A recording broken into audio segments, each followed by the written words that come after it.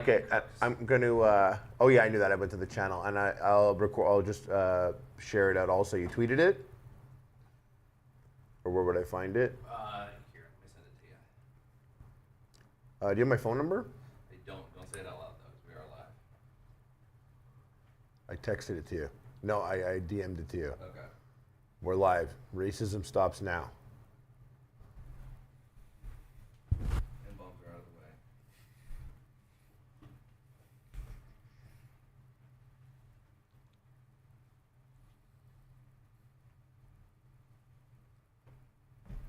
We'll crack open this white monster. Yeah. Take it. This is the microphone. It is, yes. About a fist away should do it. Like this.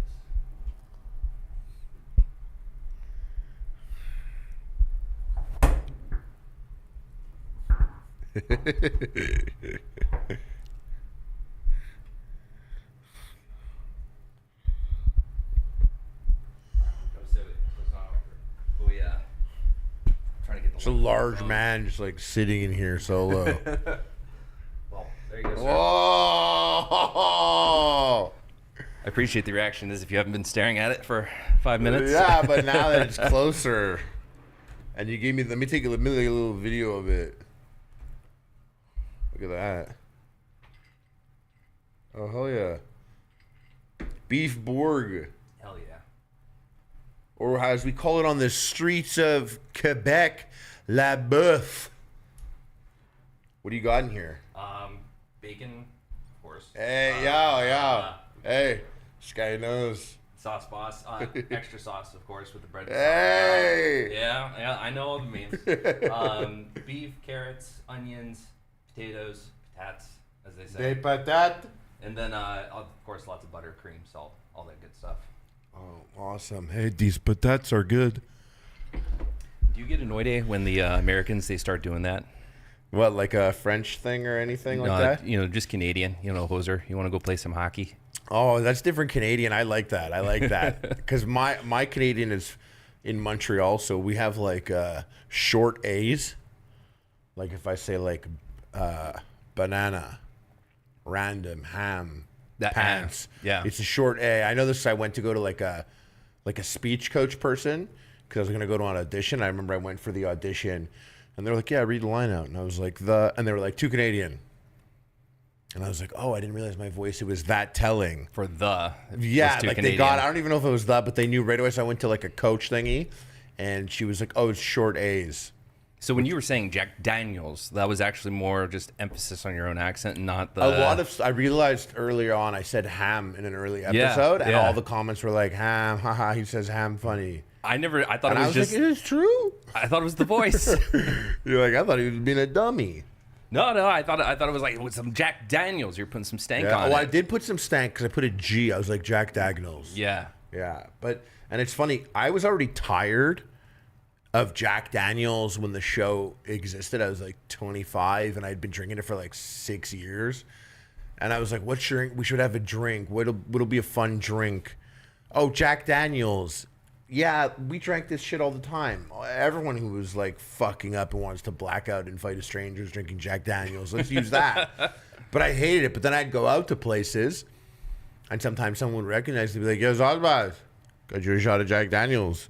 And I'm always like, oh, thank you. My favorite Jack Daniels. So happy to be drinking Jack Daniels right now. As if I didn't have a fucking half a bottle today on YouTube. At least it didn't ruin you on bourbon. No, it didn't. It didn't. I ended up, my favorite drink after that for a while was, like I did go from Jack Daniels. I ended up going to Irish whiskeys, just bouncing around. I love a good old fashioned. Yes. Yeah, I love a good old fashioned. You know, I think we have some bitters, and if I can find some sugar, I can whip you up. Yeah, you know what you're doing. I tried to make my own old fashioned. I always fuck up the bitters, the sugar. As long as you're using bitters and sugar, it's fine. It's the people that go in and they take orange peels and cherries and they just mash it up with no bitters and they say, here you go, a little shot of simple syrup, and that's it. No. Yeah. No, I love a good old fashioned because I needed a cool drink. I was always going to these business meetings, and they'd be like, "You want a drink?" And I'm like, "Okay," because they're on their company's dime. Yeah, yeah. And then I was like, I had to find a cool drink that I liked, and an old fashioned was just like, it was nice. Just also seeing how they do it, who would use a sugar cube, or who's using an orange peel. Yeah, exactly. My favorite, I mean, I didn't hear about it till Bourdain was bringing it up, is a Negroni.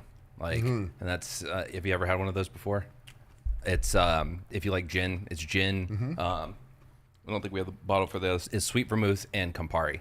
And so if you like a little bit of bitter, it's good, but it's like bitter, sweet, got an orange zest to it. I like a good orange zest. That shit will fuck you up, though. It's liquor, that whole way up. I like these little crispy pieces of bacon in here. Oh, hell yeah. It's got to be crispy.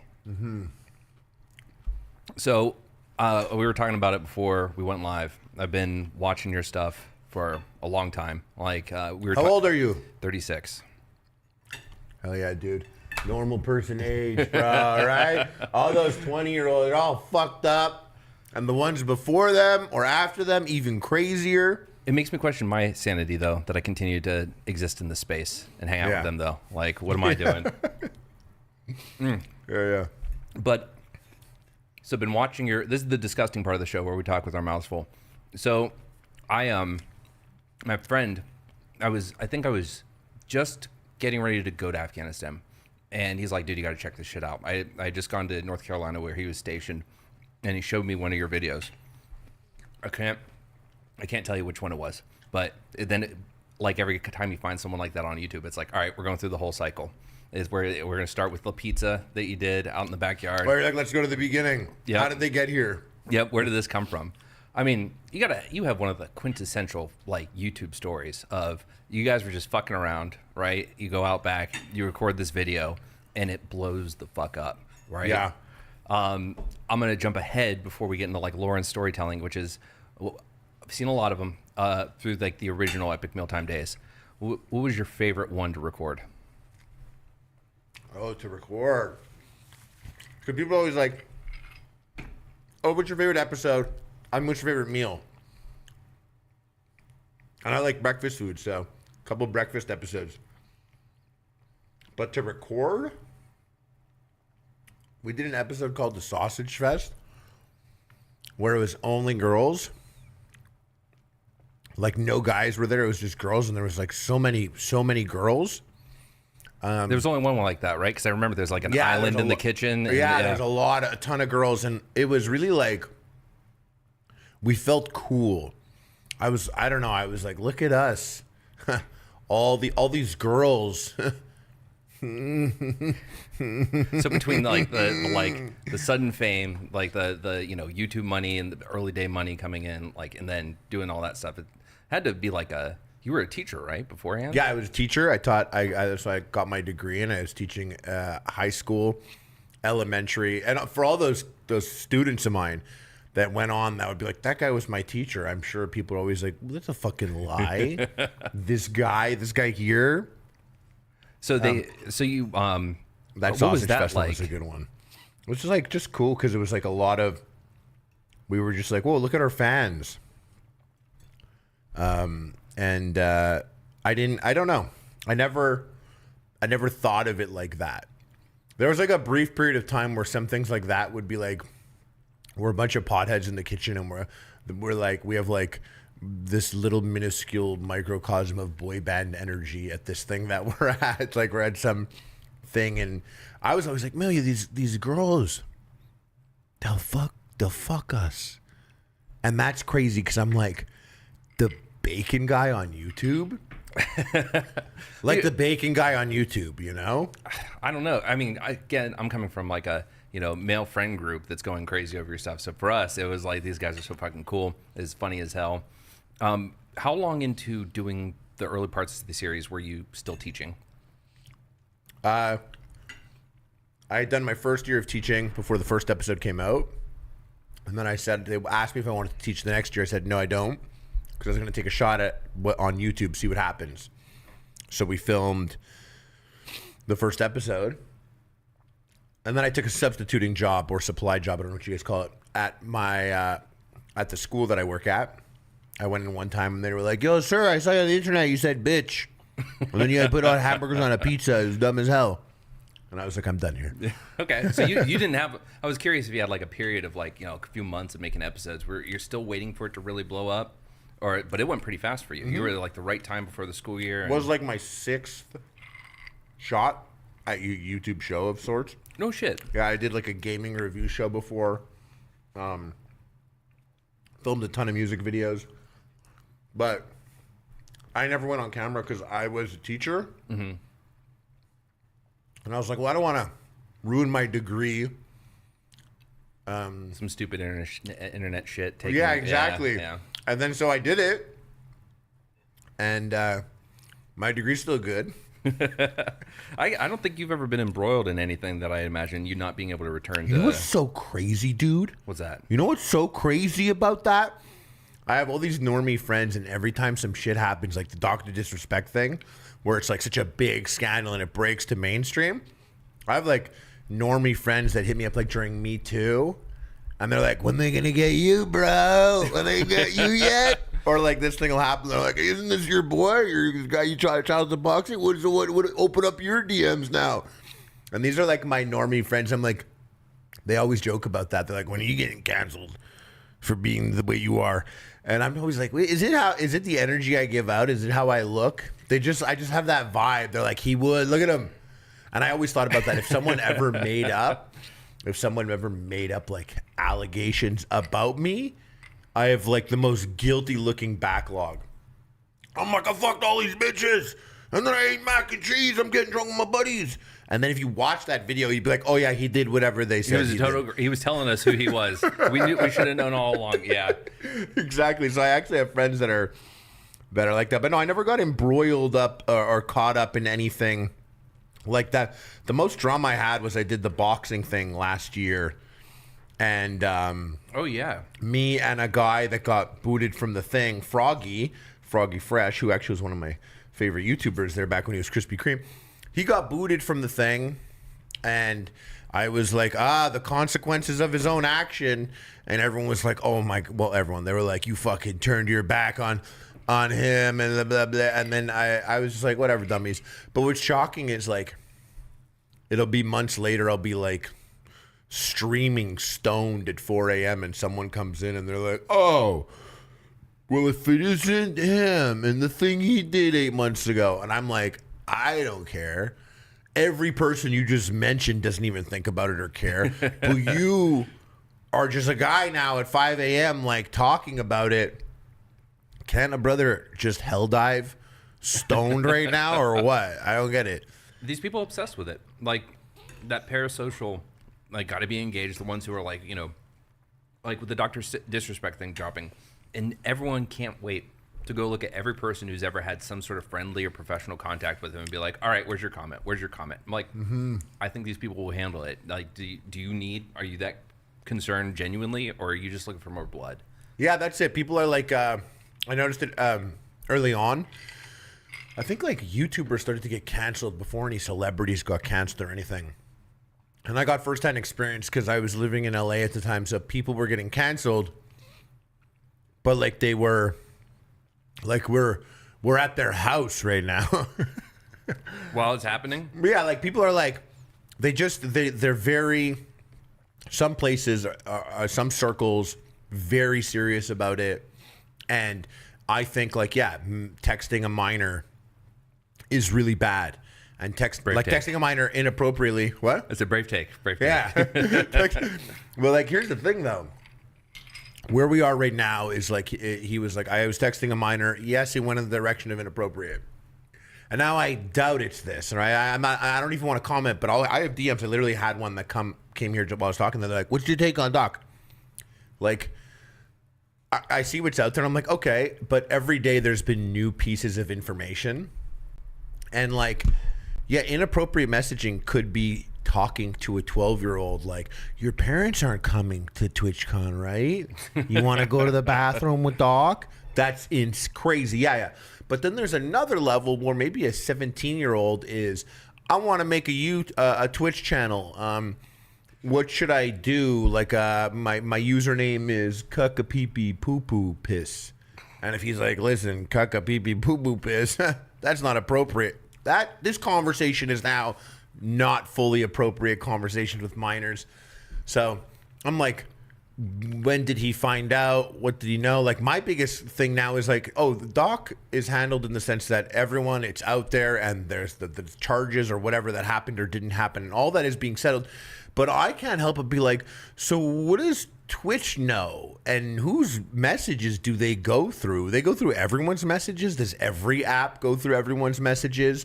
And then you go through the messages and you're like, oh no, our top 8 out of our top 10 streamers all are like strong like groomer vibes here in these messages. And then you like sit on that, like what happens? And then even like when they're like, oh yeah, allegedly they were like, he was sexting a minor and he wanted to meet that kid at TwitchCon, so we booted him out of there, and then watched as he went onto YouTube. It started a whole new thing there where you could just still siphon off children to message or whatever. So I'm like, a part of me is like, I need to know more. I just need to know more. I always want to know more about it. I want to know like what's going on, but I'm not like, oh, I want to know what Nick Merckx is gonna say about it. I'm like, that doesn't even like the people that will go on and they have to do their thing, Right. I mean, I don't know. I can't imagine if he had actually done something super explicit, like being real down and dirty with someone that was underage, where it was like clear he knew they were underage, things like that. I can't see why, and I'm not a lawyer, obviously. I can't see why he would have to.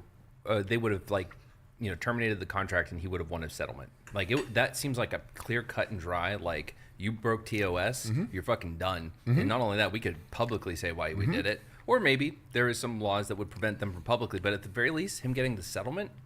So why didn't he post the logs? Well, his apology was like, he was like, yeah, I messaged a kid. Yeah, it was a little inappropriate. And you know what? Fuck all you haters. I'm taking vacation.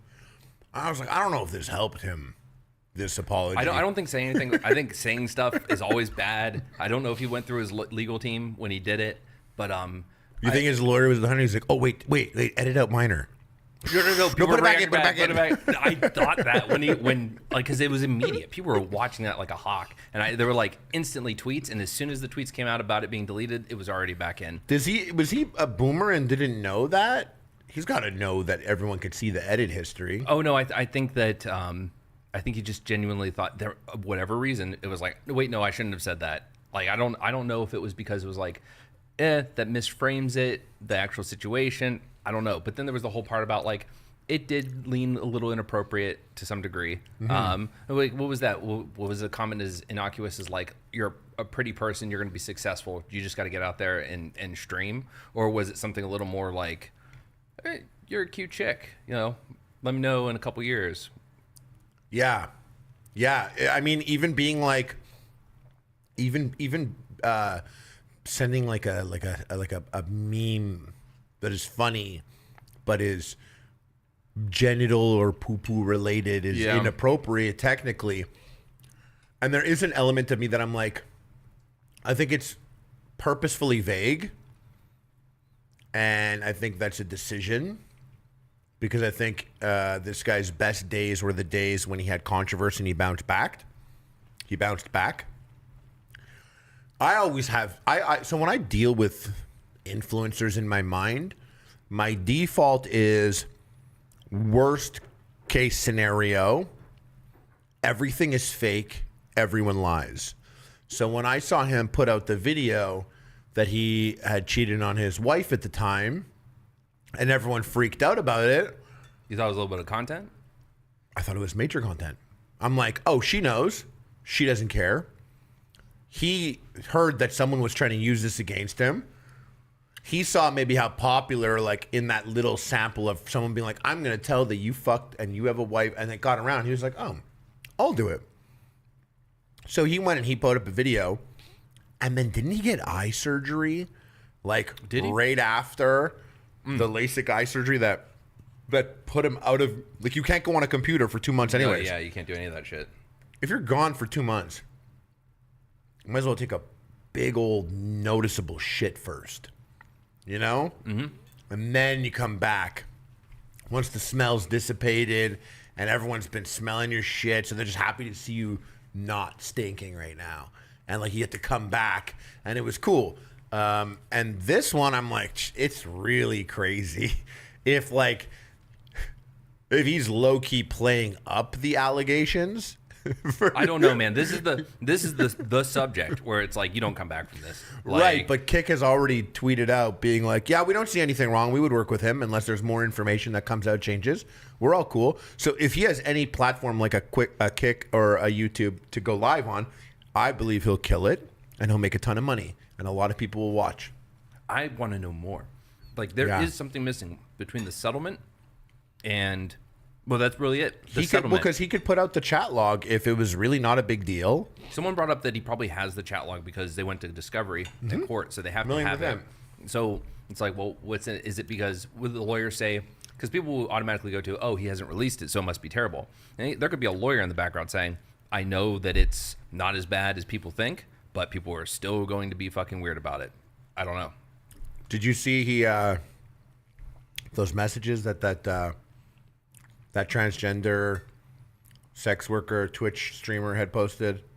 About him? Yeah, she was like, that same year, Doc was messaging me, a trans sex worker. He promised me partnership if I shake my ass and titties and everything I have for him.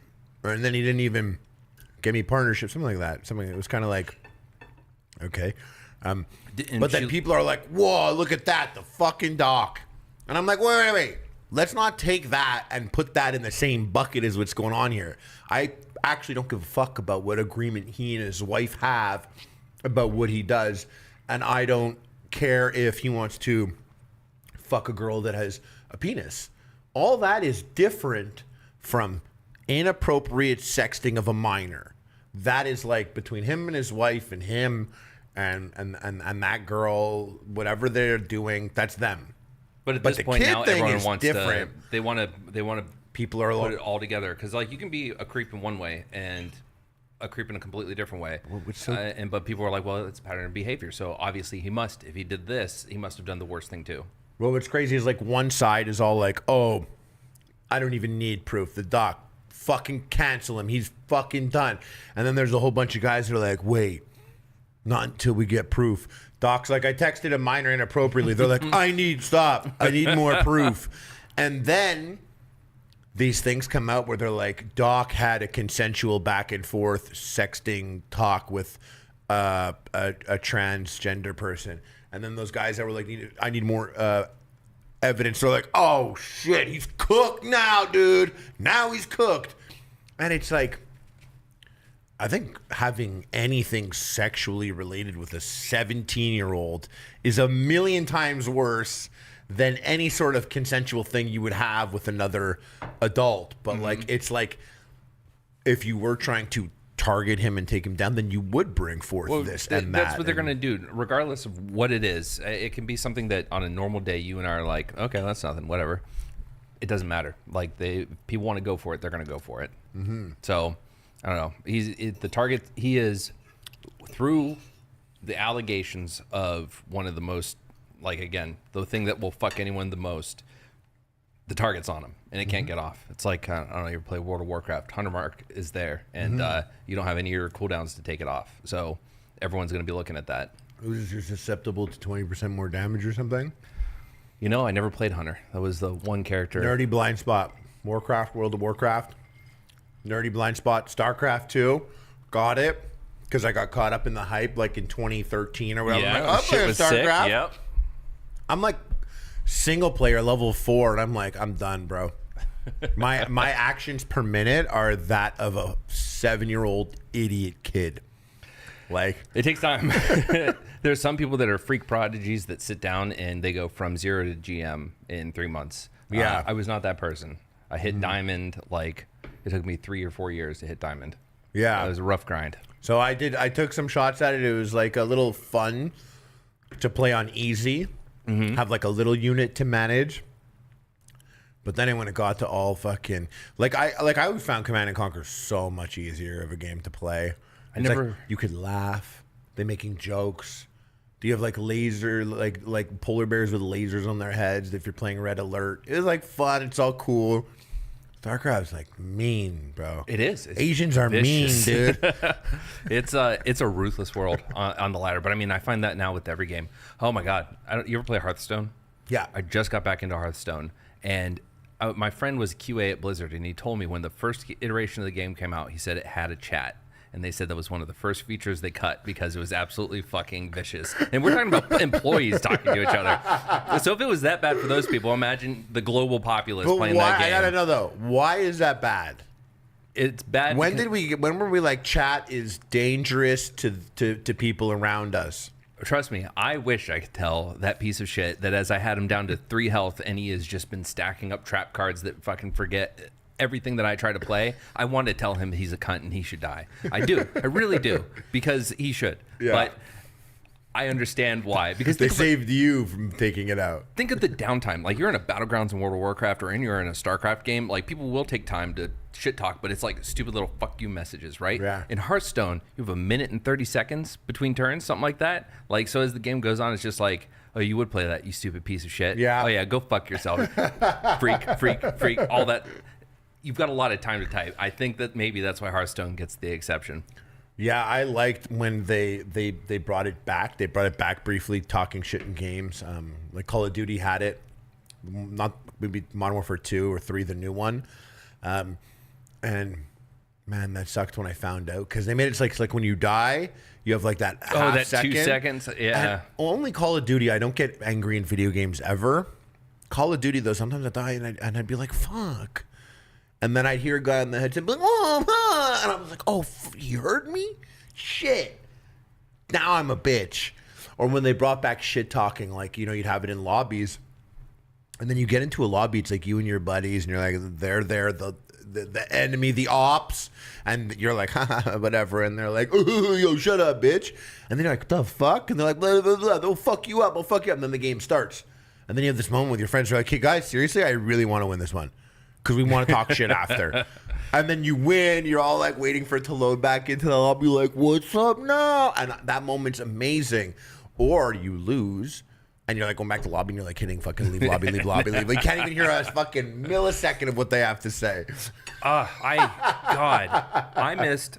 So I World of Warcraft. So I play a lot of games at this point in my life. But growing up, I played like Splinter Cell. What was that that shooter game? Another Tom Clancy one, Ghost Recon. And Splinter Cell, Ghost Recon, and Halo. Mm-hmm. Like, that was it. Before that was like Pokemon and shit like that. But I played those 3 Xbox games through high school. And then after I left high school, I found World of Warcraft, and it was fucking WoW and nothing else for years until I discovered StarCraft, I think it was. And actually no, before the StarCraft discovery though, I did get into Call of Duty. Modern Warfare 3 was my Modern Warfare, and I fucking loved it. And I played a lot of it, and I missed out on Firelands, and I missed my spot as the primary rogue, which gets the... Wait, what's Firelands? That's in World of Warcraft. And that was during the Cataclysm expansion. And I missed the chance to get the daggers, which were legendaries, and then never got a legendary. Anyway, I digress. I did play a lot of COD then, though, and that was a fucking fun time. I avoided World of Warcraft. I knew how much time I was putting into so many games. That's a big... And I saw what that one did to other people. I avoided it.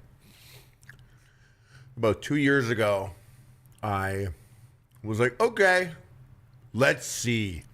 And 2 years ago, not even a year and a half ago, I installed Vanilla WoW. The classic that released? Mm-hmm. I was like, what did I miss? I think I'm pretty good at putting myself in the brain of what I would have been at back then. And be like, what did I miss?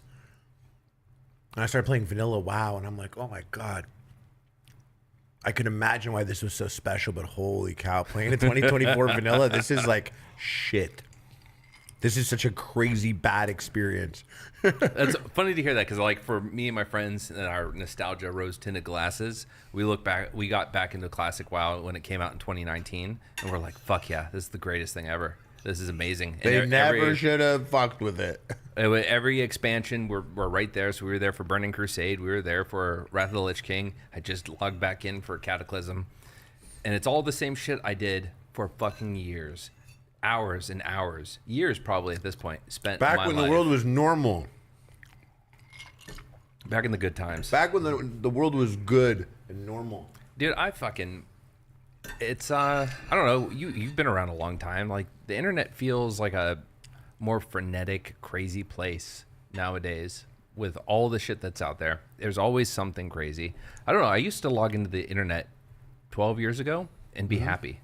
Now you get on Twitter And get horny. We either get horny because I can't browse my fucking Twitter feed in public, or I don't know, it's just infuriating. This was so good, by the way. Thank you. It Let me was so take good. that for you. This was so good. You gonna smash it? I'm gonna You're crazy. No, Fucking no. smash it on the These are ground. my Williams Sonoma plates.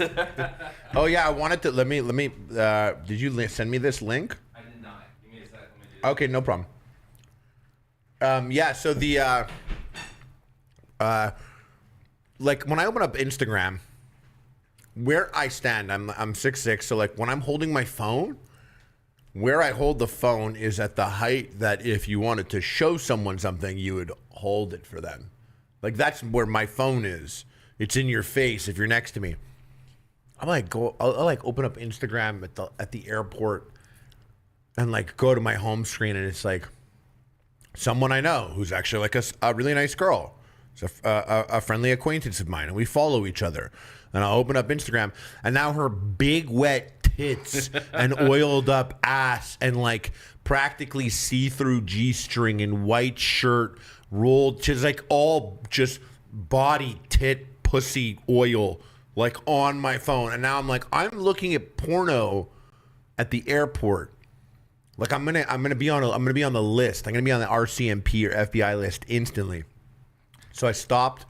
I can't like I like pull it and like even like your Instagram feed or like Twitter, they'll be like, "You hungry? You're not? Oh, you must be horny. Oh, you're not? Then watch this person die."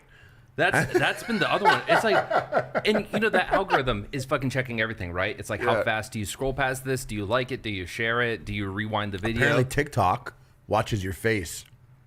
No so shit. like even if you don't like something but laugh or smile, TikTok's like, "Oh, you like that, didn't you, bitch?" No, don't say anything. Keep scrolling. Don't waste your time with the like. I already know. I'm one. There are those who will doubt that is true, but I firmly believe it because I'll tell you the story in 2 seconds. Let me send this to you.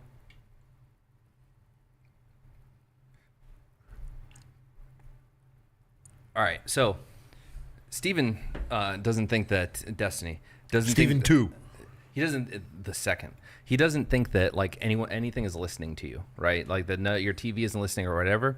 But it was with my ex, and we were getting ready to go out, and someone said something about like they were talking about cotton candy vodka or some shit like that. I fucking hate vodka. I don't Google shit about vodka, and I have no desire to drink cotton candy vodka.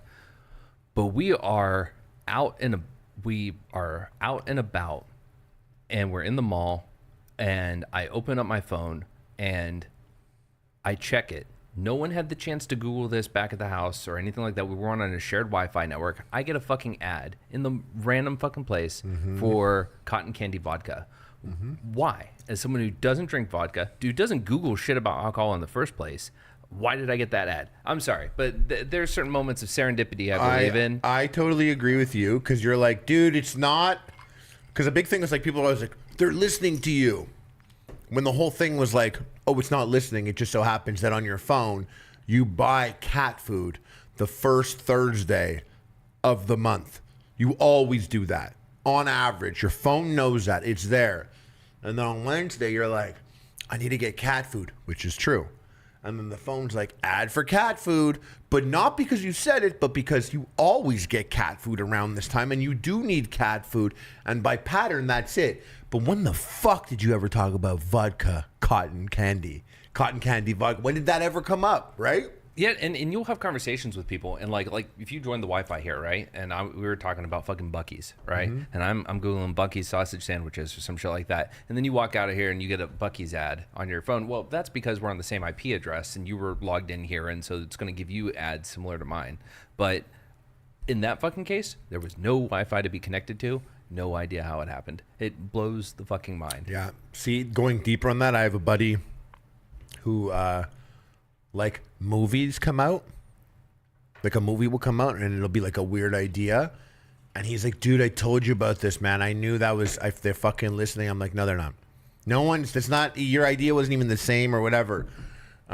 But he is like a firm believer that they're taking his idea. He's also an insane person. But why does my TV have a microphone? My TV has a microphone. Every remote controller I have has a microphone. They're not going to just like put it in and be like, hey, 1% of our remote control people change the channel by talking to the remote. 1% I feel like is even being nice and generous. Like, they're not just going to give you the technology, like, in case you want it. I think there's a microphone because they love listening to what it is that we have to say. I do the, what do you call it? Like, there's the remote, like the button on the remote where you can talk into the remote itself and be like, show me this video, and it'll find all on all the streaming services and whatnot. Like, So you're a microphone main with browsing? For that stuff, like if you're really trying to find a movie, because now you have 10 different platforms to find something. So instead of, finding it or pulling out the phone, it's just like, find this movie, and that's fine. But like, you have to push a button to activate that. But yeah, no, TVs that don't have that remote control functionality still somehow have a fucking microphone on them. No idea why. But you do use the microphone to change channels? I have a buddy that does that. And I'm always like, I've never seen anyone move like you. Not for just like changing if he's the got channels. his TV, he's like, skibbity toilet. Or maybe he's on his PlayStation, he takes his PlayStation controller and he's like, skibbity toilet. And I'm like, that's so crazy. I never talk to my shit. He has his house. I have like my buddy is like, he goes into his house and he could be like, Alexa, sicko mode. And his lights in his house go crazy. And I'm like, I have all these. I never talk to my house. I got nothing to say to my house. I'd rather just press the button. The Alexa is a fun one. I used to have the Alexa set up where the lights in every room were controlled by it. They were all like the hues or whatever. Yeah, and so it's so like, you'd be like Alexa goon mode, and all the lights go down low, and there's like a spotlight on your computer. never got that crazy, but it would be kind of like that. Like, so my friend and I was living with my friends during the pandemic, and they had like that whole big setup. And the downstairs basement was cool because they were all the multicolor ones. So it could be like, if we were doing like a debate panel, I'd be like, Alexa, set lights to red, and then I fucking go into my fucking my tirade or something like that. I could do the spotlight thing where like I turned all the lights blue except for I could say turn 6 to white, and it was the one right over my desk. Shit like that. I do all that, but like with like I touch it. Yeah. And like I know like the voice is very common now, like more common, but still so much less common than not using voice. Yet they always include the microphone. There's not an option to not. We're just gonna get little cameras soon. She's gonna have a little camera. They're like, in case you want they it. have one. Oh, she did. Yeah, but like I just mean like every TV is gonna have it. Oh yeah. Well, see, I do have my. I will succumb to certain amounts of potential monitoring. Like Alexa is a huge convenience. Like I'm cooking all the time. And it's like, Alexa, what's the measurement for this? And then, she'll tell me and it's great. And it's got a video screen on it. I'm fine with that. I accept that, hey, the FBI is listening through the microphone. But like the camera thing, that's the one that's scary because I've seen people have their IP cameras hacked. Yeah. Like that's why if I buy anything, I have a dog monitoring cam. I bought a high-end dog monitoring cam made in America because I don't want any of that IP bullshit. None of that Chinese shit. Looking at my dog when I'm gone. Looking at you, Huawei. Yeah, you don't want the CPC looking at the little cutie boy over here while he's eating his little treats. Exactly. Fucking pervert Chinese people spying on my dog. The fuck. The thing is about the like having the microphones, having the camera. Like, do you use your phone? Do you use mobile porn websites? Yes. And then when you do, you like hold it up like this with your thumb on like both sides of the camera. You like cut it over there so it's like blocked. I actually have the special thing. It's a jack off machine where you've got the two handles here, and when you slide the phone up into there so you can watch it, it actually covers the cameras and the microphone for you. Is that true? No. You could make that. You could. That would sell. It would sell at least one. Yeah, I got. I remember when I watched like some presentation years ago. Mark Zuckerberg had his laptop there, and there was like black tape over his laptop. I was like, "You?" Dude. Like when you have friends that work for certain intelligence agencies and they do certain things, they can't tell you why they're doing them. But it's just like, Okay, I noticed Yeah, that. I understand. Gotcha. We got to get on that. We got to get on our bunkers. We're sleeping already on bunkers. We got to get our bunkers. I mean, I don't think the apartment complex here is going to let me go throw one down in the backyard. So I'm going to have to get a You submarine. think anyone in Florida has bunkers? Oh, fuck yeah. I'm kidding around. Of course they do. Okay, I think you're just kidding around. Well, no, I saying always say to people, like, I love coming to Florida. I love the USA. And, like, I always say this to friends, I'm like, close your eyes. And to Canadians, like, close your eyes, picture Texas. Wrong. That's Florida. Like, you thought that was Texas. Like, USA flags, like USA flags on the car, guns on the hip. Like you're thinking but no, like, it's like, that's Florida. Yep. Like, I come to Florida, it's the most USA, baby, 2 liters of Coca-Cola with your meal and a firearm. It's fucking great, though. It's amazing. Florida's like beautiful. it. Have you been here much? Great. Yeah, I love Florida. Yeah? Yeah, I'm from Montreal, so we migrate here. You don't see Quebecers ever. French Quebecers. You'd find it. We've got one. XQC's living not too far away from here. Oh, yeah, that's right. Yep. He lives pretty close to where I grew up, where he grew up pretty close to where I grew up. But yeah, his people are like the women will have short silver hair that they'll put gel in it, and they'll wear like a tracksuit, windbreaker tracksuit that matches their husbands, and they're both wasted at like 11 a.m. I'll point it out. They're meant to be Florida then. If I see them, yeah, no, that is like we like Quebec is Canada's Florida. Like, we always, like, it's just a thing. It's just different and moves different. It's a bit weird, and it's like, yeah, but yeah. There's an account executive I worked with, and you just described her perfectly. But she's American, but she lives up in Boca, and that sounds exactly like her. That same kind of like short hair, gel, almost Karen cut, like could kind of drive thing going a on. bus. Yes, could be like a bus driver even. Literally, she's like bleach blonde. You put some blue eyeshadow on her and some deep lipstick, and yeah, she's toting a bus around. I don't know why in my head I pictured the gremlin from Gremlins 2 that dresses like a woman. I don't know why that's what my brain was doing when you were saying that. Yeah. So, speaking of Quebec, well, first of all, I have to ask this because you're Canadian. You ever watch Letterkenny? Mm-hmm. You fan? Such a fan. It's a great show. Okay. All right. We had a couple of them on episodes of Epic Mealtime a while back. No wait, before like Letterkenny? No, during like earlier on when this show first started. Okay. We had a guy on our show, Dan, who directed a bunch of our episodes and has been on the show. He wrote a couple episodes of Letterkenny. He's been on 1 or 2 episodes. Wait, is you that watch Shoresy? No, I haven't watched it yet. Oh, I think you'll really like it. I've seen some clips. It looks good. Yeah, you'll really like it. Yeah. Okay. That's good shit. Good. No, those guys. I think that show's awesome. I think it's hilarious. I mean, I love. Did you ever watch Trailer Park Boys? Something's fucky. Yeah, I like that show.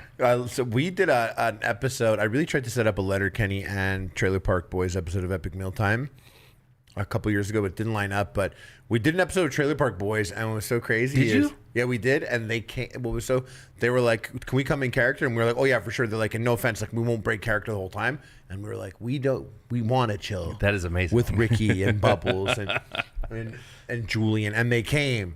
Like, the van pulls up. Randy gets out, no shirt on. No, sorry, he's got, and Julian has his glass. And they all come out, and they're the guys.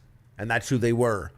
And they were those characters, and they kept in character for, like, the 6 hours that we filmed. Oh, shit. Until they were like, okay, bye. And we're like, that was fun, bye. Did they even, at the end, were they like, and scene? All right, man, hey, pretty much. Yeah? Yeah. Yeah. So, Sugar Shack. That was one of my, as an American's who loves fucking food, favorite episodes. Have you ever been to a Sugar Shack? I have not. So had that been something you've been to before and we're like, we got to do one here? Or was that like a new experience for you? No, I've done that like many times. Okay. Like in Montreal, like elementary school, you're going to go on a field trip to a Sugar Shack. No shit. We went to these little fucking now I had fun. I'm not shitting on it. We went to these little like Amish like villages where they showed us how people lived in the olden times, where they're churning butter like and all pioneers. that stuff. They're like making wax candles and shit. Exactly, and it's like, here's a candy apple, and it's like, fuck that. I want sausage and foie gras. Yeah, we went crazy. There was the whole. You get the real maple syrup, like, and they bake the bread the same way. Yeah, the same way that they did bread, 100 years before, and it was really cool. And then you get French like folk music, which is fun. Like you'll get a guy up there playing the spoons.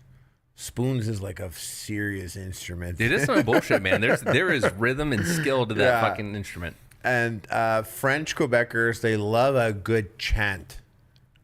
Like a sea shanty? Like a song that has like the singer saying one part and then they say it back. Oh, what is that? Call and repeat or something like that? They eat that shit up. They love an easy chant to sing along with or whatever. And see, I mean, you have to learn French in Montreal. You have to learn French. But I went to like you have to learn French. You have to speak French.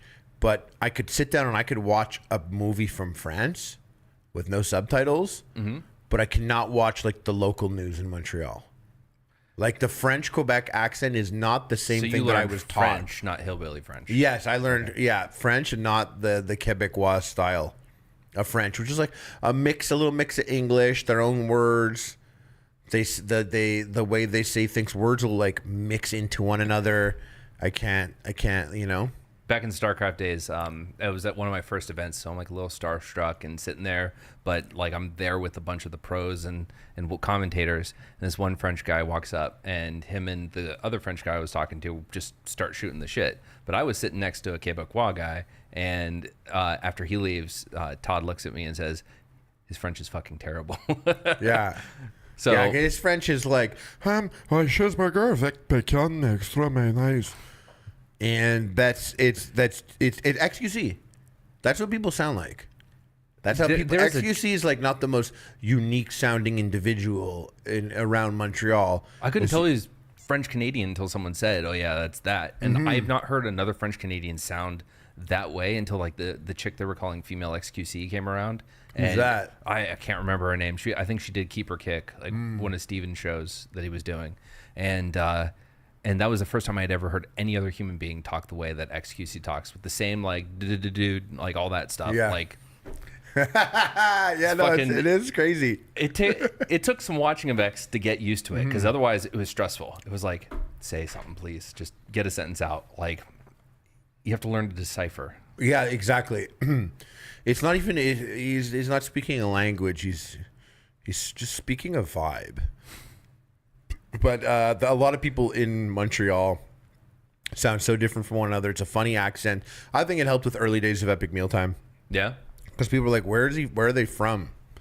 Why are they speaking like that?" I thought you were fucking American. Yeah, I did. And we had a long time of almost putting USA in the location, because we're like, "Oh, maybe we should put USA." Like, who gives a fuck about Canadians? I think the Jack Daniels and bacon shit, I think that really...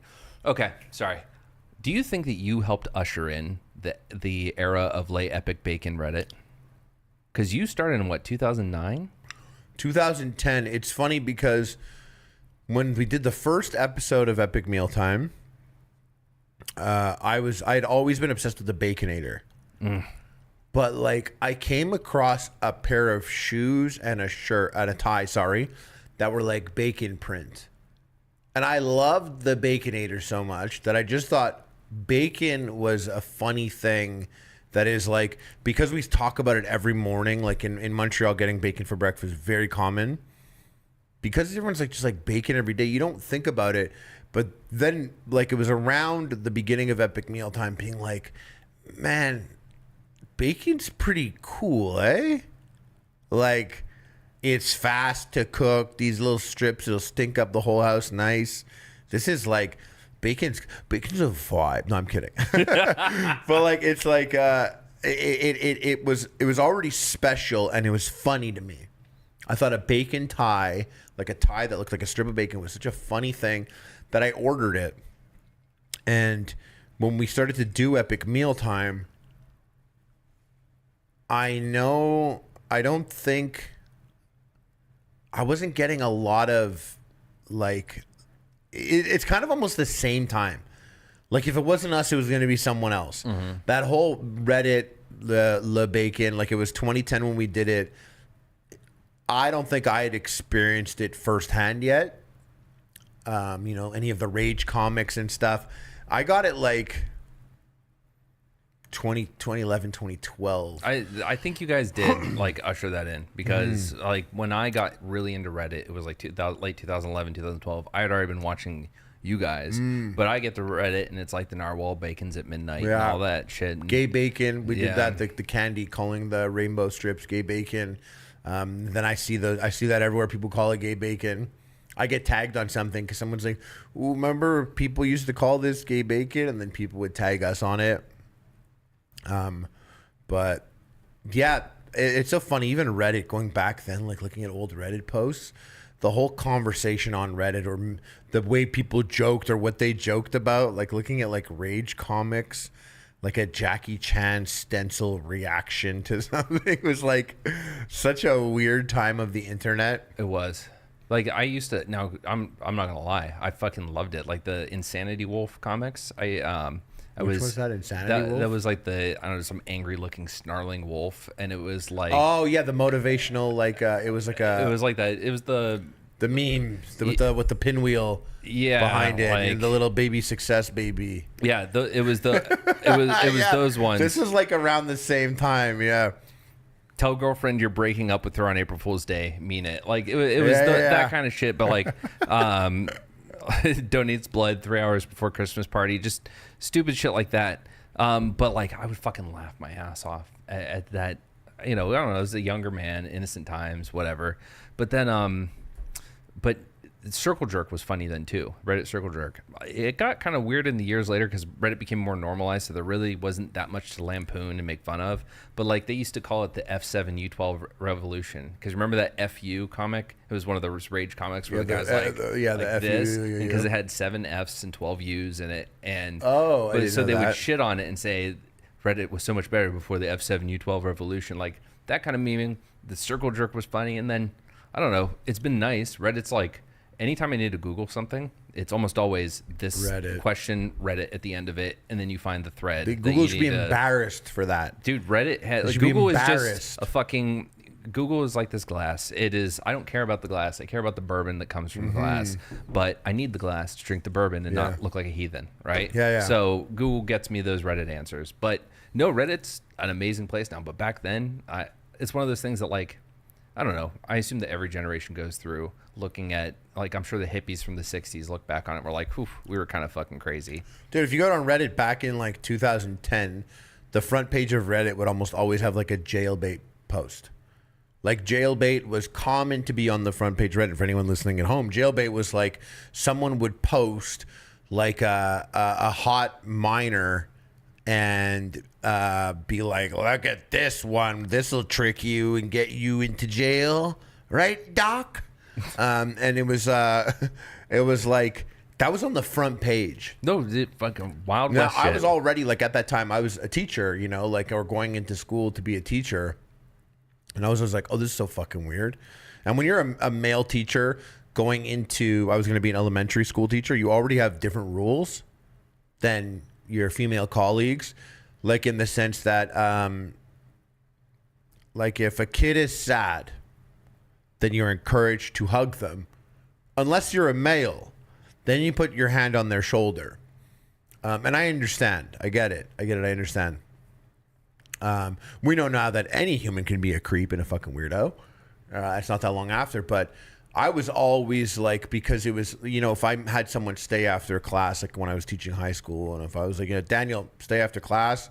Mark, you're staying too. Mark's like, I didn't do anything. I'm like, yeah, well, Mark, you're staying after class, so Daniel doesn't make up any lies saying that I did anything, touched him or anything fucking weird.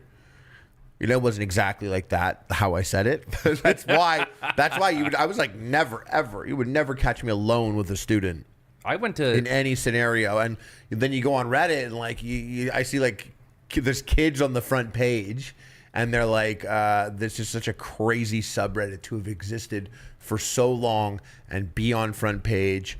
It took them years to take a lot of crazy shit. It wasn't like, I think 2015, really 2016 when they really were like, okay, no more of this weird shit. Like it's all fucking gone.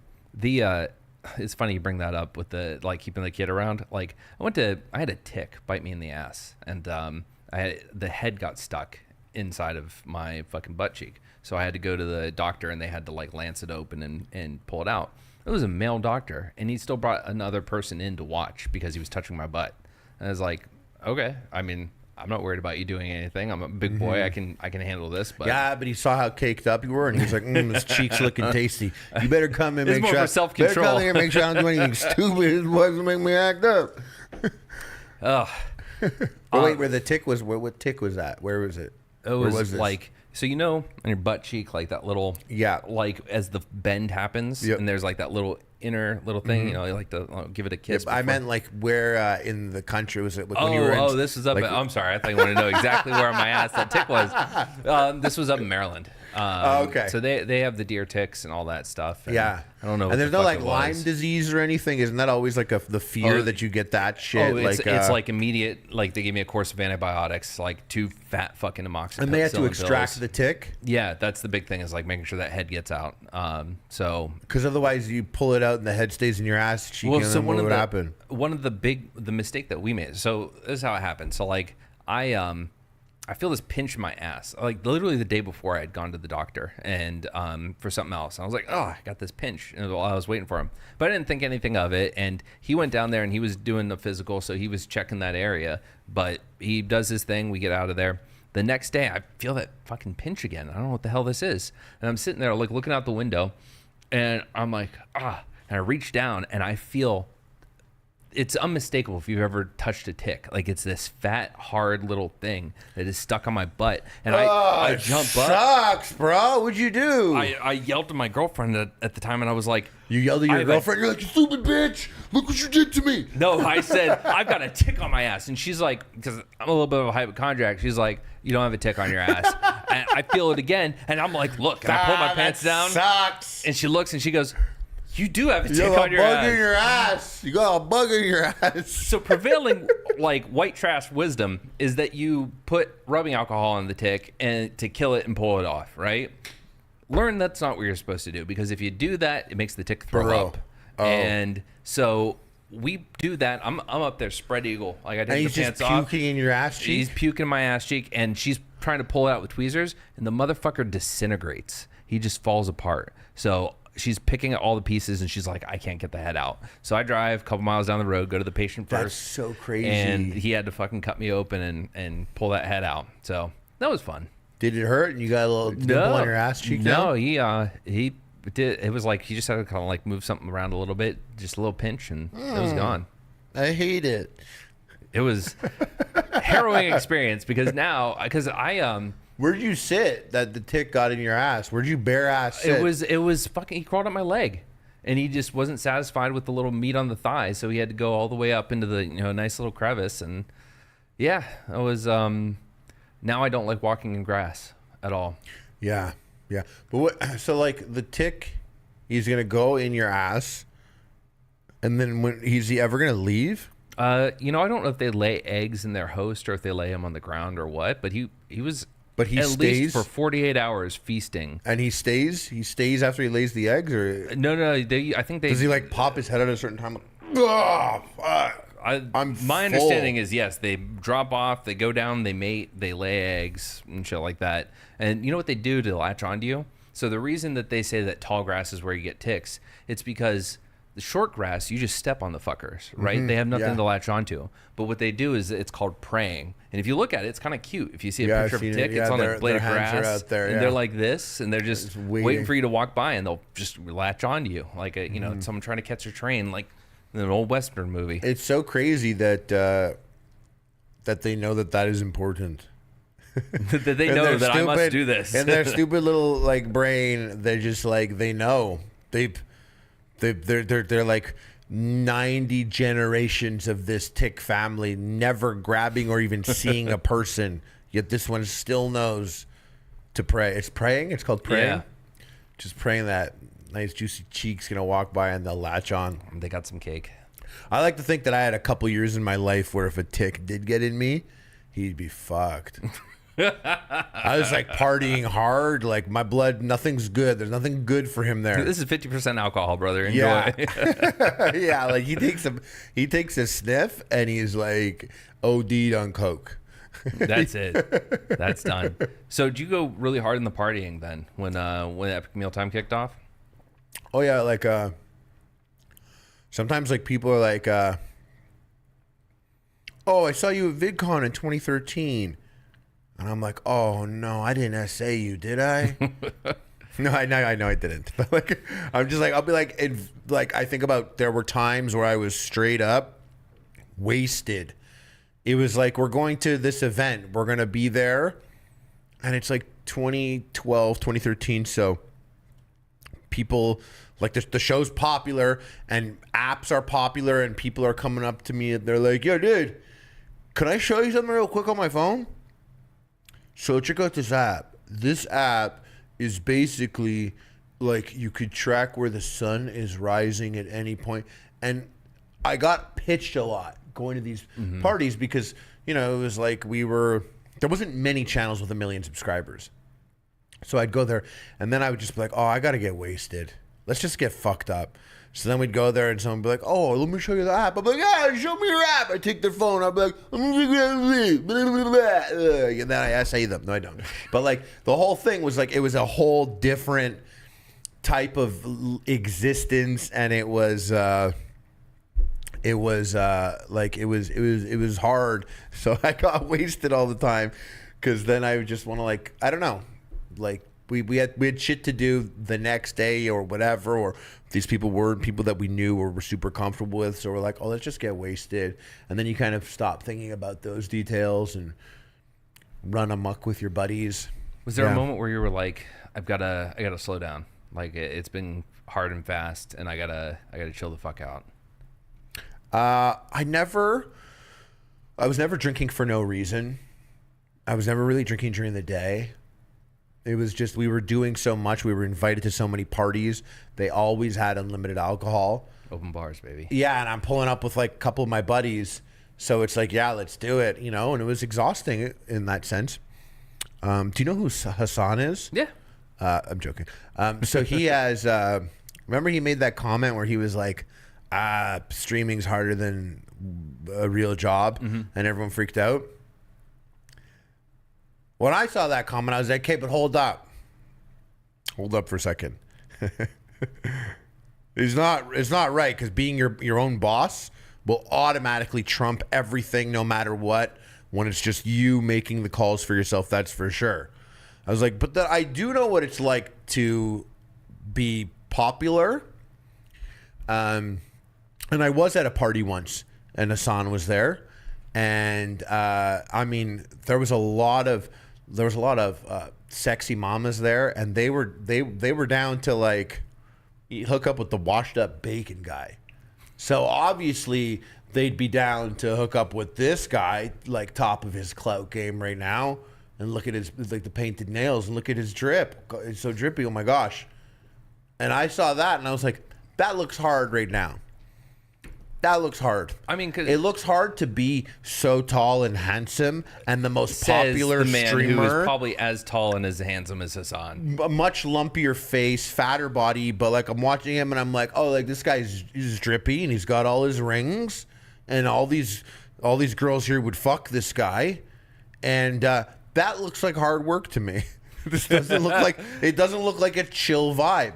I'm sure he's not chilling right now. Me, however, who's now washed up, I'm chilling. I'm on coke. Like, I'm good right now. I wasn't. I'm joking. But like, I'm just watching the whole thing, and I'm like, I could see how this is hard in like a really stupid way that you wouldn't really think about. Well, even like the content thing, right? Like even outside of the party shit and the social obligations and the having to be on because right, you're always going to run into fans or potential business partners or whatever. But aside from that, you are your own boss, and yes, that is amazing, right? You set your own hours, but if you're going to be successful, continue to grow, you've got to feed the beast, and that means your time and energy every day, right? Like, so I assume when you were doing that Epic Mealtime shit, like you were, I was crazy taxing, you were going hard, and then off that, like I'm dealing with like, you know, like legal issues, like with our merch or with like a past employee or a past partner, or like working through a contract for an upcoming video. People think it's all whacking off and bacon, but there was some stuff in between. There's a lot of stuff, but that was a YouTube channel that was one upload a week. These are people doing streams 8 hours, 10 hours a day, every day. With Like, what kind of person is Steven too? Like, Steven lives for it. Fucking seriously, you have to be that guy. XQC also, you have to be that.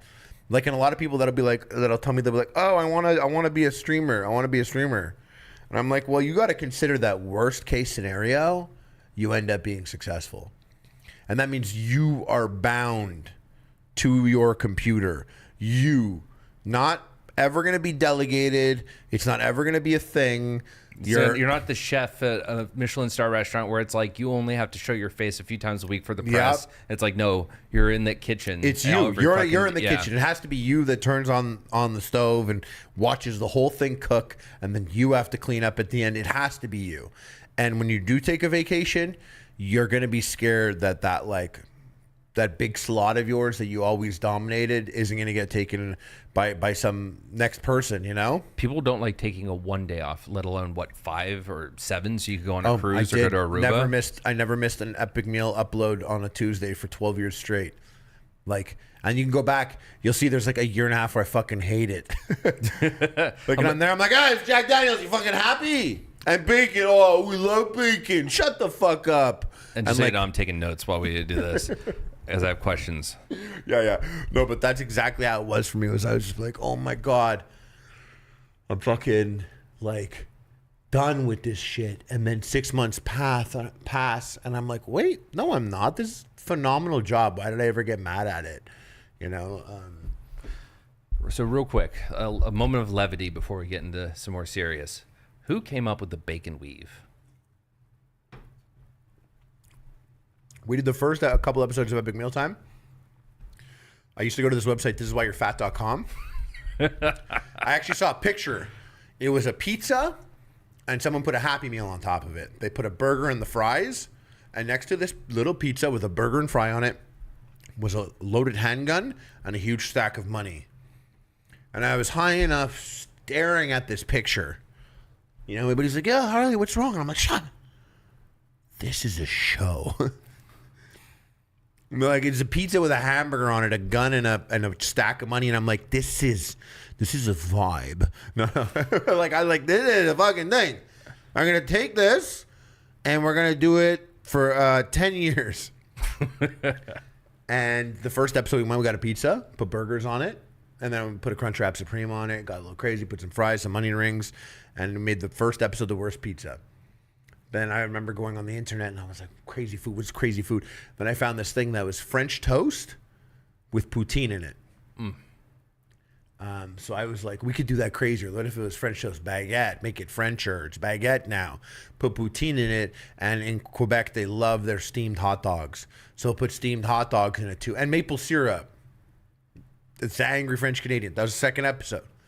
And then when the third episode came out, the Double Down was rumored to be coming. How it was a sandwich that was fried chicken, cheese, fried chicken. I love the Double Down. Yeah, so I was like, whoa, food's getting crazy now. We'll make a Double Down. And we just did a Double Down, 2 pieces of fried chicken, and just added a bunch of shit in the middle. It was kind of dumb.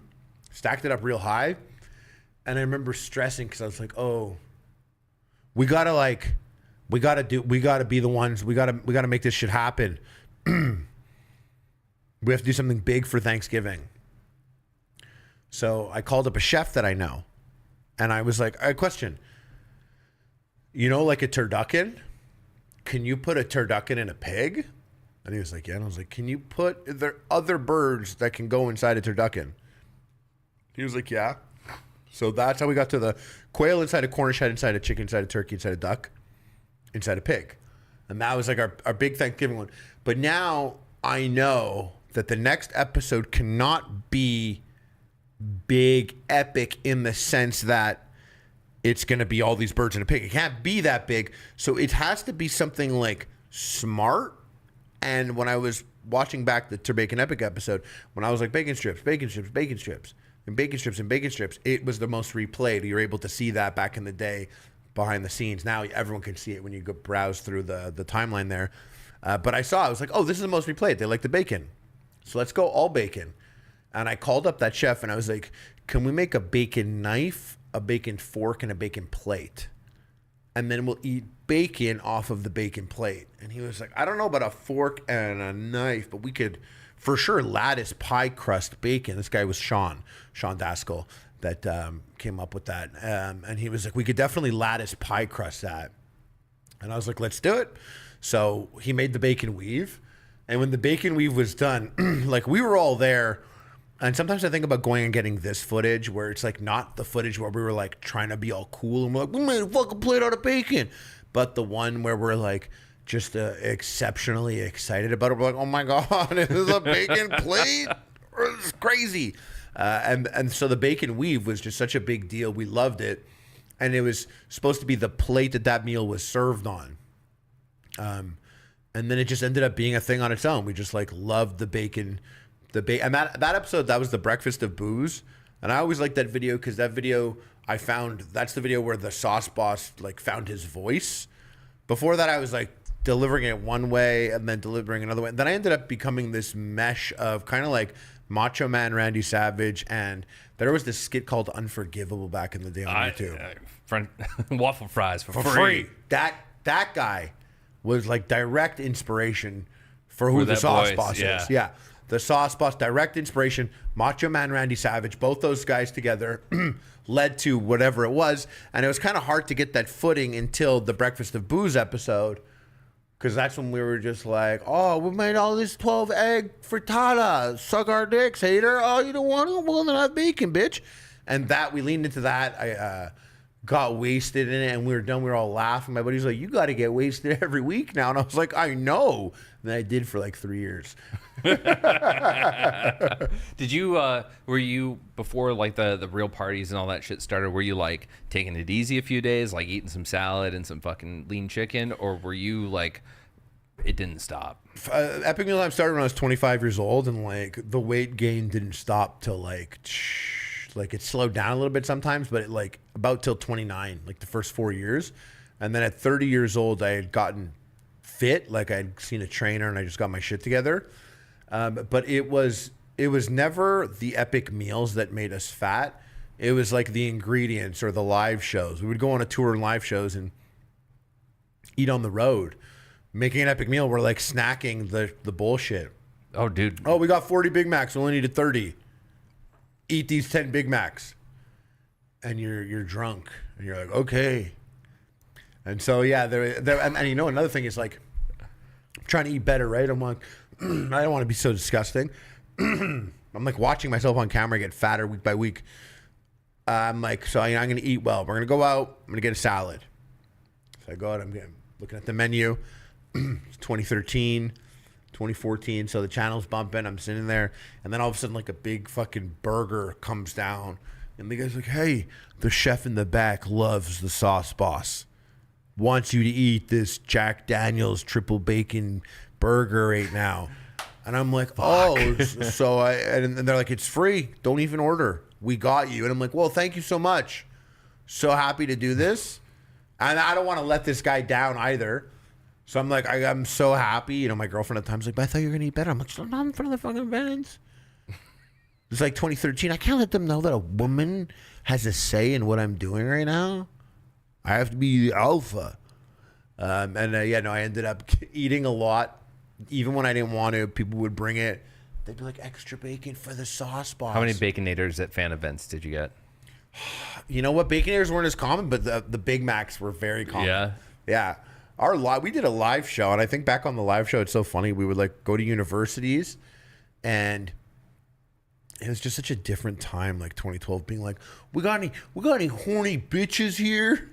Like girls like scream, and then they come on stage and we're like, we're gonna dump maple syrup on your whole ass, and they're like screaming, and then we dump maple syrup on them. And I think about that now, like there would be TikToks and shorts on Twitter and all kinds of shit. Yeah, it was just so we got Big Macs and we threw them into the crowd. Like we'd get Big Macs and like Muscles Glass would like point to the crowd and everyone would like go crazy. They want to catch the Big Mac and they throw it. and then like people would catch it and eat it, and then we'd like spray Jack Daniels all over him, which sucks getting splashed with Jack Daniels. You get like a little bit on your shirt and it'll smell like forever, like you're an alcoholic. Are you fucking drunk right now? It's like, no, I was just at the show, man. These guys are spraying. Okay, sure, yeah. Yeah, and it was so weird. I think back, it's like such a little strange microcosm. Like people that would go to that show, be like, that's so funny. Dude, can't wait to go back home and check out the latest Rage comics with you. So you, okay, so party time, crazy, excellent. Let me pull up so, okay, I'll ask the one. I spent years Googling this until like some answer came out, but now I have the source right in front of me. Muscles glasses. Oh, muscle glasses. Fan favorite muscles glasses. Like, I was like, this guy fucking kind of looks like me. Comes in with the aviators and the bacon, all that stuff. Aviators also was like such a thing. Every guy had a pair. Like every fucking guy had a pair of mirrored aviators. Like we all did. Like it was such a funny, yeah. But no, muscles glass, a character on the show that was we literally, he was like all of our baby on the show. Yeah. Because God bless the guy that played him. He worked at a summer camp for me, and we were kind of buddies. I was mostly closer with his neighbor, and his neighbor was his best friend. His neighbor, best friend, older brother is who I was close with, and I used to go and hang out with a lot. And that's how I met everyone on Epic Mealtime. Muscle Glass's neighbor. Oh, okay. All the guys on Epic Mealtime were friends and hung out there. Okay. Epic Mealtime was not my friend group. Those guys. My friend group was this guy who I started Epic Mealtime with, and one of the chefs, this guy Ameer. So us three, we were friendly. We were best friends. We were friends. Those guys were best friends. I was friendly with one of them. But when I came in, the pieces fell into place that we started to film together. Because the first episode was just me and Muscles Glasses. So the next week it was like, they all want to be in it. So yeah, you should come. Let's do it. They're all competent guys, and we're gonna cook. We'll see what's up. We'll see what's happening. And we did that. And we realized early on, like Muscles Glasses was just funny because, and God bless him, in real life he's a very blasé, plain person. He does not like he's not like a guy that would command attention in a room, and not in a bad way or in a good way. Just he's very like plain. Mm-hmm. So the idea that we were always contributing these concepts that elevated Muscles Glasses to like Batman symbol level, a Terminator type guy, and playing that up became this project that we were all so like, we were always so like, yo, we should all eat this. Yeah, like Muscles Glasses will get two. We're like, yeah, the Muscles Glasses. We were always like Muscles Glasses. It's gonna be whatever. Any idea that was great, it went to Muscles Glasses. Even if like someone was like, oh, I'm gonna get. I think it'd be really cool if like in this episode, if I do that, and we'd all be like, no, you're not Muscles Glasses. He's doing that, and that's what it was. He got like every cool thing. And then what happened was the show got popular, and money started to come in, and I had always edited Epic Mealtime. I owned the camera and the editing. No one knew how to make a video. Not a single person even knew how to upload to YouTube. None of them uploaded YouTube. This is like my fifth idea of a show, and I had them all day players. They were all day players. So they would come to work, Epic Mealtime. They would get paid $125, I think it was at the time, and they'd come for 4 hours, and they would cook, eat, we'd clean, we'd leave. I'd take the footage, I would edit the footage, it would go up, and then they'd come back like at some point in the next week. We'd all get together again and do it again. But I had to make basically what happened was I had to make an adjustment to the contracts the agreements that we had. And so when I made the adjustment to the contracts, they kind of all gathered together and were like, we're not going to sign this until we own Epic Mealtime also.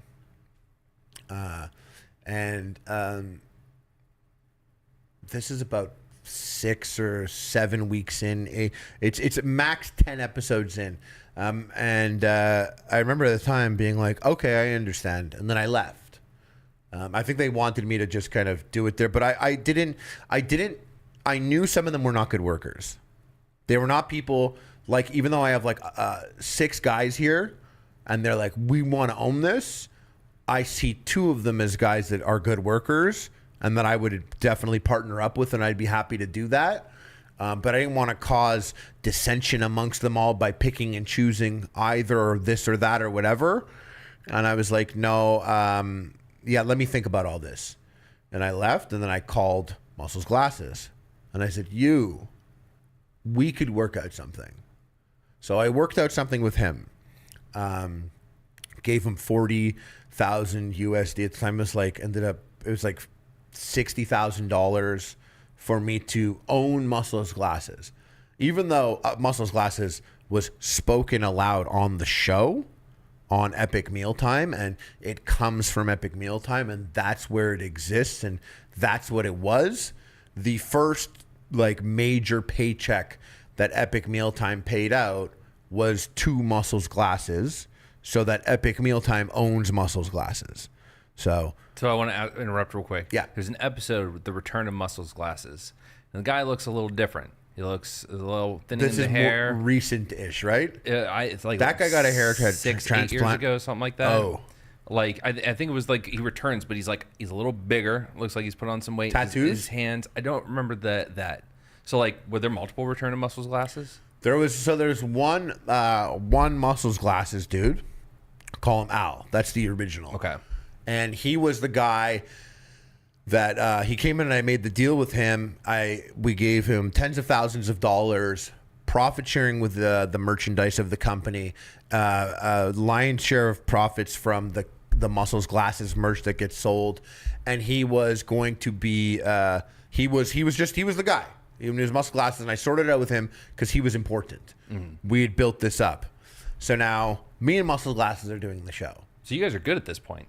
Yeah, it's just us 2. We're doing the show. But now one by one, I'm getting calls from the other guys, and they're like, hey, I'll sign that. I'll sign it. I don't care. I don't know why I was even asking to own it. I don't know what that entails or what my responsibilities would be. And yeah, so they signed, and they would come in once again for one day. Just one day. It was like 4 to 6 hours, and they would do that. Muscles Glasses, though, he would come in. And he didn't have to cook, didn't have to clean. It's part of the deal. And he just came and crossed his arms and he ate bacon. He got a full salary. I paid for his school. He insisted that I pay for his university, and I agreed to it. I gave him all the money so that we own Muscles Glasses. Yeah. So then I got it all sorted out with the guys. But then we moved to LA because we started to do the show Handle It, a learning cooking show. And he didn't want to come. He wanted to go to school, and that was okay. So I would fly him down once a month to fit him into the episodes. Like, he would film a bunch, and we'd block shoot a bunch. Him in a gray t-shirt, arms crossed, middle fingers, eating bacon, whatever, and then we'd put him into episodes. Then he'd go back home, fly back home, and we paid for his school and everything like that. I even remember we had a pilot on G4 right before G4 closed. We had a pilot. And on the Epic Mealtime pilot, we were at a house. And I remember we were at a house and we're sitting there. And this is something I've always dreamt of. It's something that I always wanted to do. And I really feel like I grabbed a bunch of guys that were nearby and I dragged them on this rocket ship. Like, I was like, come. And the fact that it worked out and it started to be a thing was great. We moved to LA. We ended up going on the pilot for the TV show. People are getting the extra on top of what I was paying them, the rate for the TV show. I now went and I put profit sharing from like Muscles Glasses in so that all the guys have profit sharing on merchandise and everything like that.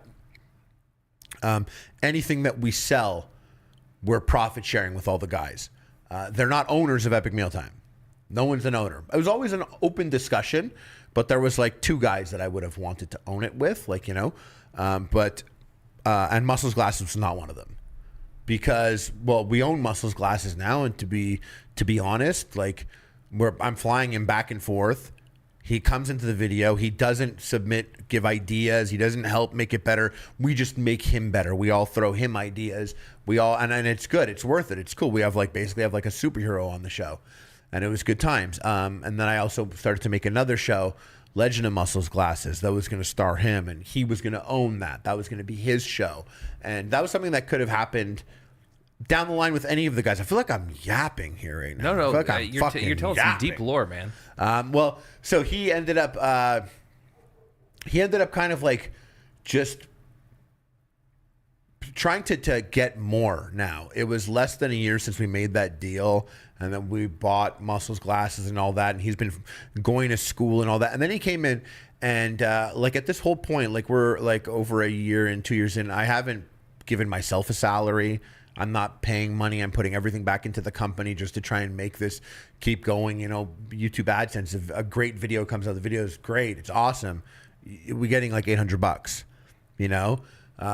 It cost me to have all the guys here. It costs about $800. Just the guys, not even the food yet. So we're banking a lot on everything, the merchandise, but I'm still splitting it up with everyone. And Muscles Glasses, who's doing the least, wants to now get paid by far the most and own and everything like that. But I wanted a bit more meeting me this time. Last time I just, I was just like, yeah, let's do it. But it was kind of close to be renegotiating right now, and he hasn't been around. And then he kind of held himself as leverage, like being like, well, I'm not coming until you do what I want. And so we had back and forth on the phone trying to figure it out and negotiate this for about like 5.5, 6 months. And then after 6 months, like he, I had basically sent him over another ceasefire deal, and he declined it. And I was just like, you know what? You haven't been on the show in 6 months. I don't care. Sorry, bro. Like, I was like, I don't care.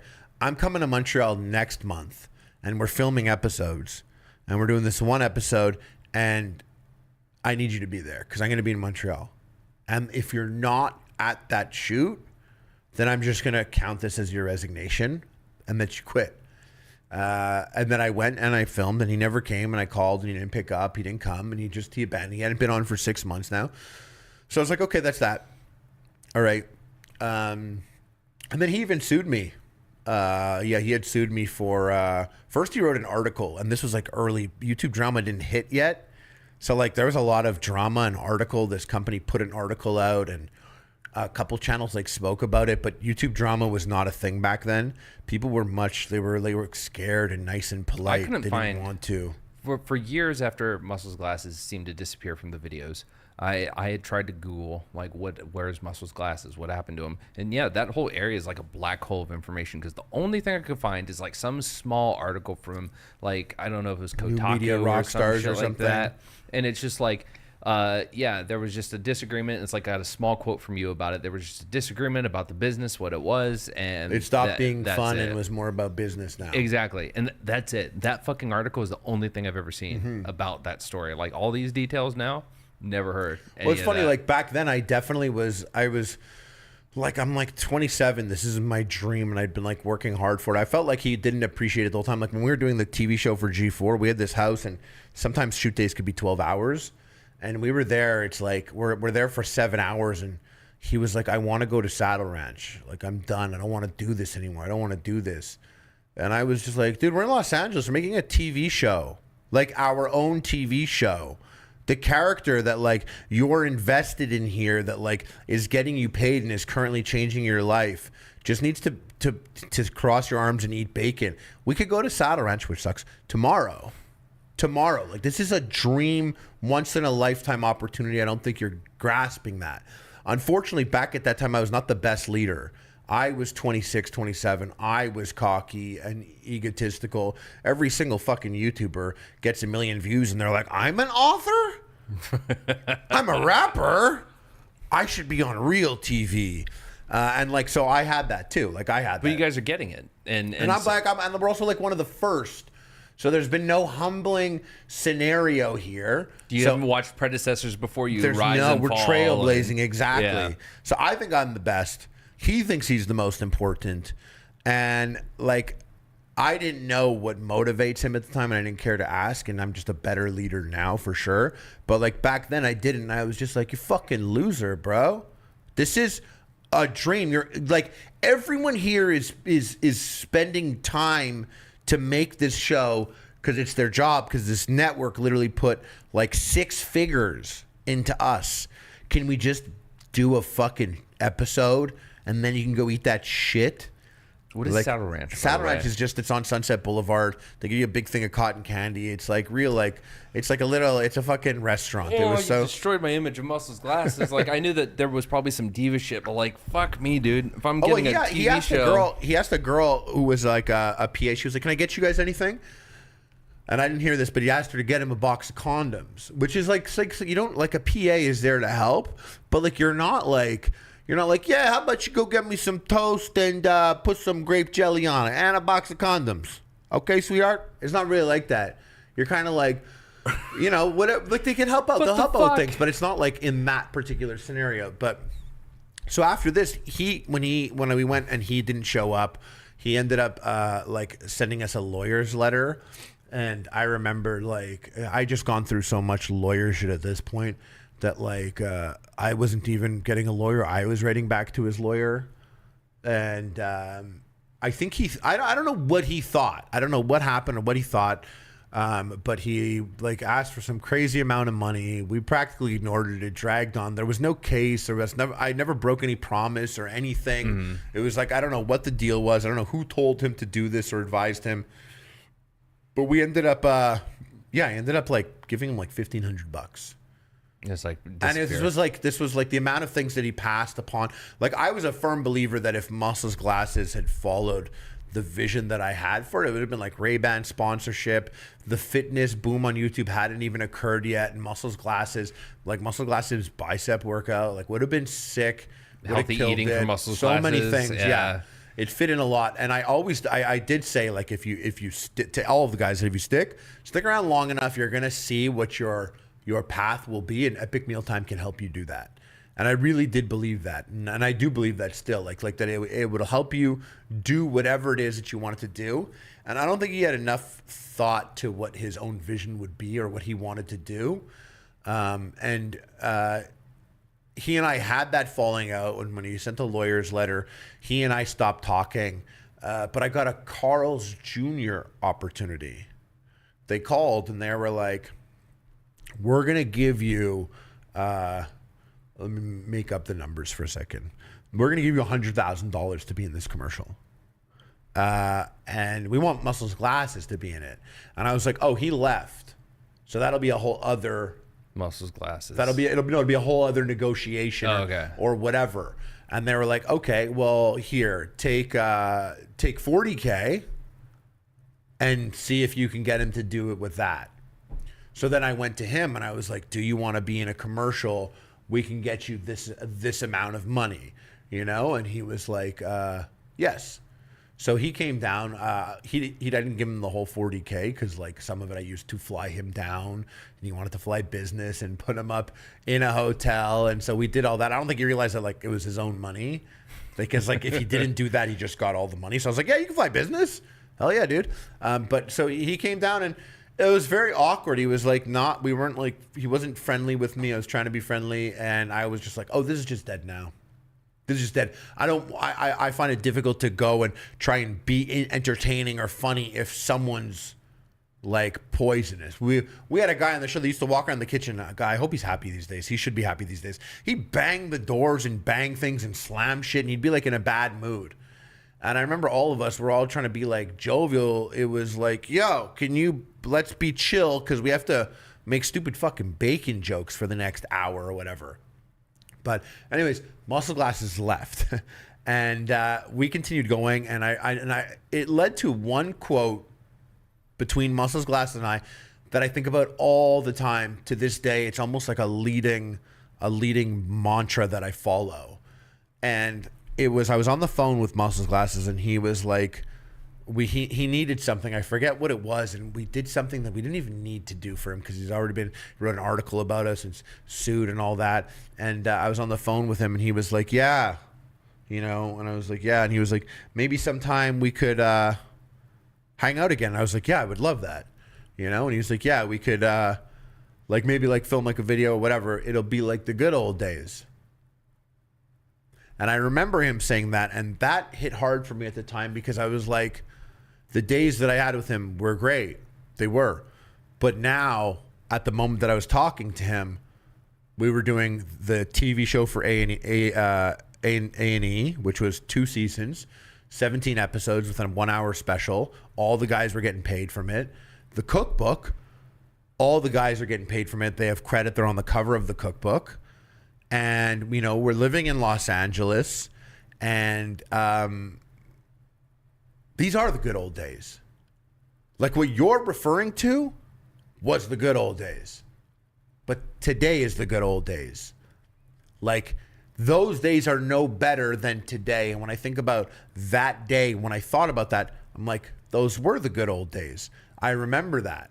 But he had it convinced that the times before that were the good old days. It's like, no, these are the good old days that we're going to think about 10 years from now, but you're missing it. Yeah. No, like right now, today, you're going to be like thinking, and I'm going to be thinking about it, man, when I had fucking beef Borg and fucking on the fucking in Miami, fucking that was the good old days.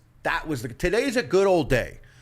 And when you think about how weird the world gets and how strange it gets, and as things go on, you have to stop and be like, today is a good old day.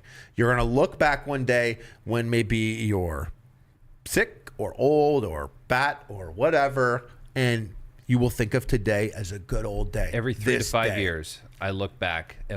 I think back to 3 years ago.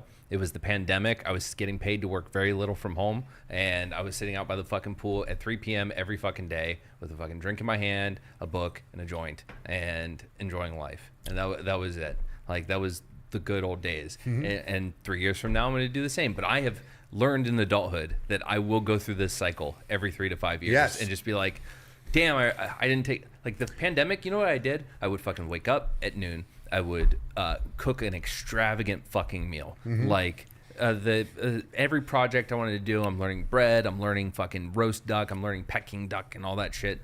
And then it's drink and play video games until 3 a.m. Wake up at 7, hungover, take a hit of the vape, go back to sleep until noon, get on my bike, again, another 15 miles on the bike, and then get home, cook, and do it all over again every fucking day for the entirety of 2020 once the pandemic hit.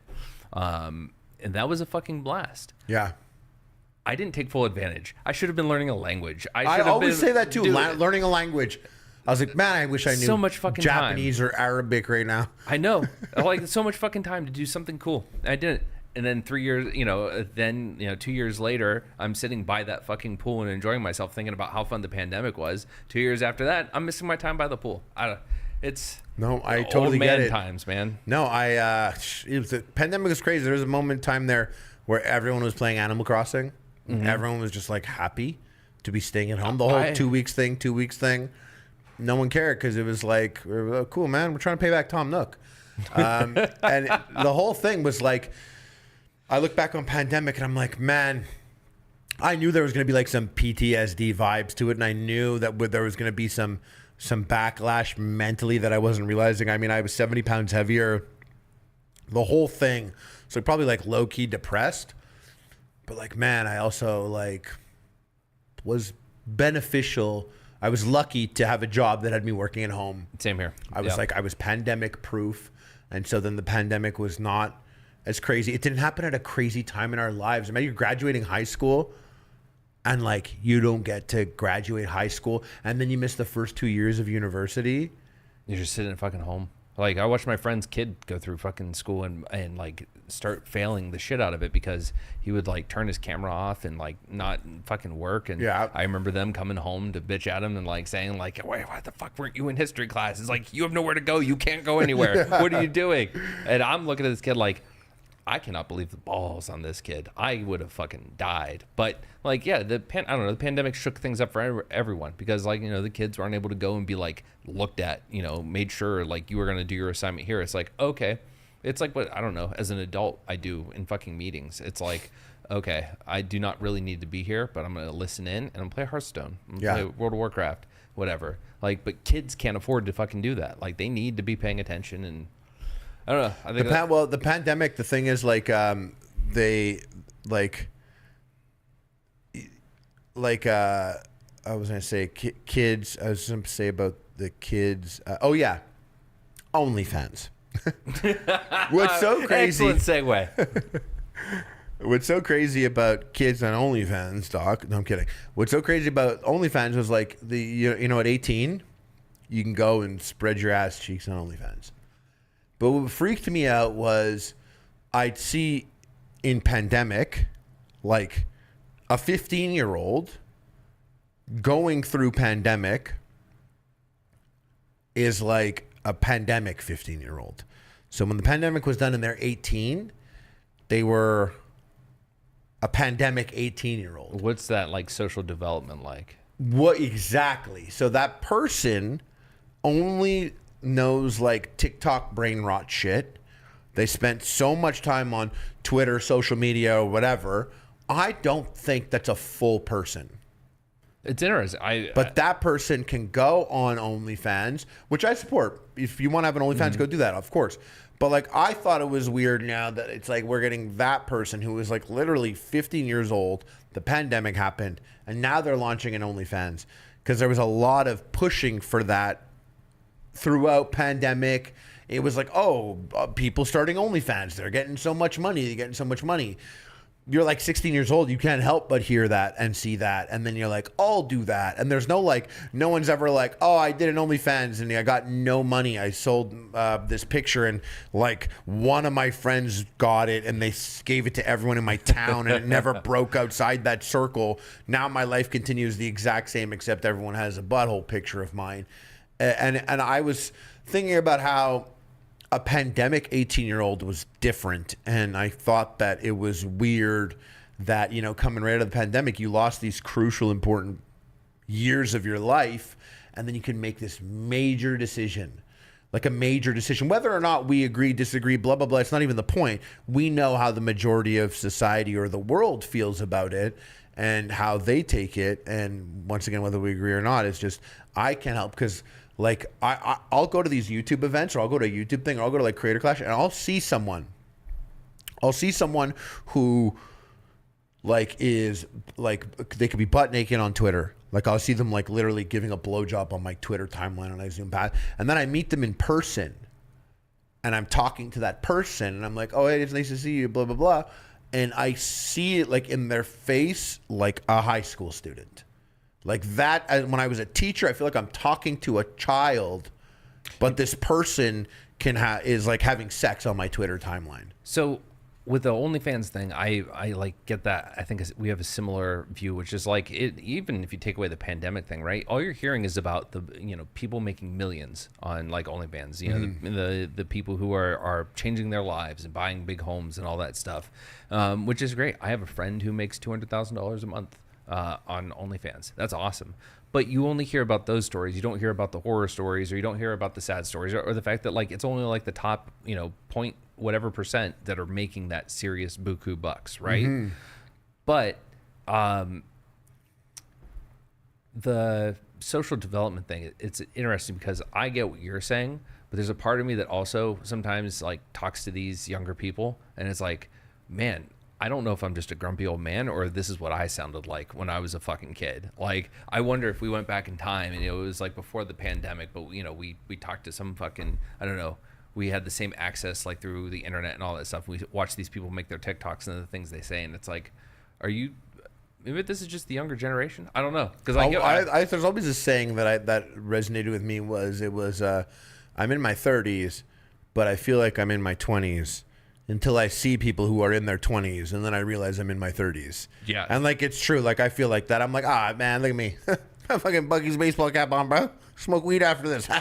And then I go and I see, like, actual, like, younger 20-year-olds, and I'm like, oh, no, this person's practically mentally challenged compared to me. I work my day job, and then I fucking finish, and I play video games, and I watch streams, and I've got, like, a stream or an audiobook or something all the time. I'm thinking about fucking my Hearthstone deck. I don't know. I'm drinking alcohol with great frequency, and it's like, have I grown up? Were my parents like this? Because I don't know. You look back. Do you ever see the memes where it's like you look at a 30-year-old in a movie, but that motherfucker looks like a 50-year-old in a movie now? Yeah. It's like, was that just because I was a kid and they were so much older that they looked even way older than they are? I can't fucking tell. But I feel like a fucking child sometimes. Yeah. I don't know. It's No, I feel the same things that mess up my head and with age is if I'll, watch NBA And I'm like, oh, okay, I'm 13 years older than that guy. Okay. I don't think that. It doesn't feel like it, but that's true. Yeah, I am. It's crazy. Or I like watch like hockey. The pictures that pop up on the screen for hockey. I'm like, look at these little faces.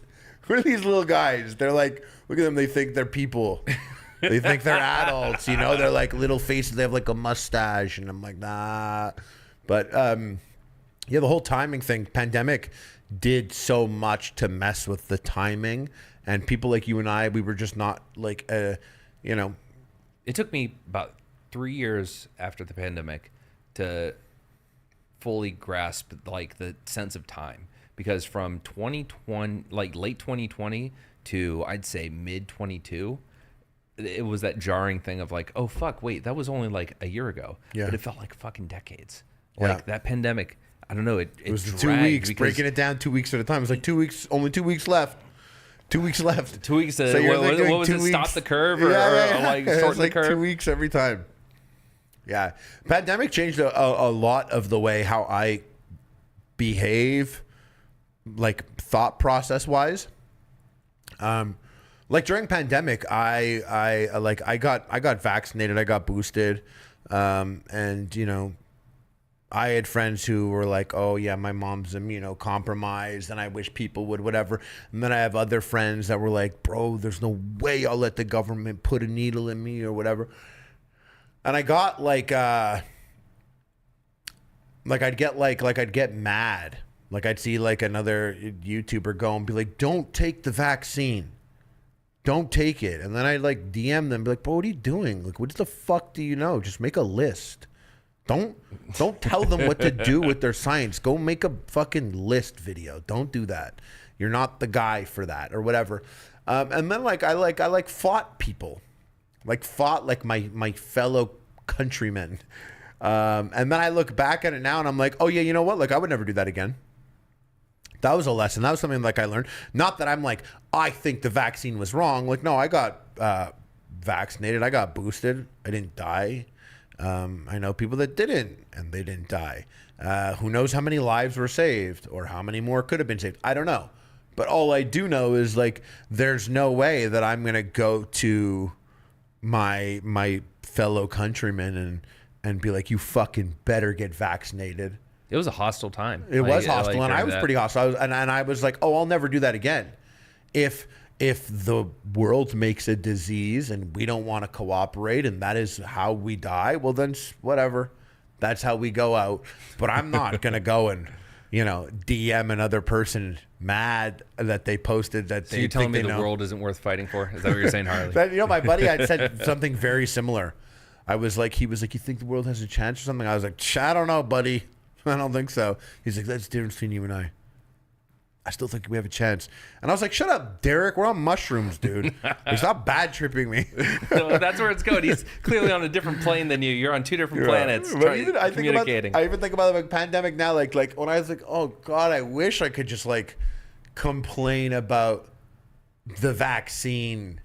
That's easy shit. That was easy shit. Mm-hmm. Because now it's like, I have my best friend is Arabic, you know what I mean? And like this awkward vibes of what's going on in the Middle East to demolish the awkward vibes of like, a Facebook post about the vaccine personally. Mm-hmm. And for a lot of people that I've seen like, people I like there's just such bigger things, urgent things. There's wars have started since pandemic. More feel like they're coming. Everything seems so much more doomsday than when it was just like us stuck in our homes playing Animal Crossing and spreading our ass cheeks on OnlyFans. Those were the good old days. And then when you look out here and everyone's speaking Chinese, you're going to think about how today was the good old day. You're going to be like, man, we used to all speak English. I remember that. Or French badly, too. But I always think about languages when you say it, because pandemic, I was like, I don't know, learning a language would be great. It's such a time-consuming thing. You've got to spend time like listening to the podcast, watching the TV, talking to people in the language. you had all the time in the world. Everyone had all the time. So you got a bunch of, you want to learn French. There are French fuckers everywhere that are like, oh, I'm bored. Let me talk to these Americans. You had mentioned that, like, so Epic Mealtime was, again, groundbreaking. You were there in the early days where there weren't a lot of multi-million sub, channels, all that stuff. You're skyrocketing, but at some point that star starts to fall. When did you notice it? And when it set in, how did it feel going from that to the change? I think about it all the time. Thank God Epic Mealtime happened when I was 25. I already started a year as a teacher. I had a full-time job that paid me like $28,000 after taxes, working full-time as a teacher. The money was not good. I lived at home. I was never a crazy spender. And I always looked at the views. I always looked at them. And I always was like, okay, this is very popular. It's good. It's good. It's good. We have 5 years. Epic Mealtime is 5 years, and then it's over. Like, there's no way this goes past that because it'll just be like dragging it out. So, like, come year 4 or 5, I'm hyper aware of that. And like, the heyday is now, like, the views have started to drop, but they're still at a great place. One of the better channels, one of the better food channels, more popular channels. As much as I looked at views, I never looked at money. Money was never my driving force. Like, it doesn't matter how many people would tell you otherwise. Like, the money was only important because it financed more projects that we did. I never pocketed money. I was never buying like a sick ass car. I was never wasting money on crazy shit. I got all the guys paid. They all had opportunities to do it. And I remembered just like looking at the viewership and being hyper aware. And when the viewership started to dip, I remembered actively thinking at the time, we're coming up to the 5 years. And when the 5 years hit and the viewership had dropped a bunch, I was like, the viewership is still at a place where we could do this another 5 years. So I remembered I had committed to like keep going from then till 2020, which is actually about like where we did it until 2019, like right before pandemic. I by chance had was like, we're not doing the every Tuesday anymore. But when it was coming up, I thought about it. I know what it was like. I always, like, when I was growing up, I was always like, man, what's it feel like to be a one-hit wonder? Like, one-hit wonders were almost like a cautionary tale. God forbid you end up being dead or alive. You spin me around, and you have one song. You got enough talent for that thing, and then your song is Meat Spin. That's it. And I was always like, yeah. And then you think about like this one-hit wonders shit. Rick Astley, it's crazy. And then you also think about it because you're 20, late 20s, like how I was thinking. You're like, you know what? He's getting paid a paycheck every year. Whatever his life is, it's better that song is also there.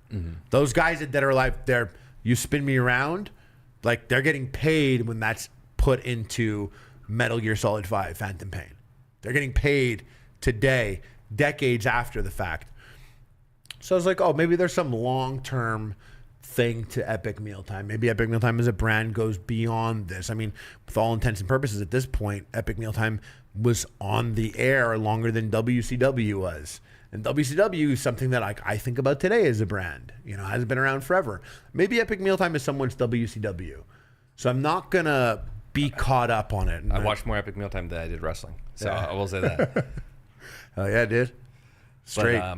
But, so I was like aware of it, but old enough and coming from a humble teaching background that I was not worried or concerned. And I remember, Vitaly, Kick, he catches predators, jumped out of the bush with that woman.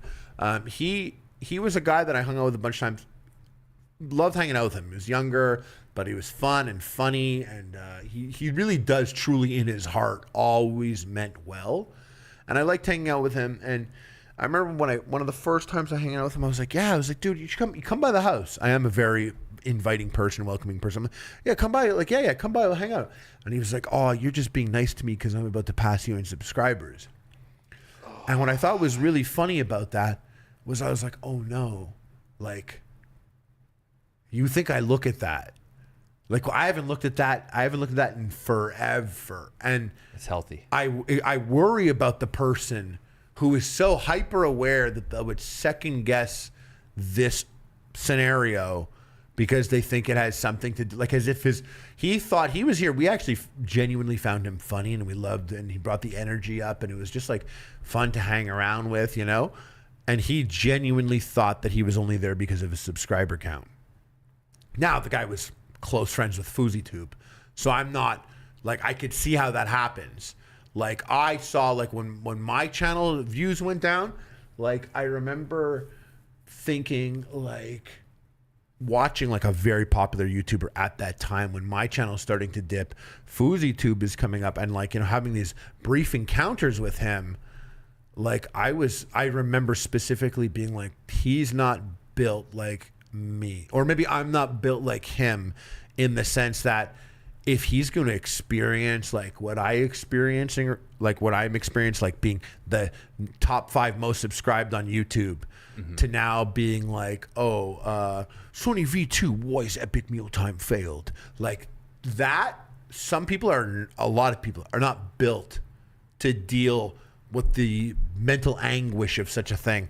I was, maybe there's an aspect of me being shameless or whatever it was, that never bothered me.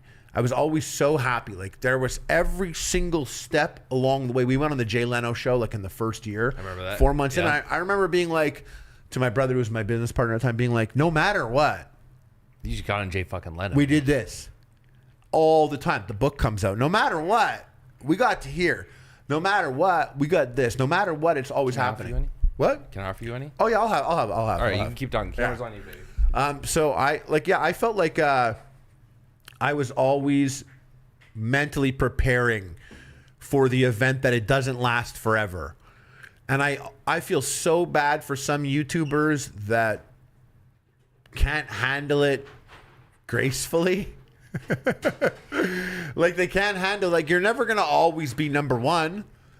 PewDiePie wasn't always number one. Even PewDiePie, like, you know, there's a Mr. Beast after a PewDiePie. So the whole thing is something that it just had me, it was something I prepared for. I wanted to prepare for it. I wanted to be like ready, you know? So when it did happen, like the views started to drop, I kept going. I kept uploading videos. And I think about someone like Logan Paul even more than someone like Fousey, because I meet all these YouTubers and I'll make up things about them in my head or what I gather or what type of content creator they are. And you could be someone like Fousey who's going to be all about, like, you know, they want to do the views and they're going to overshare and they're going to do the most and they might have their fucking weird little things, whatever. But then you also have someone like Logan Paul where I'm like, oh, that's also rough. Because this is a guy that does really well at whatever he commits himself to. Yeah. And that's the type of person who will run for president and could actually win being a president. And to anyone listening, they're like, that's fucking crazy. And it's really not that crazy. Logan Paul is like a better candidate for a presidency than Donald Trump, in the sense that, like, you took a guy from entertainment and you put him here. It was like a Reagan or a Trump or whatever. Zelensky.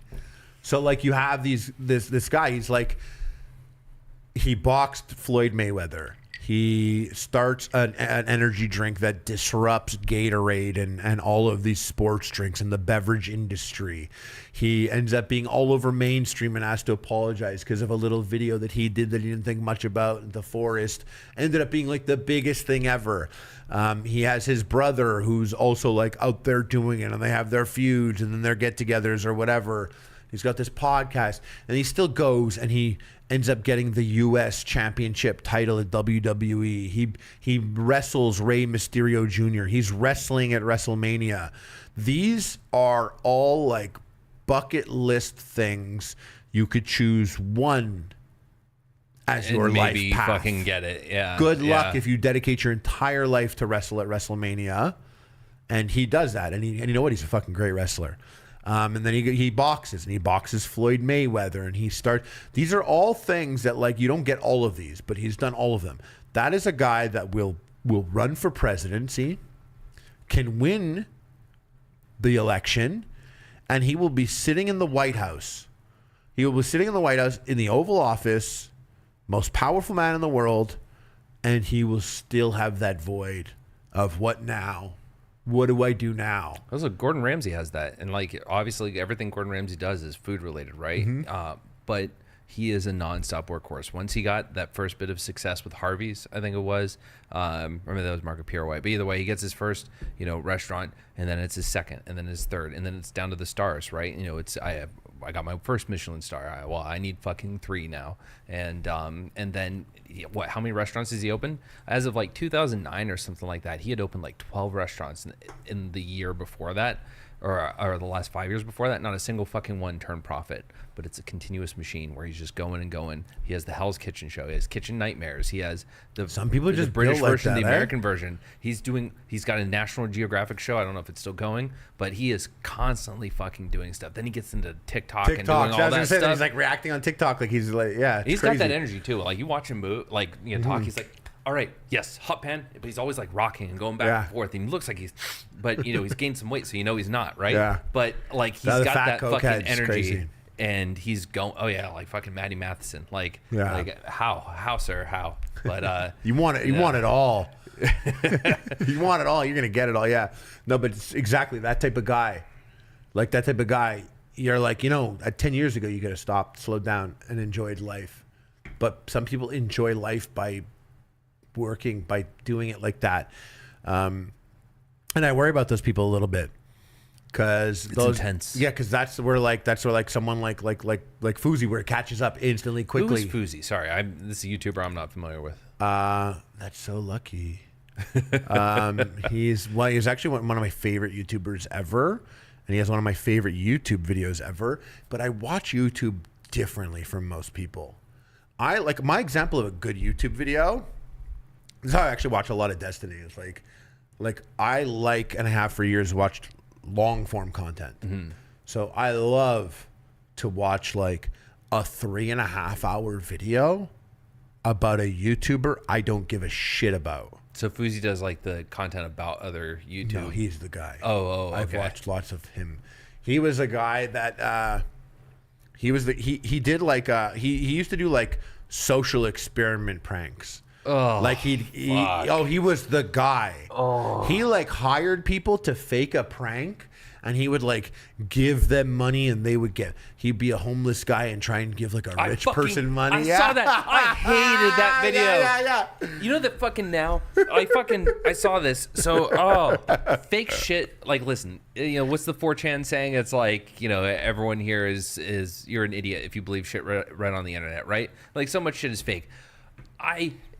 The super contrived like TikToks and Reels. Like I saw, and this is before the TikTok days, but I saw that video where he's like doing this, and some guy's an asshole to him. And I'm kind of like, I'm sort of with the dude. What the fuck are you doing? Like, What did you expect people how to react to this? But then it ends, and he's like, every day we don't appreciate what it is that and it's always like spun into some weird lesson. Really, and you're like, shut up, dude. You just square peg round hole kind of moment. Yeah, you just put your ass in leggings and like bent over at like the trunk of a car, and a guy checked your ass out, and then you're like, he reveals that he was a guy, and he's like, you're looking at my ass, and then he's like, you see, every day our perception of life is on. And you want to know what my favorite video ever was? And I don't know if maybe it's like mean that this is my favorite video because he took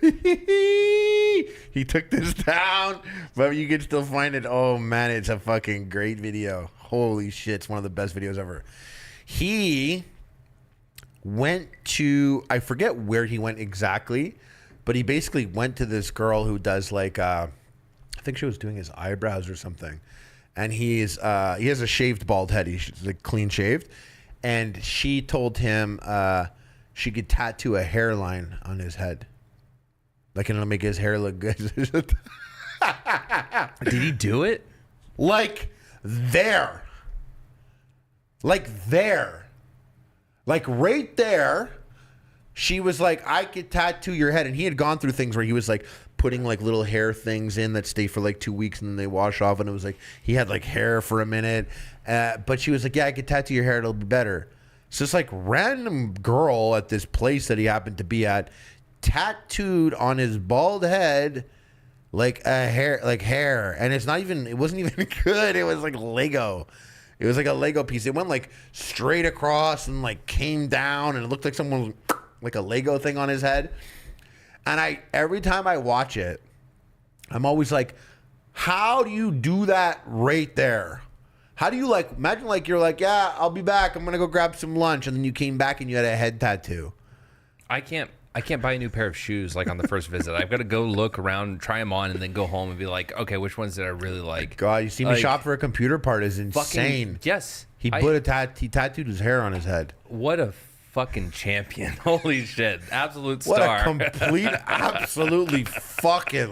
what a complete fucking legend. Dude, it's commitment to the bit of the maximum. So he got his head tattooed. And then, like, by the end of the video, he's in the mirror and like he's there. It's all like black. It's like black on his head, and his head is like shiny because it's just a tattoo. So his head is shiny. It's like shiny hair, and he's just like, I don't like it. And then the next video, he's having it removed. I was gonna say, did he go get lasered after that? Yeah, and like it's watching the laser's like. He's all over his head. He's got to do it like again, and I'm just like, this is to me. That's YouTuber. That's pure 100% YouTuber. So what's that guy's name? The Denzel Washington. Close. The guy who wanted to fight Hassan. Sam Hyde. Yeah. So Sam Hyde is that type of YouTuber, like just the crazy like. I've Saying got a camera. that Sam Hyde is like FouseyTube is very funny. I wonder what the Venn. No, because you don't know Fousey, but I wonder what the Venn diagram of Sam Hyde and Fousey is. Because like my first reaction is to like be like, that's outlandish, crazy thing to say. But then again, it's like, well, I'm sure if you broke it down really, like I wonder, I probably share so many things with Fousey. Also, anyone who buys a camera, points it at themselves and says, like me, follow me, tomorrow watch me again, has obviously this element of their personality that's super a thing, you know. But like the one thing about Sam is I feel like Sam's not like any other YouTuber I met. First of all, he falls into the 5. There's like 5 guys that I've met that like effortlessly are fucking hilarious nonstop. Yeah. Sam Hyde is one of them. Jody High Roller, Riff Raff. You know Riff Raff? I've heard of Riff Raff. Jody High Roller. Yeah, he's like a fucking cracks me up. Never stopped cracking me up when I met him. And there was this guy. He doesn't do videos anymore, but he used to do it on Vine. I feel like his name hasn't even been spoken aloud, but he's like one of the funniest guys I ever met. This guy, Casey James. He like did Vines. I don't even know what the fuck happened to this guy or where he was. He was a guy that like I used to like message all the time. I always tried to link up with him because when I was with him, he was always cracking me up. And it's him. He's always with this guy, Rydune, and both those guys together were so funny. And some people just don't turn it off. Mm-hmm. Some people it's on all the time. And Sam is one of those people. Like Sam is, I'm 6'6". I always find this hilarious. I share this all the time. When I met Sam, he towered over me. And I thought that was crazy. Because I thought he said he was like 6'4". But then like after he trained me for boxing for a bit, he had revealed that he bought lifts. And it's so egregious to be 6'4" and get lifts. But I've started doing that. Like when I meet someone for the first time, when they meet me, like I'm 6'9". No shit. Yeah, I got like 3.5 inch You already lifts. tower over me as it is. Holy fuck. The concept of it is so stupid. It's such a stupid. It's like it's fucking hilarious. So if I like when I worked in sales and like high end corporate IT and shit like that, that people take that shit seriously. Like I have a baby face. Like I've got a little extra scruff right now, but if I buzzed it down to like, you know, just a smooth beard and all that stuff, my hair is combed. You don't look like you drink a lot in the face. Thank God. Your face does not look like you're a drinker, you know? I've got to cut it out soon so I can keep it that way. But people will say, oh, I think you're like 27, 28. Yeah, you definitely look like you're in your fucking 20s. almost 10 years off. Yeah. So yay, that's nice. I thank you for my vanity's sake and all that shit. But in the corporate world, absolutely. Like that is 1,000% held against you. I will keep my camera off for a lot of meetings when I'm meeting new customers to like establish that footprint so that it's like, okay, they have a vibe for me. And then it's like, then I'll turn the camera on. Then I'll go meet them in person. Yeah. They'll be like, oh, damn, you look young. It's like, yeah, well, now you know what I can do. So we don't have Yeah, to, it doesn't matter deal anymore. with that. It's like Sam, I'm taller than him. No, I don't think about that. This guy's taller than me forever now. Because when I first met him, he was like a couple inches taller than me. But no, he's like a different entity. It's hard to consider him like even you calling him a YouTuber would downplay like what he does. Because even now he's doing Fish Tank. You know about Fish Tank? I've seen some clips. My buddy's tried to get on it. Darius. Are you trying to get on Fish Tank? He wants to for the people I've seen on the Fish Tank, Darius needs to be on Fish Tank. Is Darius like he's in the closet? That Darius? Darius, what are you doing in my closet? I'm not familiar with this bit. Oh, it's the guy on TikTok. He's Darius in my closet. He's always stimming in the closet. What the fuck? Is he black and mentally challenged? Darius is half black, but and could be considered mentally challenged, but It's not. It's Yeah, not this Darius. You would know. Yeah. Yeah. Okay. But no, he's he's doing all kinds of crazy shit all the fucking time. But yeah, no, I've heard of Fish Tank. I've seen a little bit of it. Yeah, so they're doing one now in the woods. Like, Rust style? no, it's literally like Hunt Showdown because one of the producers loves Hunt Showdown. And so it's like such a whole Hunt Showdown vibe going on. They have like, oh my God, that's amazing. They have like one of them bought like a health potion for like 7 silver. And one of their teammates were dying, but they didn't want to use it because they're like, I bought this for silver. I don't want to. And like the whole thing. And then Sam shows up as the Duke and he's like, looks like Jigsaw on a bicycle, but he's fucking, it's all fucked. It's all just complete fuckery. FouseyTube could never. Oh, so when you compare, having never seen much of Sam's content at all, and having just heard this description of FouseyTube, it's more that person. Like I think the clips of Sam just kind of talking. He's sitting in a parking lot, right? And it makes me think of the waffle fries for free. Oh yeah. The unforgivable shit. Like just someone with the camera just deciding to fucking riff and say whatever shit, do their little bit or act out their skit and whatnot. Like that kind of YouTuber. Like, that's become like the TikTok thing. It's like 15 seconds for a single joke kind of deal. You remember rant videos? Like I hate videos. That was a trend in like 2011. Yeah. And it was like, I hate this. Jump cut. I hate this. Jump cut. And they're all little funny comments and whatnot. But like that's become like TikTok. But there isn't that kind of, I don't know, energy on YouTube. Now everything is actually very polished unless you're just uploading. I totally agree. That's why I say to people, I'm always like, oh yeah, I saw this crazy video on TikTok. And they're like, I hate TikTok. And I'm like, what are you talking about? You hate videos? No one hates TikTok. It's just videos. TikTok it's not TikTok. Like when they're like, I hate TikTok. I also don't like little boys dancing in their bedroom to a choreographed dance. I'm not fucking talking about that. I'm just talking about a video. It happens to be on TikTok, but it's not now a TikTok. It's just a video. There is TikTok for everyone. If you like sexy women dancing, there's TikTok. If you like cooking videos, like my entire feed is cooking videos, airplanes, and Boston Terriers. That's it. But if like I used to get videos about soldering, like fucking Having people doing that shit. That's so funny. That's so like fucking fighter jets and shit like that, and yeah. I was just thinking like airplanes. It's just like funny. Like airplanes is just like a high functioning timeline. The airplanes. It's now I get a whole bunch of ads for like flight schools You're and like, shit whoa, like that. 737, cool. Oh, fighter jet, cool. Literally. Food. Me, I always get Chinese dances. Really? Every time they do that gung gung gung gung gung dance, I watch the whole thing. So like I just like and I like know it off by heart. It's fucking. I'm so I don't know mentally challenged in some way that I don't want my feed altered too much. So like I'll start if I get one, there's like stupid cutesy videos that you're supposed to it's to attract younger people to fucking send them to their friends and whatever. Yeah. Like if I see one of those, fucking instant like that because I don't want my fucking not interested. It goes even harder. Does It's it? faster. One not interested, I feel is like worth 10 quick swipe aways. Okay, well then See, maybe and when I like something, when I get somewhere, like I saw one video, it was a guy and he was like walking by a sunflower, like big sunflower, and he was walking by it and he like tripped and fell. But it looked like the sunflower grabbed him and slammed him on the ground. And then it went like, and it broke to this like Brazilian funk music. And there's all these like epic shots of sunflowers. Like it was a sunflower supercut. Like, don't fuck with sunflowers.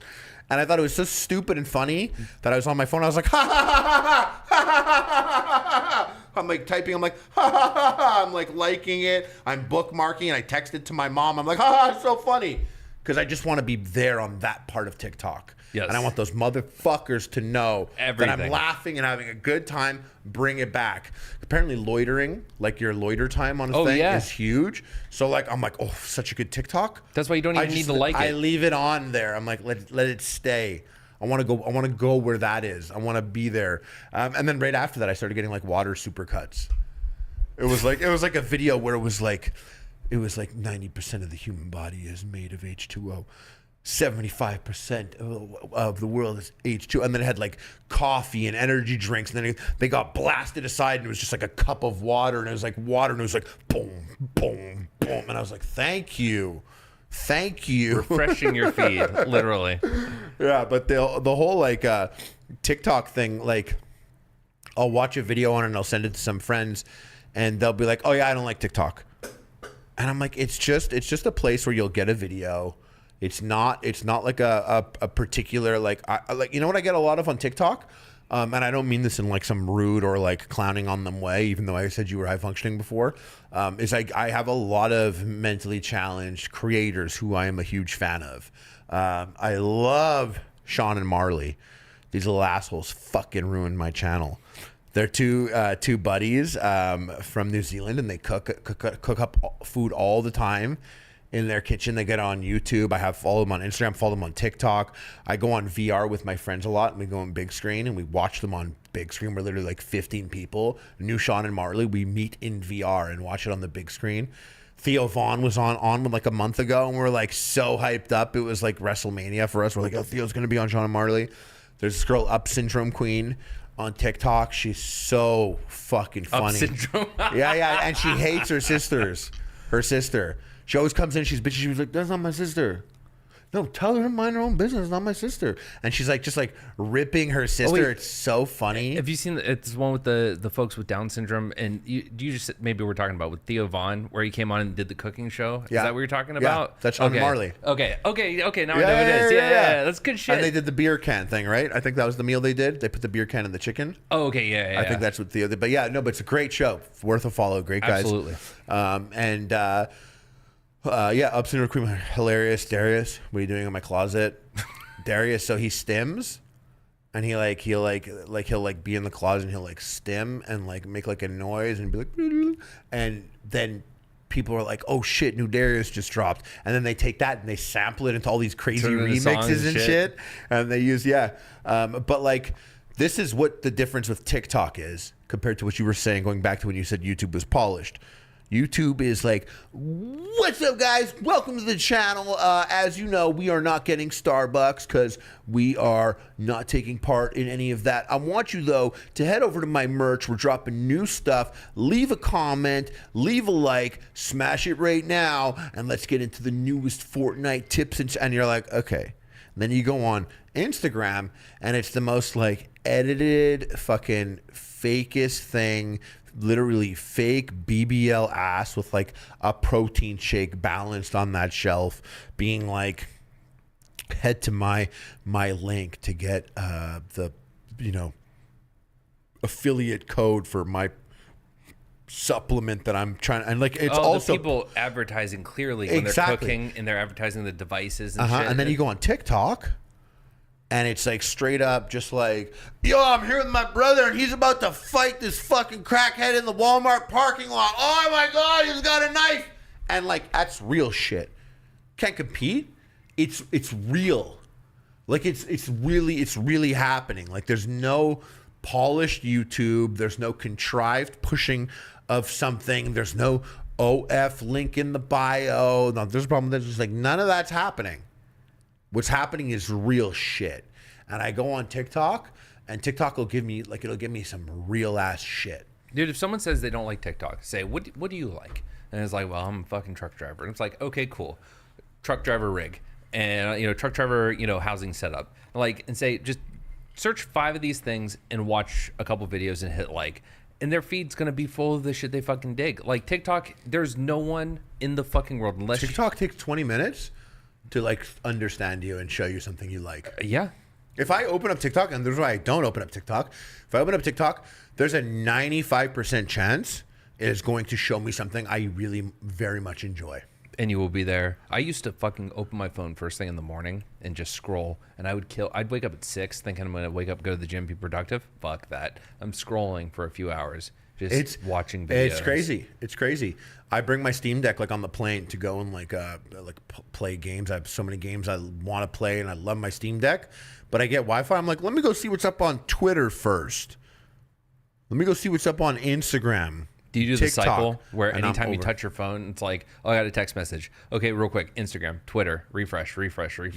Reddit. Yep. There was years where I'd be like, shit, am I canceled? Or 25 notifications in the last 10 minutes on Twitter, and I'd always be like, oh fuck, I'm canceled. Who's lying? No, but it's always a fear. I'm always like, dude, Steven's editor, God bless him, August. He used to put when I'd appear on stream, he would put my Twitter in there, but I didn't know this. And so I used to work in the government. I used to work for the military. And then your phone just and all of these fucking things start happening. And there was this one time, I don't know what was going on, but I started getting a lot of Arab followers. And I don't care about that. You're like, oh no, they think I'm Mossad. Well, because this was before I had been out of the scene for content for a long time. So but I was still working for the government. So I'm getting a bunch of Arab followers. I know this fear, by the way. And I'm like, where you're block. Fuck. What happened? And I felt bad because then I went and looked. I was like, what the fuck happened? And I went and checked, and Steven just had a video with me, and my Twitter was there. And I was like, I just blocked these kids for nothing. Fuck. They probably were like, what did I do? I just followed them. Yeah, no, I always I'd see notification. I'm like, oh fuck, did I record my dicks last night and put it online? Oh, dude, the fear. I'm always scared of that. See your stream was still on, or you had OBS open and the camera light was on, and you wake up and you're like, I have wanked in the last 12 hours, and I put a camera. I put a thing over my camera, but what really got me once was I was like, all right guys, peace, and I sent them away on a raid. And I sat on my chair and I was literally like this, and I just started picking my nose, and not picking my nose as I'm demonstrating here, being no, you're digging for gold, bro. I'm alone in my basement. It's been hours that I've been thinking about this nugget. I'm going off, what I looked like, I was literally I had no care. I didn't care, so I was there and I was literally trying to get angles, and I'm sorry for anyone at home, but just to accurately grasp. I was literally turning it. I'm trying to get the angles backwards and shit. I'm just doing it. It's up in the sinus and it's kind of stuck in there. I'm wiping it off on my Monster energy drink can there that I'm gonna bring up in a second or whatever. And I'm just I'm doing all this shit, and I'm sitting there. I'm like, okay. Then I go upstairs, and then a buddy of mine who watches the stream all the time, he's like, dude, what's so crazy is I was recording you because I'm you sent everyone away on the raid, but you didn't turn off OBS, so Twitch just still had me on my screen. So everyone left. I don't know how many other people stayed. This is one place where I'm thankfully I don't have a lot of viewers. I'm sitting there, and he sends it to me, and he's talking while he's recording his TV. He's like, dude, I don't know if you know, but you're still. Oh yeah, you definitely don't know. Oh gosh, you don't know, because I'm there and I'm like, wee, wee, wee, and then I'm like, and then I'm like, and it's the ugliest thing. And I was like, please delete this video, thank you. And man, I'm so happy I don't jerk off at that chair. I'm so happy that's not my jerk off spot. Rakita the other day. Did you see that? Rakita Law. Wait, hold on. He did something. Let me catch you up on what I understand of this guy. This is the lawyer who sometimes does blackface, lawyer by day, blackface at night, and he had beef with Maddox. And he was then He and his wife were swingers, allegedly, and he's been doing a lot of drugs, allegedly, or like is all connected to that, and has been like some hardcore drugs. And he got arrested recently. And now he jerked off on camera. So you know more lore than I do, because I didn't know about the Good black news face. comes in threes. I didn't know about the blackface. I had heard about the swinger thing. I knew about the drugs and the arrest and all that stuff. But yeah, he had a wank moment on stream where On Twitch? Yeah, YouTube. I think he streams on. And then yeah, he just was like, "Why am I still streaming?" And then clicked off. You didn't see anything. Like, it was all under the desk. I saw someone else that was on the... Okay, so there was another guy like 2 weeks ago that was on his bed. He like went back and was like on his bed whacking off, and he was like, no, it was a joke or something. But he was at his chair. He was like at his streaming. Do you think you know Darkside Phil? I've seen a lot of Did you see him? His beat off? I've heard about it. I have not seen it. Well, it's like, it's not funny. What's crazy about it is Well, like, it's like he's literally like, in his video, he's literally like, like I don't. He's feeling himself. I don't even jerk off like that. Like if I'm really feeling a jerk off, I'm probably locked in. I'm probably like, but he was just like on a whole other vibe. He was like. I walked in on girl. I watch it and I'm just like, I can't believe how many times I've seen this guy bust for no reason other than I'm showing it to my friends and I'm like, look, and my friends are normie people and they're like, can we stop watching YouTube at your house, bro? Put on a movie, put on The Bear or something. And I'm like, look at this guy, he's fucking jerking off, bro. And if they don't pay the subs, he's not gonna wear his vest next stream. So Rikita was in, like, he's sitting at his desk. It's not like a super, like, it's not that super intense. He's just kind of like, looks like he's drunk and just kind of like, and he's there and he's like, and he just kind of like, that's the thing is, I can't tell except for the fact that his hand's down here and he's kind of moving, but he's just kind of like, why am I still streaming? And then ends. That's so Fucking crazy, eh? I say this as someone, off? I could totally fuck up tomorrow and do it. My computer's in my bedroom. Like, there could be a whole fucking show. You got to get a little thing to just put over your camera. And it's got to be a routine, man. It's like always, everything. I literally, like, my camera, because I have a computer in my living room where I chill all the time. And I don't do this downstairs, like where I stream or I do my editing or anything, because, like, whatever, I go down, I don't like whack off down there. But like I can might have a girl over or something or whatever, and like I'm not a kick streamer, so I'm not gonna secretly record me hooking up with a girl like on stream or anything like that. And like the whole thing, I just have a rag that goes over it. I shouldn't say rag. It's like a crusty cloth. sock. There was this chick who I think it was like 2019. I think she went to record a video for OnlyFans, but she recorded it on OBS. I know. And you know, she did a private video for someone after ending her stream, recorded on OBS, but she got banned on Twitch for it. She got banned on Twitch, but her OnlyFans career blew the fuck up. She bought a mansion in fucking Colombia. I mean, of all this, you know, bad band success stories, she got hers, right? Yeah, that is a good one. There are a lot of people that just get made fun of for jerking off, and it's like, no, she made a career out of it. Yeah. How many? What kind of money can you make whacking off as a dude? What's the market like? So it's funny you asked that, because I started an OnlyFans that was geared towards just being stupid, because I'll post thirst traps of me in like short shorts like the one I'm wearing, sitting by a pool just being goofy, shit like that. But that's all for fun. Like, I'm not going to show my cock or anything like that. Yeah. But like, hey, if a man wants to check this out or a lady wants to check it out, hey, you can flick your bean to this. I was curious. I have a follower who does. He's like a big gay porn star, and I was like, hey man, I know you have one OnlyFans.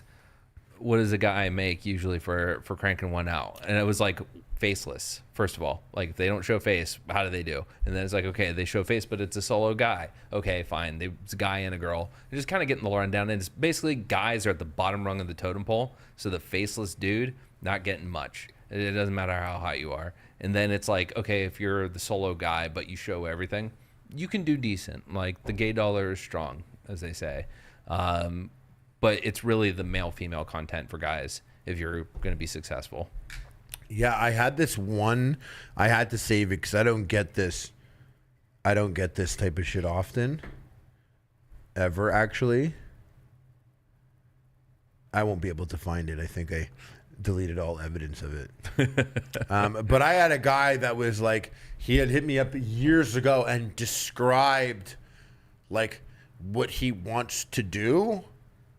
To you. Well, like what he wants me to do. He was like, I just need you whenever you want to eat dinner or whatever, that you call me your little F slur and how much money you need, and I'll send you money. And I was like, what? It was a crazy message that I got. But I didn't know. This is like pre-OF, so I didn't know that this was like a thing. And he was like, yeah, no, I want you to like make me pay for these things. I want to be your little F slur, little pay pig, and you're my alpha, and you're gonna make me pay for your thing. And I actually I didn't want any of that.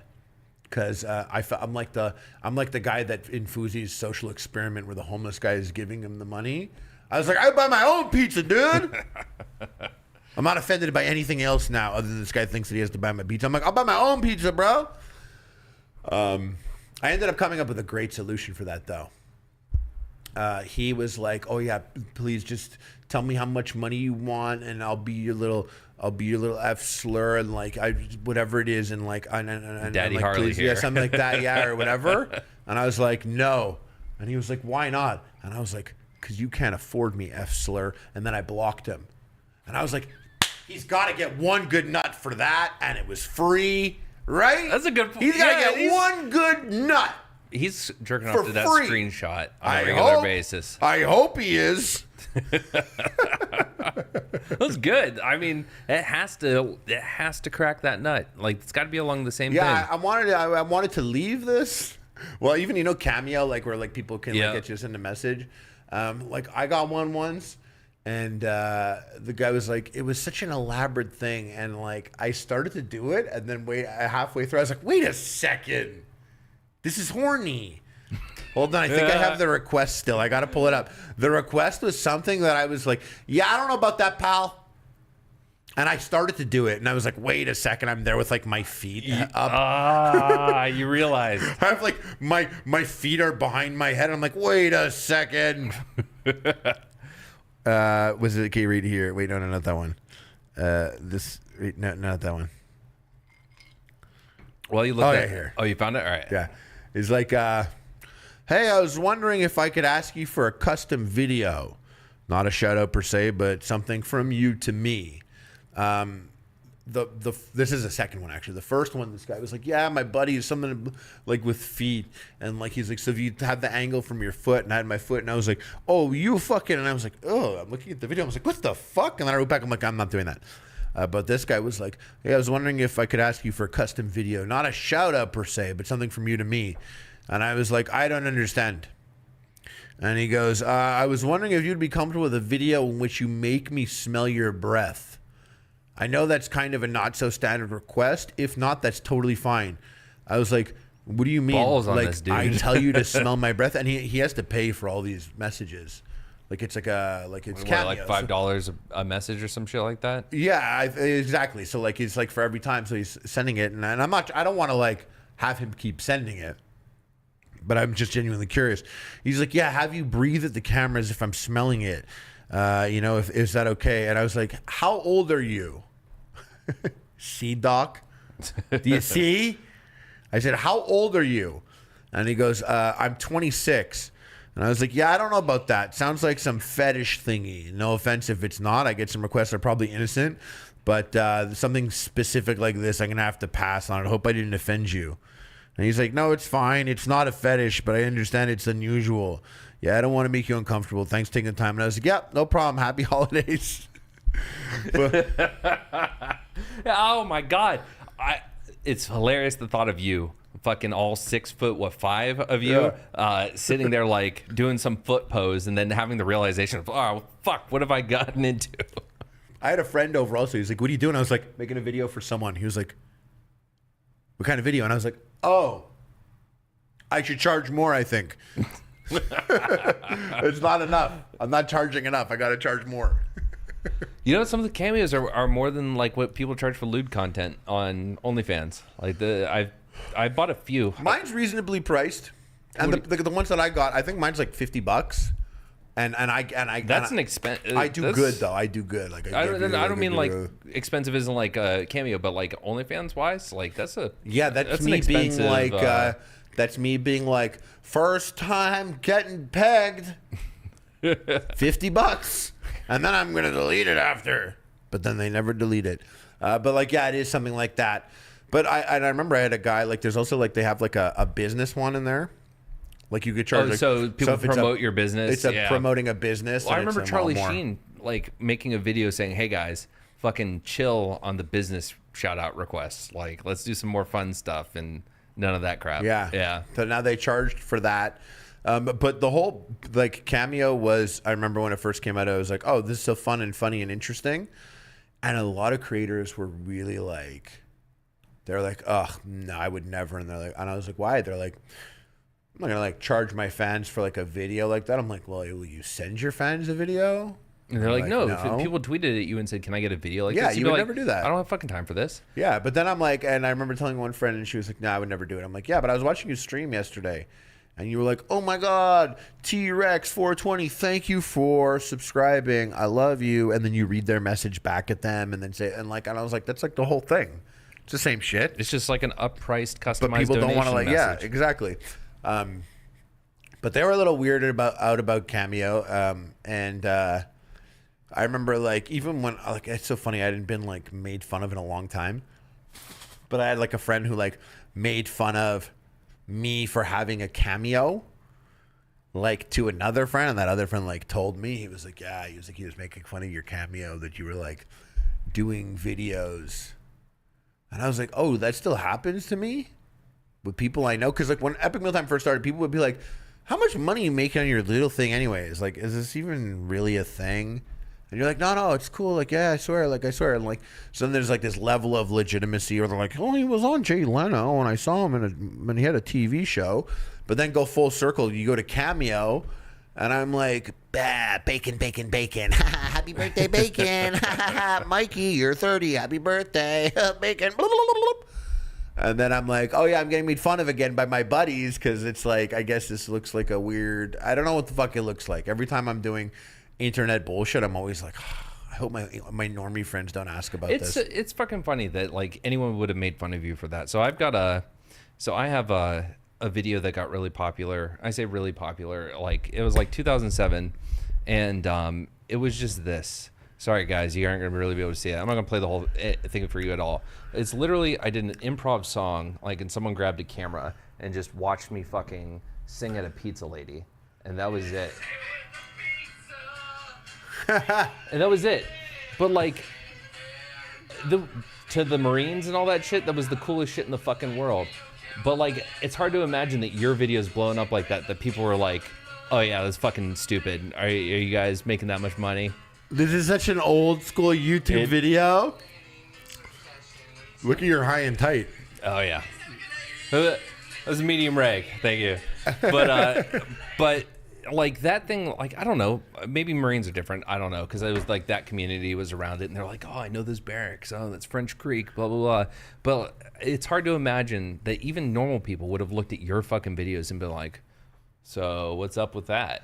Oh yeah, like early years especially was like that. People are still like that to an extent. That depends on a lot of things. Like I have friends that, you know, they're so normie they've never heard of Twitch in their life. Twitch got fucking mentioned. I just watched a movie recently. Can't tell you what it is. Where Twitch gets mentioned, and it's like A-list actors talking about it. It's like, so I don't know. It's hard to me now that like people don't at the very least. So know crazy what that Twitch he is. saw Deadpool 2. Was it? Did Deadpool 2? No, I don't know. You said, I thought you couldn't really give us a secret. You couldn't say. No. It was like, that would be 3, right? It was Deadpool. Wolverine. I can't believe you saw Deadpool 3. But no, it was I don't know if it was a fucking new Inside Out movie or what, but like I saw it on something recently, and it's just like, I don't know, Twitch has entered the zeitgeist. Yeah. You know, where like live streamers are big fucking people. Like, well, I was crazy because like I had friends who have been working in the YouTube space as long as I have. And like, you know, who are big YouTubers, and they're like, what are you going to Miami for? And I was like, oh, I'm going to film, film a couple things. And one of them I'm filming with Destiny. And they're like, who's Destiny? And I was like, how do you avoid coming across that if you work on YouTube for this long? How do you avoid like his entire Twitch history and then YouTube history, and then not come across him on social media with some of his takes or anything? How could you not come across it? And then I realized, like, some people are really bound to their little corners. They go to work. They don't talk go to there. their friends. They maybe browse some Facebook memes, but other than that, they fucking go home. And sometimes I envy that life, because Twitter and YouTube from, you know, wake up to sleep is fucking exhausting mentally. Yeah. Like all the shit happening. And these people are just like, no, I go have beers with friends and we talk. And we don't play on our phones, and I go home and I don't get online and play video games. These are guys with like channels that they've had since 2010, and they have like millions of subscribers. They go to all these conventions, and like they just like literally never for a millisecond opened up Twitch and watched a streamer. Never for a millisecond. They never for a millisecond. That's even crazier that they're still in the space. Yeah, or they never watched like political videos on YouTube, or they never watched like a long form documentary about a particular piece of YouTube drama. The history, internet historian or some shit like that. Yeah, I was watching one of like my buddy, this guy that, like, you know, he showed me a video. He was like, check this video out. And it was a chain, like it was a metal piece with like a hinge here and a hinge there, like an oval, and then it had another one attached, and then another one. So it was like 3 strips of metal, all connected with like a screw, and this machine would flip them up and make them like stand. And then it's like trying to make it balance, and the machine, it's pretty cool. It's the machine trying to balance, and then it would flip them around and flip them, and then try and balance it. And I've seen that, yeah. And it was counting it, and it was showing it. It was a cool little like AI computer machine learning thing, and I was like, sick. Is this what you watch? And he was like, yeah. And I'm like, let me show you FouseyTube getting his hair tattooed on his head. Let me show you some real quality shit, bro. And he's like, who's Fousey? Like, even you, the fact that you don't know Fousey, like you like. Well, apparently I did. I just didn't know that it was Fousey doing this shit. Yeah. You know who watches Destiny? My fucking mom. My mom found him, and it has been. I asked her the other day. She called me and she brought him up in a like my life, being friends with him and friends with people who know him. Steven gets brought up at least 5 times a day. It doesn't fucking end. And then I'm in a conversation with my mom, who calls me out of nowhere, and we're talking, and she's like, Steven even says, and I'm like, shut the fuck up. And I'm like, how much do you watch? She's like, DGG, boy, what's up? She's DGG for life. She's like, apparently, I think she likes Steven. I don't know, but she was like, I was like, how much of him have you watched? And she says, too much. And she started bringing up deep, dark details about his life. And then, shout out to my boy Darius. She goes on this fucking rant about Darius and is like, Darius has some problems. I'm like, Mom, you don't know. It's the internet. He's got a personality. It's like totally different. He's a sweet guy in real life. And she's like, well, he's fucking crazy. And his girlfriend and him and blah, blah, blah, blah, blah. And I've seen these streams. And then she's like, why does Destiny talk about this? Why doesn't he keep that private? And I'm like, I can't. And she's talking about like some dark, like not dark, but like really personal stuff to my conservative mother, who is a little, I don't know, but she keeps fucking watching him. And then he did some interview with the Hodge twins or something like that. And well, I watched that entire. I haven't seen it yet. So the Hodge twins, like I've watched them for so long, because like when they first came to YouTube, they were doing like food stuff. They would both eat like food, and they would do like a comedy bit, and they had like kind of a food adjacent thing, and they were just like 2 jack dudes, and they were like different and fun. And I could almost like say that the entire like everything about like content and how content has changed is like you can just like track it to them. They were making like silly skit videos, silly food videos. Now they're like on Rumble doing like a whole fucking 3-hour podcast. Like they're conservative, right? Yeah. And my mom was like, why the fuck did he talk to them? Something like that. You know what's funny though? That's the best part about him. Yeah. No, but why did he talk to them? Oh yeah, that's the best part about him. Yeah, that's he'll literally the talk to- most. It's the only like I don't talk about shit like he does or like get into shit. I don't like write notes for hours. Like like I spend my Vivants differently, but like I don't do all that. But like I always find trying to have the rational take on something when it's so easy to just slip into the emotional reactionary. It's so shit. easy to be like, this piss you off. It's so easy to do that, but to have the rational, thought out take is difficult. And to be honest, like actually, that's how I got to Hassan. And lately, I find that he's hasn't been as rational as he used to be with other subjects in the more recent climate of things. He's not as rational, so or at least it doesn't come off that way. Or maybe I'm biased, but like whatever. Like it's something like who the fuck else is going to go to rumble.com and be on this stream in person with these two guys? No one that I could think of. Literally nobody. Do you know how much shit I got doing a thing with Sam? I got a lot of I've heard he has a history and that people are like... Yeah, he's blacklisted 100%. Like, not only like do I get shit from like YouTube colleagues that were like, dude, why you doing it? That day Papa B is a Nazi, what the fuck? And then I'll go, like, when I go to LA, my friends who work in traditional media that are like, bro, I heard world peace is WP stands for white power, and you fuck at the papa. And I'm like, yeah. Like, okay, bud. I know, yeah. Hey, they did the thing. It's funny because my editor called me and like Sam was talking to him when he was like, that's not when you're boxing. What you want to do is this. And my editor called me and had it paused. He was like, look at this. And I was like, what? And it was like Sam talking to me like that. He was like, do you think that's weird? And I was like, what, that he's doing this with his hand? And he was like, yeah. And I'm like, no. He's like, he was enunciating a point to me. He was like, no, he's doing the thing. He's doing the white power symbol, and I was like, let me call him.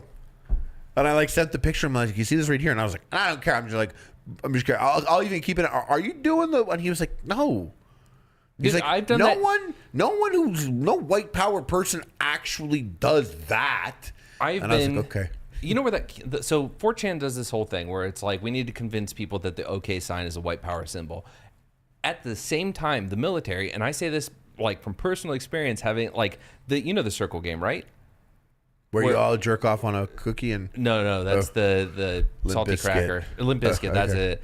No, the circle game is where you do the circle, but you like put it below your waist, and if someone looks at it, you get to punch them in the shoulder, right? Juvenile, it's like slug bug in high school, right? So the military kind of had a research punch buggy, yes, okay. Punch buggy with slug bug's way better. Slug bug, punch buggy, Woody, things like that. But we remind me of talking about FPS Russia after this, but yes, I remember So that was like kind of having a resurgence in the military community in like 2013, 2014. And around that time, 4chan does their bullshit meme, which is like, this is going to be the fucking next white power symbol. And 4chan is really good at PSYOP campaigns. So everyone starts to buy into it, whatever. But the military has a connection to like the police, the fire department, because a lot of former military end up in those spaces, right? So as the circle game makes its resurgence there, you get a bunch of fucking police officers, and the funny thing to do is to like sneak it into a picture, right? So you're saying, hey, hanging with your boys, you're taking a picture, like hidden. And you do this. It is, but it's just an innocuous fucking game. Like, haha, you looked. Like that's what you do. You're like, hey, check out this picture. Someone with the circle. But then it fucking turned into that. So then everyone was like, look at these white supremacist cops. And it's like, no, they're playing the fucking circle game and you guys are being fucking insane. But then there are some white supremacist dipshits that like started doing it unironic. Some groypers that were actually doing it. And it's like, well, fuck. Now you're really ruining it because they actually did adopt it. The self-fulfilling prophecy is manifested. Yeah. Fucking internet, man. Speaking about groypers, yeah, FPS Russia. Was he a Riper? No, okay. So, FPS Russia, talking about earlier YouTubers, I think FPS Russia is, after you guys, is the only other YouTuber that I was like cycling through their videos. Like watching him do the trick shots, showing off all this stuff, trying to figure out if he's really Russian or if this is some fake fucking accent, learning he's in Georgia and whatever. But you've been on Painkiller, PKA, right? Yeah. So I was supposed to go on tonight. Oh, no shit. Chose this instead. I thank you very much, sir. So what how'd you get involved with that group? I used to do coke with Woody. No shit. And we we ran a Minecraft server today where we took all the kids' informations and kept it. No, all that's a joke. Just FPS Russia was a guy we watched all the time as Epic Mealtime, and like he watched our videos, and I had reached out to him on Twitter, and we went to his place to go film videos and hit it off. He was great, and I've been appearing on PK since like 2012. And gone on a couple trips with him and Woody, filmed some stuff. Was in Texas with Taylor last year. And it was just like good times. We both had like very similar subscriber rates for a while. So we were both like 6 and 7 most subscribed or some shit.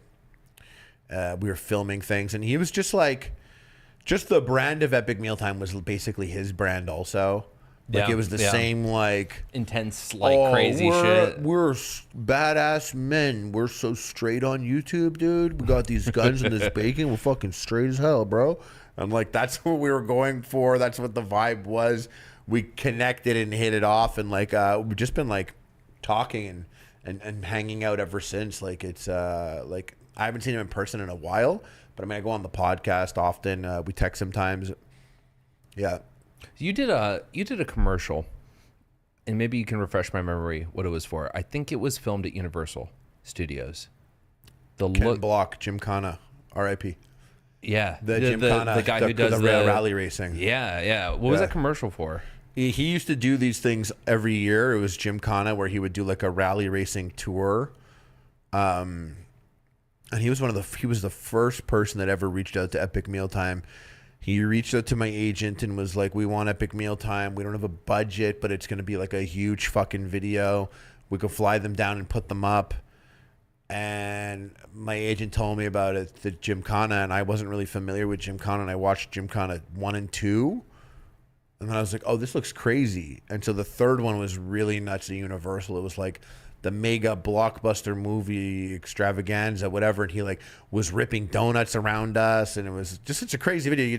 It's still relevant and cool today, that video. That was sick. Fucking great video. Yeah, I was so happy to be a part of it.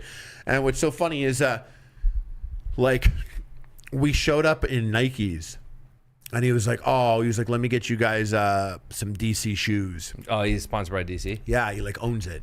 Oh, no shit. Yeah. He passed away. Yeah. Yeah. He was like, go to the DC store and get whatever you could take, literally anything you want. So I was like, okay. And I was like, I need a car. And at the time my agent was like trying to like woo us because we hadn't signed with him yet. So he got us an Aston Martin. So we had an Aston Martin for 2 weeks. And then we went to the DC flagship store. And I got like a huge luggage bag, DC bag, and I filled it up with shoes. One of them guys grabbed like a snowboard. We're grabbing like skateboards, hats, sunglasses, shirts. We are literally like, we have this Aston Martin and we have the trunk open and we're literally putting in like $40,000 worth of stuff. Me, Muscles, Glasses, and this other guy. And like these 4 guys are walking by us as we're loading up the car, and the guy's like, yo. And I'm like, hey, he's like, Epic Mealtime? And we're like, yeah. And he was like, can we get a picture? We're like, yeah. So we take pictures, and we're like, yeah, I love the show. We're like, yeah. And then he kind of turns and he looks and he sees us that we're loading like tons of bags of clothes into an Aston Martin. He was like, damn, bro, I had no idea YouTube money was like this. And I was like, that's what's up, pimp. And he walked away, and I was like, for the rest of this guy's life, he thinks that like with 9 good videos you could buy out this entire store and fill up your Aston Martin. Like, and pay people's salaries apparently. You know, he might be on YouTube right now. You might have inspired that and motherfucker. That guy's name is Mr. Beast. What made me think of that is that FPS Russia did the Call of Duty Modern Warfare 3 commercial. Like they had a bunch of YouTubers in that. It was Everyone's a Soldier one. It was the Super Bowl one. Was that right? Was that it? Isn't he in a jet in it? I think he's using a drone. I think. Okay, there's a lot of people in that one. There's all these different It's people. a It's bunch of such a people, sick yeah. video. Yeah, I always express my annoyance with that. I'm always like, damn, why don't we fucking get into fucking Into the COD one. Fuck. Yeah, because it's such a sick ass commercial. I love that one. Oh, so good. Yeah, that was like that. Jonah Hill was in one also back in the day. They were doing that whole like there's a soldier in all of us thing. It was like all these like wars going on, and then you see like a guy in like a full chef costume with 2 guns, and he like comes out slowly, and it was like just normal people, like a secretary girl with the shotgun, and it was like a good commercial concept. Yeah, these days commercials are just like so funny, like just how the idea of marketing now is so different. Well, that absurdist, like, well, you ever watch one of those 15-minute commercials on YouTube for like the Squatty Potty, where it's like a fucking full-on like documentary about the Squatty Potty, or like that Sasquatch soap? Oh, I've seen the Squatch soap. I know the Squatty Potty. I never watched the unicorns shitting fucking rainbow soft serve and stuff like that. Yeah, like, no, I didn't see that, but I know the Squatch ones. Yeah, I like the Squatty Squatch Potty. ones like kind of like kill it. Oh, not even like just like they just kill it. Like people watch that shit. Well, it like that style of like one shot marketing kind of deal where like the Dollar razor, Beard Club. yes, Yeah. that Dollar Shave like, Club. Sorry. Yeah, that or the Black Rifle Coffee Company, where they walk around, they're shooting guns and fucking playing guitars and shit like that. Yeah, that commercials. I don't know. They're a lot better than they used to be. There's some classics though, like the Mountain Dew commercial from the Super Bowl, like 2001 or something like that, and it's Queen singing Bohemian Rhapsody. Why don't I remember that one? When I think of classic Super Bowl, I think of the Frogs, Budweiser. Oh yes, the Frogs, the what's up? Yeah. No, I actually like whenever I go to Texas, I usually link up with the Black Rifle Coffee guys. They're just like so fun and Are funny. they down in Texas? Yeah, they are, and they're all like filming like fun shit all the time. I stay with my buddy Jared down there. And he's like best buddies with Matt Best, and they all do their whole like they like, you know, last time I was there, I like met up with like a donut operator and Brandon Herrera. You know these guys? I followed Donut Operator on Twitter, and I've heard of Brandon Herrera. Yeah, Brandon has like this shoulder-mounted 50 caliber Barrett like anti-material rifle that could shoot down a helicopter. That there's like 6 on the entire planet that have ever been made. And shoulder mounted? He put a red dot on it. It's literally a shoulder mounted 50 caliber Barrett like sniper rifle with a little fucking red dot on it. And I shot it, and like I don't shoot many guns, and just the whole vibration through my you bones, feel your face everything. expand when you fire a 50 cal. Crazy. Yeah, Yeah, it was That's really fun crazy. As fuck, though. Yeah, it was so cool. It like really like fucked me up. But like meeting up with like those guys down there, it's just like always a good time, because like they just have like such a whole ass family down there. They're always making shit, and even like Jake from Corridor Digital's down there. It's like always doing collabs, Unsubscribed podcast. Like Texas is like one place where I'm like, I'd like to go there. Like I'd like to like that'd be a great place to post up and live.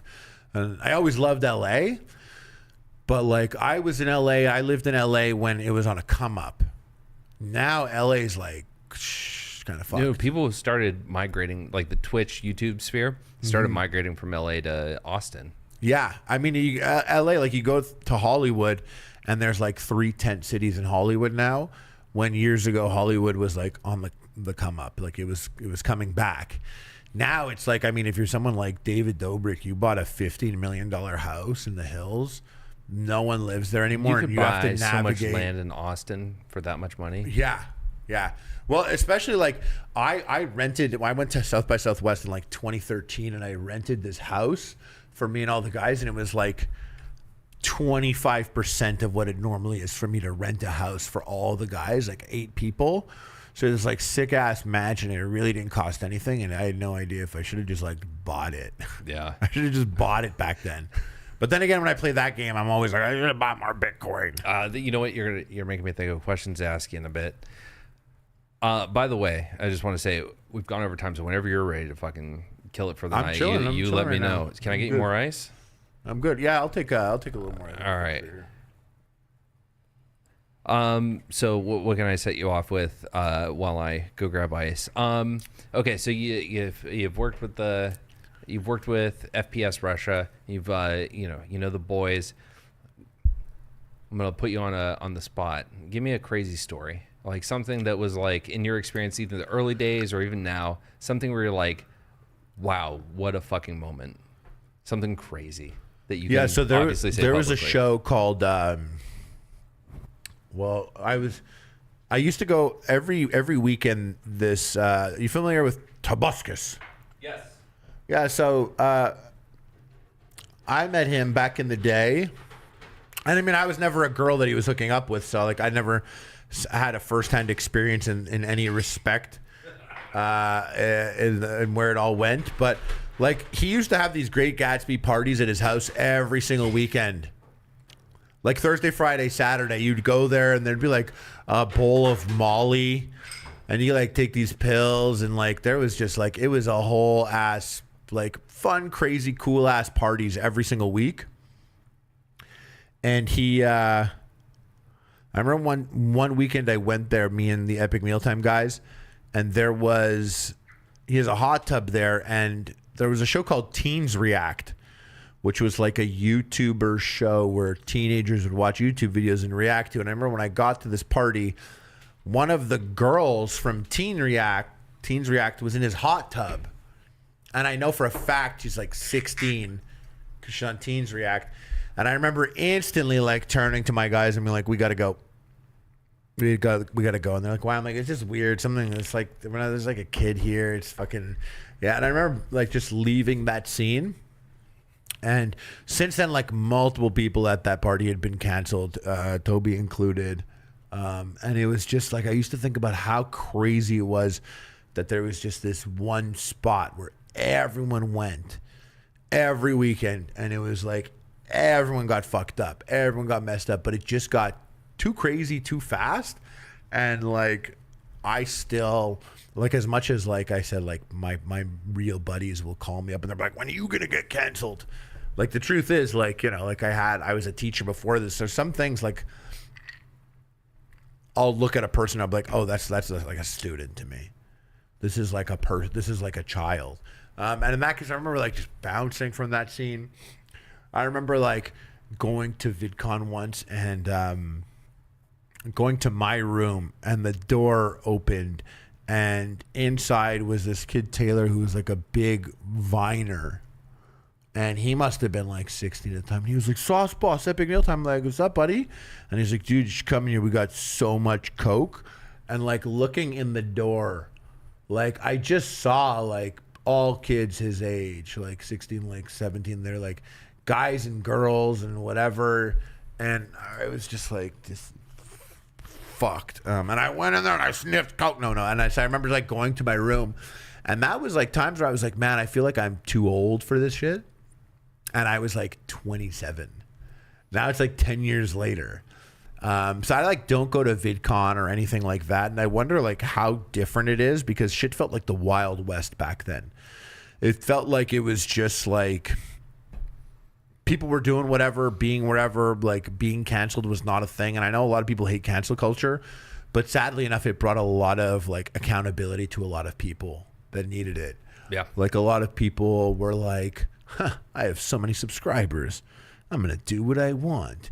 And now, like, you know, no one's like so quick to just do whatever they want in that sense. But this was like a time of like, it felt like it was like the Wild West. It felt like people were just like, if I was that level of YouTuber, I'd be hiring a door guard, and it's like, check IDs, like this is a fucking club. And yeah. Wristbands, like, okay, cool. Some creators are under 21, above 18, but you're getting a fucking banned and you're getting kicked out if I see you handing a beer to someone. I can't even like I won't like engage or talk fully with a person unless like I know the age. Like, you know that Bill Clinton kid? No. Matan, he like went up at the video game awards and was like, my reformed rabbi Bill Clinton, and he wears like the little black sports coat and he has this crazy hair. Well, like his whole thing was like, he's always said he was 17, and I'd gone on his podcast, and like there was a lot of jokes I wanted to say, and I was like, are you actually 17? He was like, yeah. And I was like, okay, never mind then. Like, this is a different conversation. There's a different conversation or a different way to have the conversation when this is a child, and he was a little Jewish child. So I'm like, I'm not gonna like say anything I want to say or everything I want to say unless I know. And I don't understand how some creators will just randomly like message back to people and not be like, "How old are you?" Check the profile. Yeah, like when's the prom picture? Like how long ago is that? Yeah, exactly. You see, like 8 months ago, holding balloons, like 18 or something. No, I had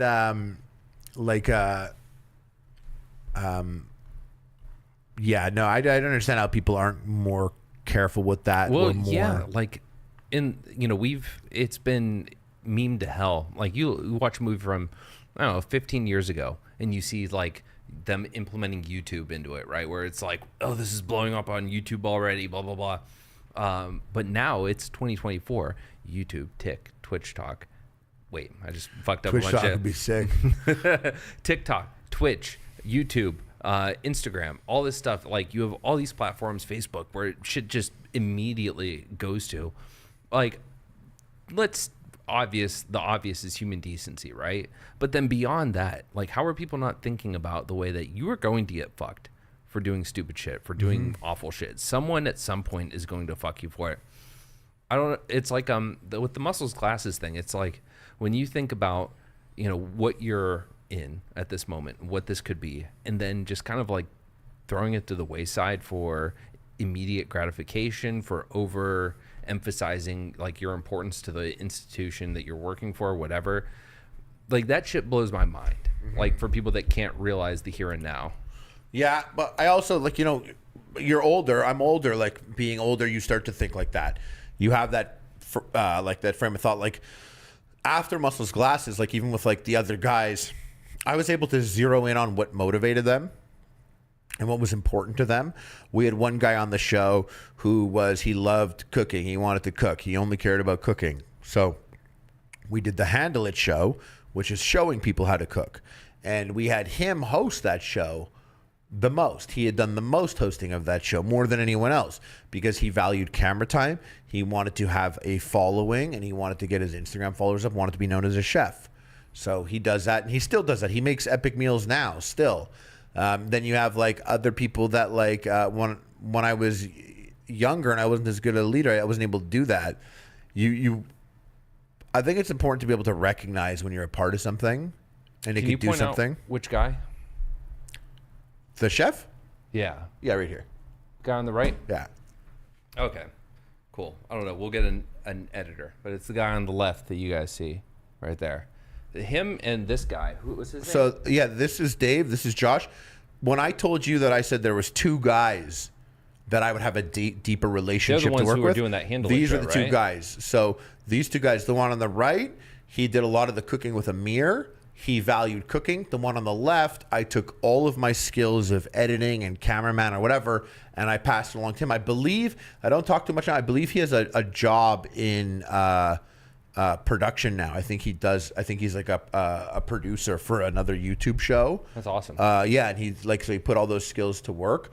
This guy, Tyler, I found to be the funniest guy on Epic Mealtime. He was the guy that made me laugh the most. He was the one where if I had to sit down and get creative and write for the show, some of the best jokes were done when it was just he and I sitting in the room coming up with it. Now, unfortunately for him and Muscles Glasses, they were both much younger, so I wasn't so keen on hopping into a forever relationship with them.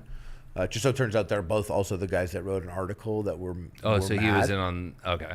Yeah. But like essentially I ended up having a falling out with all of the guys, those guys there, because they were not my friends when I started. And so one by one, as they all left, whoever left, the remaining guys would talk shit about the person that left. And then another one would leave and the remaining guys would talk shit. Then another one would leave and that last guy was like talking shit. And then when they all left, it just turns out that I found out through one of them that they talk shit about me extensively. Of course, as it goes. Yeah, and like I really I don't spend a lot of time using that energy ever. Like I spend that energy of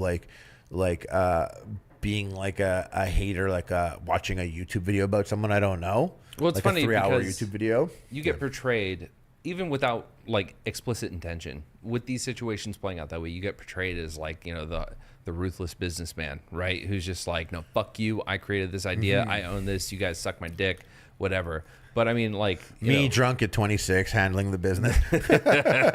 handle it. But it can come off that way. And and it was like, when I first started reading those articles, it was like a little bit of heartbreak as a fan, because it's like, well, no, it's Harley Morenstein. Like, he's the fucking man. He's the sauce boss. They wanted when the articles first came out, the whole plan was to make me look away, because I had already had a falling out with my partner before that. You know, like I had a guy I started Epic Mealtime with, and he and I had a falling out. And then it went public in like Montreal, the local Montreal newspapers, so people knew that like things weren't that good. But then we all continued beyond that without him. And then when they left, I think they did that to kind of further reinforce that I was like a bad guy. But since then that has happened, the first guy I had a falling out with has had 2 bad relationships with 2 completely different people, 2 other failed businesses. So I'm like, okay, cool. The common denominator there is not necessarily me in that situation. And then with the other guys, I look at it and I'm like, poor Muscles Glasses, I could have done so much more if he had given me more trust and time. He wanted more money right away, but I really do think like I could have done so much more and was gearing up to do a lot more. Tyler, the guy who I thought was so funny to work with, like, I had eventually grasped that rap was important to him and his music was important to them. And we had done this deal with BitTorrent where they were going to put a special exclusive episode on their homepage. Mm-hmm. And we put his rap songs on there, because the way music industry works is like it goes by downloads. A download is a purchase, even if it is free. So, like, I remember Slash included his album with a 4-pack of Monster. So every time someone bought a 4-pack of Monster, they got Slash's album for free. So Slash's album went triple platinum because it was included with Monster energy drinks. So like that. So he had ended up going like quadruple platinum because this BitTorrent package got downloaded like 4 million times. He did the EMT rap? Yeah, he did the EMT. Well, Let's Eat It Up, that one. Yeah, that's me, him, and Josh. Oh shit! Spit him up. I thought it was a fan make. No, spit him up. Yeah, we did that. Yeah, literally before Epic Mealtime happened, it was like I don't know what our deal was. We all rapped. Like something's wrong with our town. It was like Canadian a little 303. Yeah, it was like a little Jewish town, and like for some reason, every Jew I knew there like was a rapper. Like Lonely Island weird. Come from there? Yeah, it's literally that energy. It's so fucking weird. But so he ended up having like these things that like were like quadruple platinum. But I remember I went on a podcast with him, and I never forget like how like heartbreaking it was at the time, and he knew it too. But with Tyler, yeah, I brought him on this podcast, and I guess like he never spoke to me blatantly about it, but he spoke to the about the podcast, like in the podcast, they were like, so what are you doing? He was like, oh yeah, I'm like rapping. He's like, but I'm just like hanging around Epic Mealtime until it's like eventually washed up, and hopefully I jump ship at the time that my cloud is at its highest. And I remember like the host looked at me, he's like, oh my god, it's like mutiny, and I'm like also like trying to keep my badass image, and I'm like, haha, yeah. Ugh. And then he like leaves, we leave, we get in the car, and I was like, that was really crazy that you said that, dude. I was like, "Are you really doing that? Like, you just like, what do I supposed to do with you now? What are we gonna go do? Like, you blatantly said like you're just using it for your own personal gain, which is what I want you to do, but not like leave it in the dust or like speak it aloud, you know." And then like someone like Josh, we put him in the position to be cooking epic meals all the time. He had more followers than everyone else other than me and the Epic Mealtime brand itself on social media. And now he has a ton of followers because he makes epic meals every single day.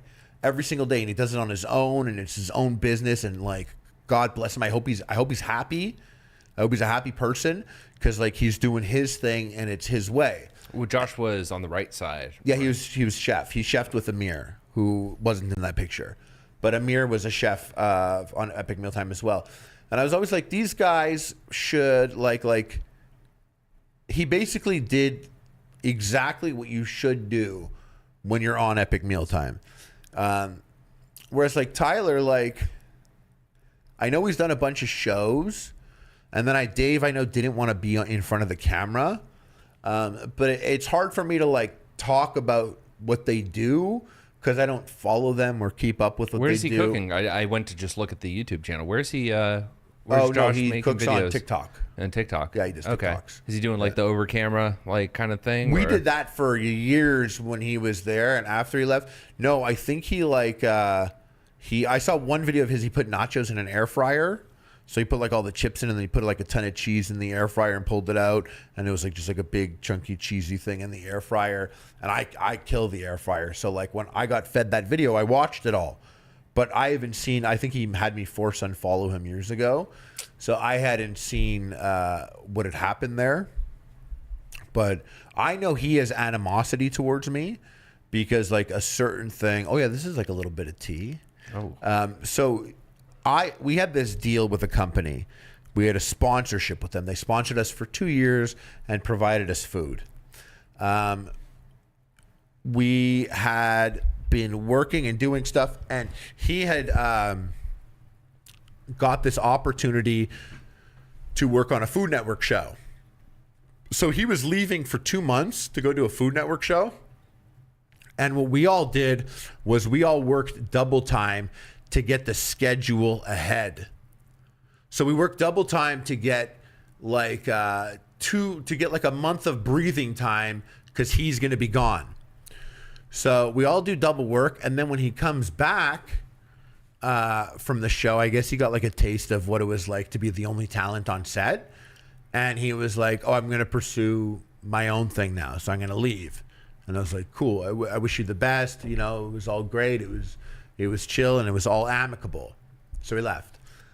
Then I got a call from the company that sponsored us for 2 years, and they were like, oh yeah, they were like talking about like things coming up, and they were like, oh, we're gonna do this chili contest, and he's gonna come and he's gonna cook on it, and this is like it's like a $20,000 paid job for $20,000.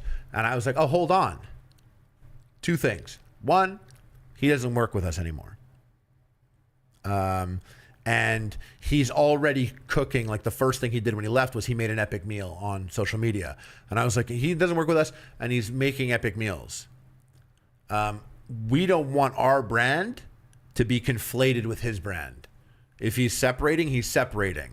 And having said that, since this job is $20,000, I have a chef who has stayed here on Epic Mealtime, Ameer was one of my best friends before Epic Mealtime, unlike the other guys who I more so became friendly with during Epic Mealtime.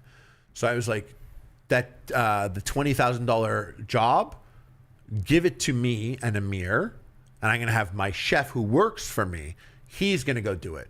That guy doesn't work with us, and we don't want to conflate our brands. So they were like, okay. So they called him, and they cut it off, and they brought the job to us, which I gave to Ameer, who was my current chef, who I still had an allegiance to. Nothing personal, just this guy's my friend. You had the brand, and He's they here, want the brand. And they didn't know that he wasn't part of it anymore, or that like we don't want our Epic Meals conflated with his Epic Meals.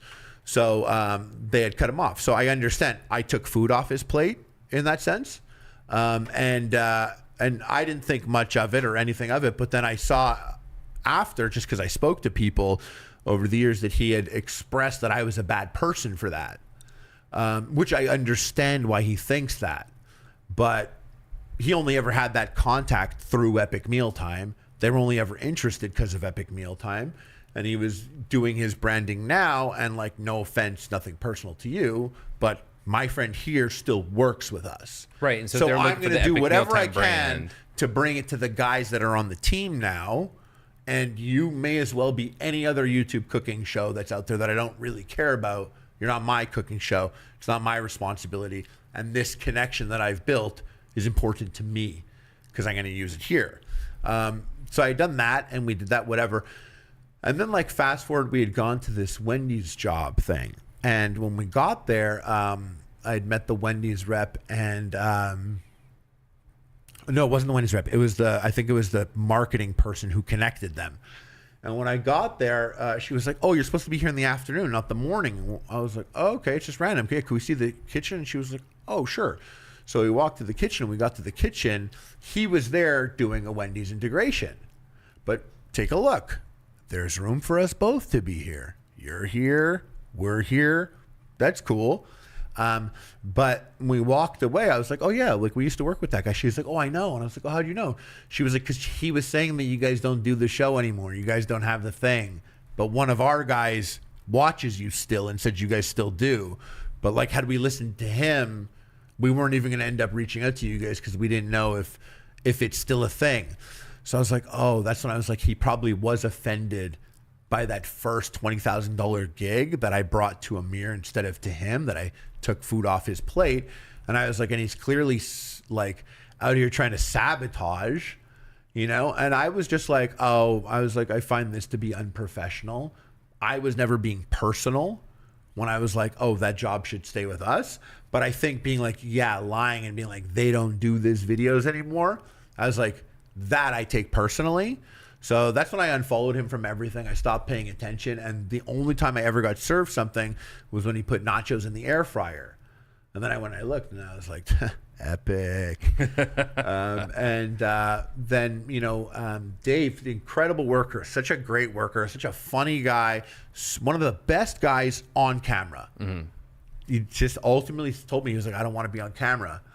And, you know, something like that, you can't help. You got to understand it. You're like, you know what? It's like the Hawk Tua girl. She Hawk Tua. Yeah, she doesn't want to be on camera. She was not a person. She just signed with an agency. I know, but like she had to like be like forced to it. She had initially wanted to disappear. She didn't want to be part of it or whatever. Because you're going to school to be a teacher and you're the Hawk Tua girl. Yeah, you can't assume that everyone wants to be in front of a camera and be like, "What's up, guys?" Not everyone wants to do that. It's just unfortunate because he was a guy that was also very good at that, you know? And it's funny finding out about the animosity years later. Like I boxed a professional wrestler last year for charity. We made no money. And Tyler was like, who always wanted to be a rapper. He had hit him up and was like, "Oh, let's make a diss track." And my opponent was like, "Yeah, let's make a diss track." And my opponent, who was like my friend also at the time, he was like, "Yeah, I was going to do a diss track with him, but then he rapped me the verse and it was like really personal and and like mean and like too mean and not fun and it was weird." And I think about like just these guys, like when they do pop in my head and I'm like, I hope it's not like I'm just not a person that carries the animosity. I'm not a person that like holds a grudge. Yeah. Like, can you infinitely forever burn a bridge with me? Yeah, you could probably kill my dog. And I'll like that, you know? But like, I had a guy, my original partner had sued my mom for no reason. He just included her in the lawsuit to like take years off her life. Like as a strategy to just make it the most stressful for everyone. And it never had to be like that. But like, that's what he did. And eventually, like, that's a person that I just made amends with because I'm not going to hold a grudge because I just don't like having that or carrying that baggage. And I couldn't imagine my life if I was like writing like terrible slam poetry about a guy I used to work with 9 years ago, or if like I'm like compromising my marriage from complaining about like a guy that like I had a job with like years ago, when in reality, like I went back and I looked at all the messages I had with these guys, all these guys, I literally pulled them into this life and they all work in this life now. And there was not something they were interested in before, not something they were pursuing before. And like, that's not because of me, it's because of Epic Mealtime. It's like the same thing. It's like, why am I even here now, or like talking here? Why am I even in Miami? Just because like the brand was like special to a lot of people. And I just find it weird when people that were part of it and utilized it to get something would like act like it doesn't exist now, or like as if they never had it along the way. I just don't understand why it has to be that way. Like, it was a cool thing. It sounds like for the most part, it doesn't sound like there were any like super business issues, right? That's how you had some turmoil in the beginning of like, I want to own this or things like that. Not with those guys. Me and my business partner, we had, but not like the guys on camera or the Yeah. characters. So then at that point, it's just like things were chill. Like, why did it have to? I don't know. I don't think I was a souring- good enough leader to illustrate it appropriately. I had too much ego at the time. When I was like 27 years old, 28 years old, 29 years old, I'm living the dream that I've been trying to make happen for a long time. But it sounds like your ego was never, fuck you guys, you're unimportant. It was, I'll take you along for the ride, but you need to get your shit in gear. And It was. I recognized the people that were like worth forming a partnership with. I recognize that. But it wasn't just like an automatic thing. It was very like meritocracy. Like you will get what you put into this. And some of you guys just like not putting in anything. Yeah. And I also I was a guy that like I was an elementary school teacher before. I got paid $28,000 after taxes to work full time like with children with my degree. So then I'm paying guys double this to like really have like 1 day of work a week. I can't sympathize, you know? Yeah. And it's all you have to do. Like, look, I'd fucking suck a dick to get on board with some project like that. Like, Yeah. I don't know how people, especially if they're making money, are able to do other things in between until the thing blows up to some incredible extent. I don't know how they can't just chill the fuck out. Yeah. And like get on board. Because again, this is me obviously taking you a good faith that you weren't like a fucking task masking piece of shit on the fucking set. You could come in late. People came in late. It was so it seemed chill. easy going. Just the only thing was like I also had an ego. And like I'm honest about like if someone came up to me and they were like, yeah, like this or whatever, like if you tried to like strong arm me, like I literally like in my head thought I was the sauce boss. Well, no, but at the end of the day, like you're saying you weren't a good leader then, but having the leadership of vision is important. Like so, if you're doing an episode, and it's like no, this is Muscles Glasses bit or things like that. That's still important. So ego or not, and I'm not trying to gas you up, but that's important because these things don't succeed with someone who's like, oh, I guess yeah, that would be a good idea. And it's like you have to have the strength of vision. Dude, the to craziest execute thing. it. And the craziest thing is I was editing. So I would sit there and I would show the guys the cut. And then I would have like individual meetings with each guy being like, yo, he's getting like, so I saw that I had like a minute and 12 seconds of camera time. And he had a minute and 48 seconds of camera time. And he's had like double my camera time the last 4 weeks in a row. So like, can I get like, and that was the type of shit that was so exhausting for me. Cause I was like I never wanted to manage all the egos of these guys when I'm having my own stupid ego right now be too much. Like I wouldn't have even had time to like look at the views drop and be affected. Cause I was so concerned with everyone's egos. I was like weird. It was just like weird stuff. It was uncharted territory. It was bizarre. But like, I mean, I'm forever happy about it. Like forever happy that it happened. Sometimes I'm like getting high, like in the middle of the night playing a video game on stream. And there's like, like enough people in there that could fill up like a little venue. And they're just like watching me play a video game. Something I did with like my IRL friends, it's just like bizarre. And I'm like, this is because Epic Mealtime was a thing. This is like because Epic Mealtime exists. I go to like a WWE event and then I'm like at the bar after and like wrestlers are like, yo, the show. And I'm like, this is so fucking crazy. Yeah, it's nuts. It's nuts. I'm a fan of people. Like I see people that I watch, I see them. And I'm like, yo, like when I met iDubbbz, I was like, oh my God, bro, you whispered the N-word in her ear, dude. That's crazy, dude. When I see Steven, I'm going to be like, dude, I can't, you said the N-word, dude. That's so crazy. I meet Sam Hyde, and I'm like, dude, you really this tall saying the N-word is so crazy. Lots of people saying the N-word. I noticed I have the trend. a friend that was like, why are you always with white guys that say the N-word? Yeah, and I have just all good times though. Like, just I like meeting the people whose content I consume. And there's been an interesting thing about the space. So like I for a little bit with just up until this week was Steven's producer. So getting to meet him, like I've watched Your Movie Sucks. You ever watched Adam's videos? He's a YouTuber, does like movie reviews. I don't know. YMS Adam. It's good stuff. But I like got to meet him and do a podcast with him while he was here. Like that's really like this deal right here we're doing. Yeah. I don't even have a fucking name. I put Lycan Lounge on the invite just because it's a fucking it's an old meme that's hard and long and stupid to explain. But like this has just been like a fun project for me where it's like, okay, well these people are coming into town. Let's let's do this shit. Yeah, it's fun it's interesting because I don't know, you told me fucking, let me check the date. You had told me 11 years ago, like, hey, 12 years ago, you might meet Harley and 14 years ago, and sit down, shoot the shit, and drink bourbon.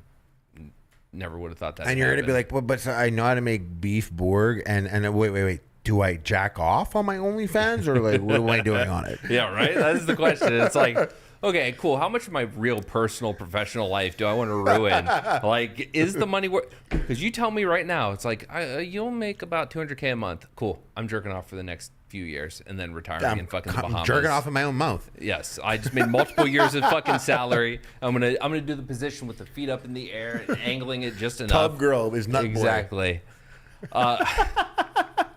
Speaking of eating, you ever been to Joe Beef? Yes. How is it? It's great. It's cool. It's cool if you get to sit in the garden. Yeah. Because there's like a little garden in the back where they grow the ingredients, and in the summertime, it's like really hard to get reservations sitting in the garden in the back. Very cool guy. I had it a couple years ago. It's been a minute since I've been, but I think there was like a lobster spaghetti that they had that was like fucking crazy on the menu. They have a bunch of products that they sell now. Do they still have the restaurant open? Yeah, I think Yes. they do. Joe Beef, yeah. And another one right next to it. I forget what the one next to it's called. But there's two restaurants now. If there's still two restaurants. And there's I think it's Martin Picard, Au Pied de Cochon, which is the pig's foot. And they have one dish that they give you the whole pig. Like they bring the whole pig out. And it's like a whole pig. This is a suckling pig, right? The whole pig, like laid out, cut up, and everything. They have duck in a can, which is a huge meal they bring out to plate. And then the waiter comes with like a silver can and a can opener and opens it and then turns it upside down and lifts it out. And then the softest foie gras fucking just comes out, just like duck, like pile, like from the can. It's amazing. I think the same owner has a Sugar Shack. Oh, A Cabana Soup. there was an episode with Bourdain that they went to the Sugar Shack. I didn't know if that was his or not. I can't remember their names, but I have both their cookbooks, and I obviously. Is it Martin Picard? Let's see. And someone else. There's another guy. I'm forgetting another Montrealer that was like a. It's David McMillan, Frederick Morin, and David McMillan, Allison Cunningham. I love the guys. Like watching them on media appearances, they're a lot of fucking fun. But like they go out to this fucking ice fishing thing, right?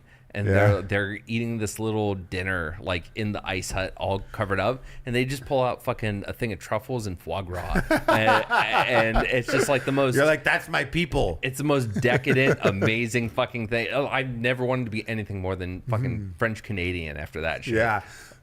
Breakfast, Montreal breakfast, Quebec breakfast, fucking kills it.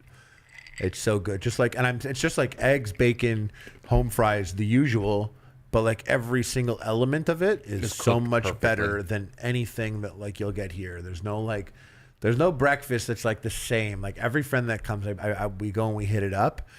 And it's so next level. It's Like duck fat frying for the fucking. Well, I never duck fat at breakfast. Like I don't, because there's just always like already so much fats and shit. Like you literally like what's it called? Pork pate is common at breakfast. No shit. Yeah, so like I'm in the wrong country. Yeah, pork pate. Like once you get pork pate, you're like, you don't also get truffle, motherfucker. You're not also getting foie gras here, motherfucker. Foie gras for lunch. Sick shirt. But what do you do for fun out here? Do you go out? Do you guys ever? Fucking like, I mean, so the last year for me has been crazy. Moved from Tampa, came here to do the cooking gig as a side gig. Like, I had a corporate normal job, and then Steven was like, I need a private chef. Like, he's trying to eat healthy or whatever, which was bad idea hiring me, because I fed that motherfucker duck breast and all kinds of shit, like fucking wild boar steaks and all that crap.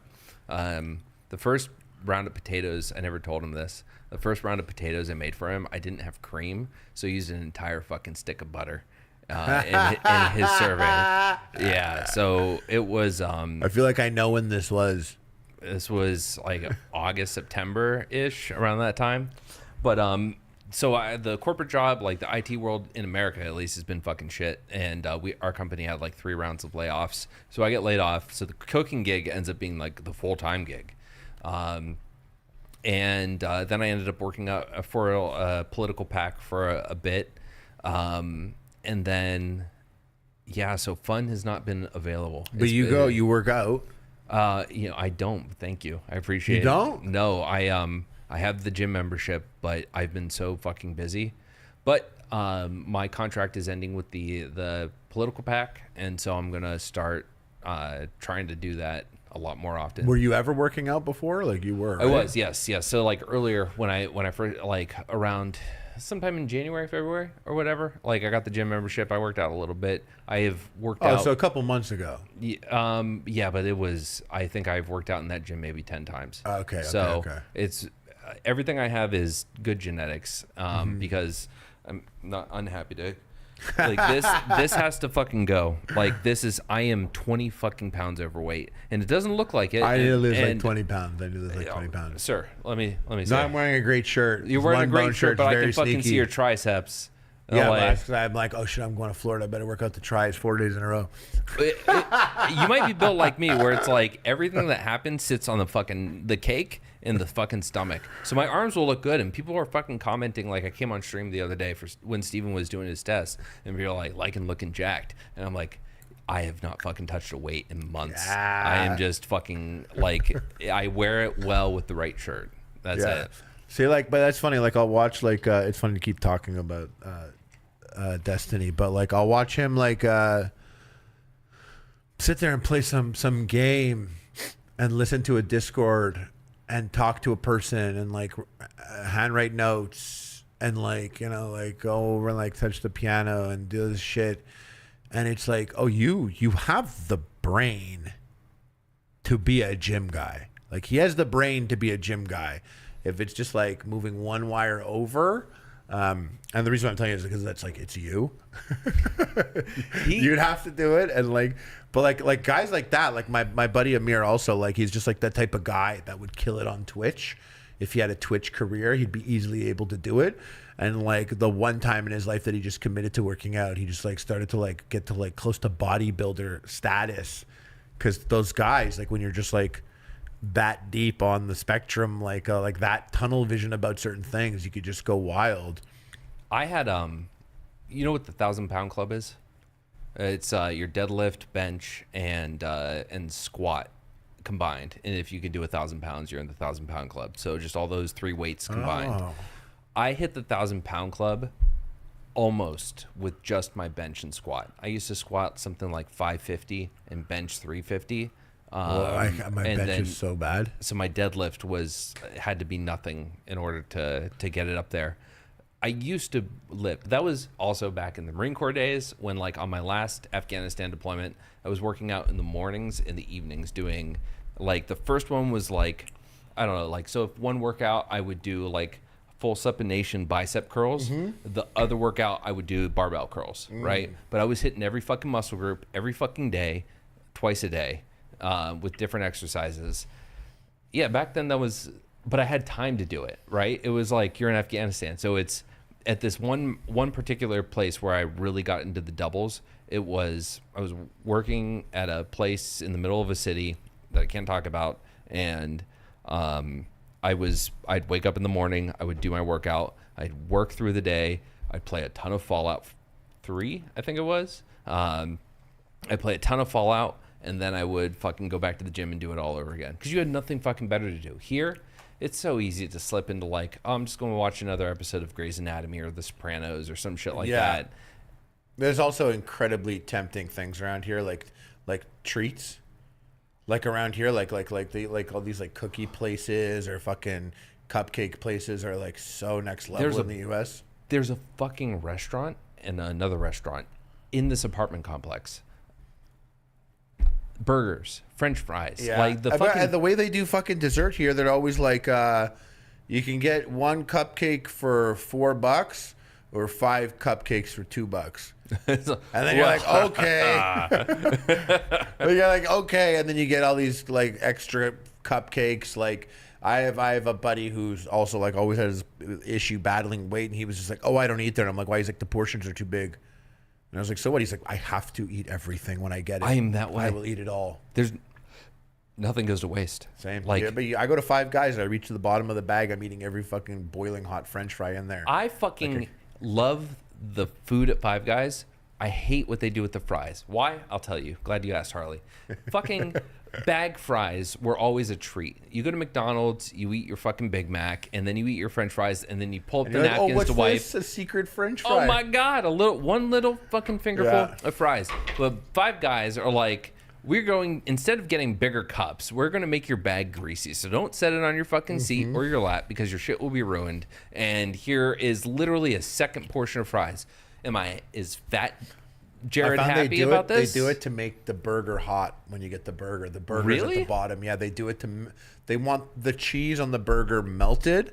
And once it's in the wrapper with the fries on top of it, it's guaranteed going to make the burger's cheese melt. Well, Fat Jared is happy about that. Unlike trying to not be a complete piece of shit, Jared has to not order the fries because I will eat every single one that they give me. Yeah.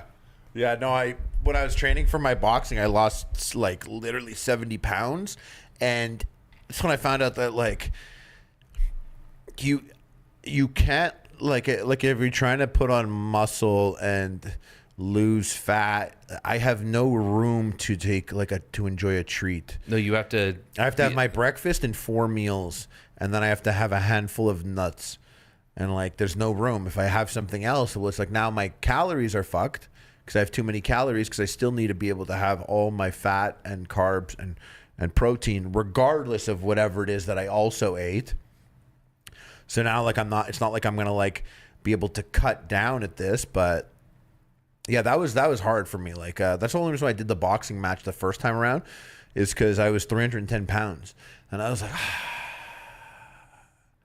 I'm fucking up. Like, my knees are hurting. I have too much tit. A little tit's okay, but like I got too much titty.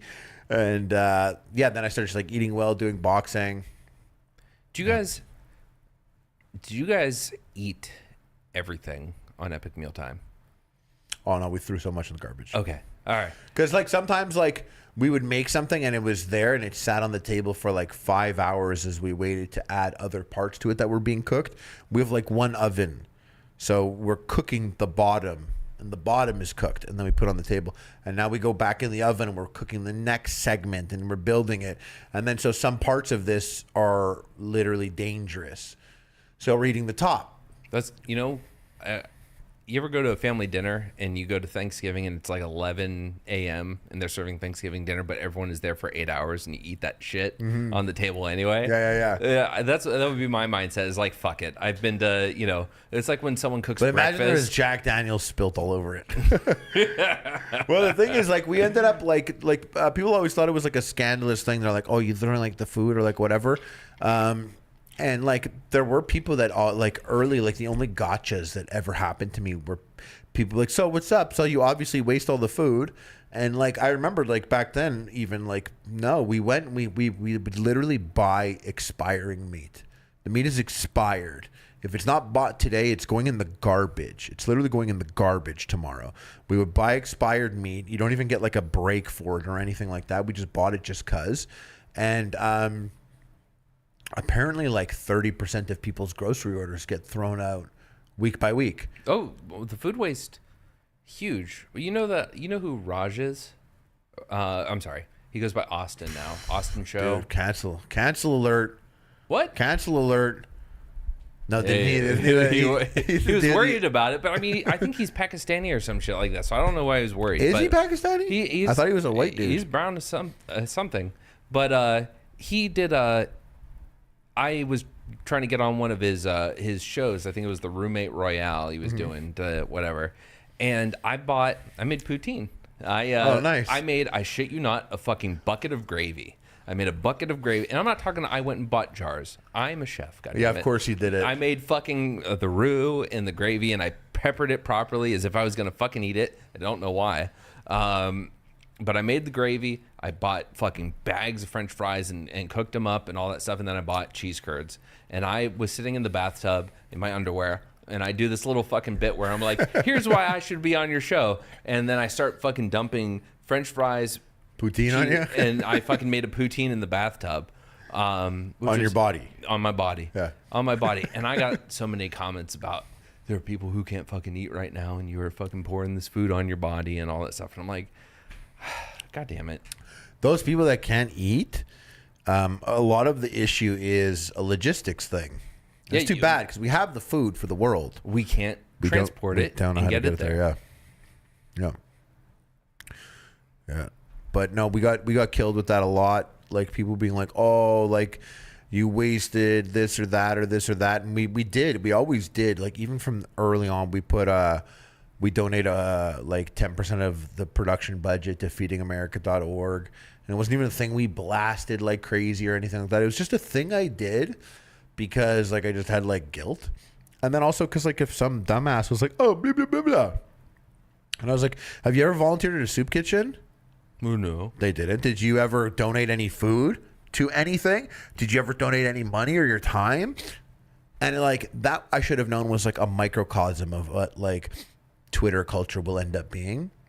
A person who's like sitting on their ass that has like a stupid emoji in their fucking username that's never going to do shit at all ever about anything or help a person or even go and volunteer down the street from where they live. But they're going to fucking go on Twitter and virtue signal so hard about the shit that they do and about the shit that you're doing wrong and what you should be doing. And it's like, yeah, don't ask me about what we're doing with our food if you've never done anything. Epic Mealtime's done a billion things more for homeless people than you ever would. And yeah. You've got something that I want to look up because every time I post a picture of my dog, I get a certain response from a cat on Twitter that's like, I hate him. So, gore warning. I get that response from that guy every time that I post a picture of my dog. Cows and pigs want to live and be happy just like your dog does. They experience well-being and suffering and have preferences and desires. Cows enjoy tummy rubs and playing just like your dog. They don't want their throat sliced for your good. I love this guy's like, yeah, but I gotta eat. Oh, this is my best friend. But why does he put? Okay, why does he put? I want to beat your dog's ass. I love it. The Ariel shirt. What's his name? Her name's Eve. Eve. I love that I'm already done with this idiot. I'm like, anyway, it's a cute dog. Ariel. He's wearing a Little Mermaid shirt. But why do you get hit with that? Because you cooked once or something? Because I think so. Because I think that person has replied to a lot of the cooking tweets that I've sent about my meals. Went vegan when I was 20. I'm currently 26. Proud to say I've made all my gains without violating the rights of innocent sentient beings.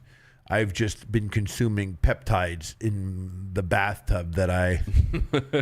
Oh my God, hold on. I went to his media and it's like, this is like my feed and this is so funny. This got a hit for you.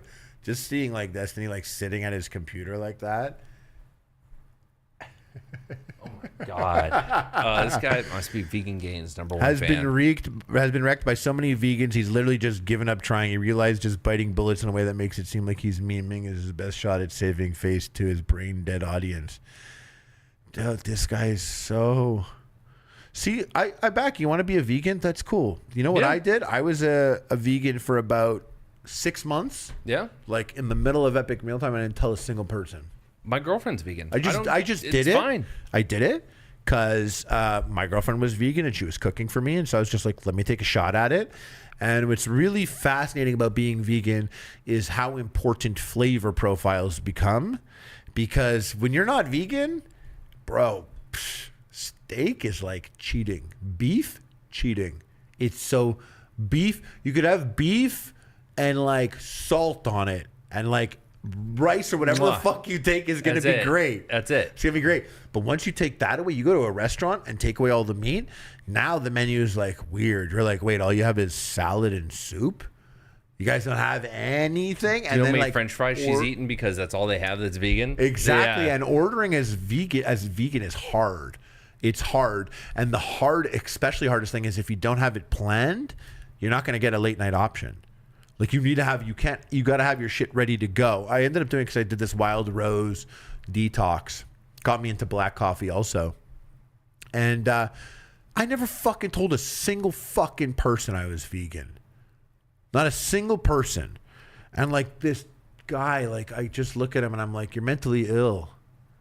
You're mentally ill to post that every time that you post it, because like he feels a way. It's like triggering and he has to put this out there. He has to tweet it at you. And it's like, well, is that helping? Is it there's no net positive energy to that. No, you're not net positive, not for the cow, not for you, not for any single person. You're going to make every person, when you argue like that, you make every person want to double down and say, fuck you. They do. No one's listening to you. I just see you as a piece of shit who puts a dead cow in my fucking replies every time I post my dog. And it's like, okay, good for you. Have fun. Like, that's it. You know what I do? I turn to my vegan girlfriend who laughs at it. Yeah. Because it's and fucking insane. I don't even care, like, really, like, it, like, about, if someone's going and, being vegan or whatever, like that's fine. If they're making Beyond Burgers and Impossible Burgers, I back that. Beyond Burgers, if you can make fucking fine. Yeah, I think they're all great. If you can make like some sort of genetic solution that we don't have slaughterhouses, yeah, good for us, good for the environment. Cool. Yeah. But like, Vegan Gains is a complete fucking goofball moron. I mean, I haven't spoken to him in a long time. Oh, you spoke to like 10 years ago. He used to like give shit to Furious Pete all the time, who was a buddy of mine, who was like a competitive eater and he was always like, "Rah," and he said that he just had the craziest takes. He had the craziest takes. So you've heard him come on Steven's stream before then? He came on about like within the last year, right? He was on pretty the most recently. recent ones have been the Israel-Palestine discussions. He hasn't. The only times he's talked vegan shit has been on Keep or Kick, which was Steven's show he did with Carantos. Yeah. Vegan Gains back to Israel, eh? Yeah.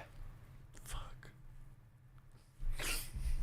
If it makes you feel any better, Vegan Gains has done it from a completely uneducated perspective where you just like... Sometimes you like have a take on something and you look to your left and you look to your right and you're like, oh, fuck. He just thinks Arabs are evil heathens and hates that and says that Israel does nothing I have wrong. like family members or like friends that like they'll send me a random fucking thing that it's like Arabic man, Muslim person rapes girl and kills her, and they send it and they're like, you see, and I'm like, dude, that's not, get this out of my face. It's not the fuck you're saying. It's not. That's not it. Like I said, like my best friend's Arabic, so it's like a constant, like, not that it's not at all weird between he and I. He and I like constantly, unfortunately, the only way we manage this stuff is like joking about it. Like I called him like October 7th. I'm like, you see what your people did, and now what's gonna happen? Are you happy? And he's like, I'm sorry, my country's stupid. Yours is so smart. That's why you guys control everything. And like, we're like, and it's like the only way to handle it. And then like we laugh, whatever. But then like we both like go our separate ways and experience like Islamophobic or anti-Semitic shit, and then it's like fucking weird, and then we come back and we're like, anyways, my people are better than yours. My people are better than yours. But like, it's so, the saddest thing is like, I think about the Big Swerve to the Middle East. Those people are so compatible. Like I went to the Middle East. I'm like, bro, you guys both eat fucking cucumbers on bread for breakfast, and hummus and all, and get falafel. It together. Yeah. Get it together. Yeah. No, religion's so fucked. Religion's just like, I shout out to the people that it's positive for them and it has positive like outcomes, and could be a good guiding thing. But unfortunately, it's just men. Whenever humans run shit, humans love to fuck it up. It's just like humans love to take advantage. Humans love their power and their comforts and taking advantage.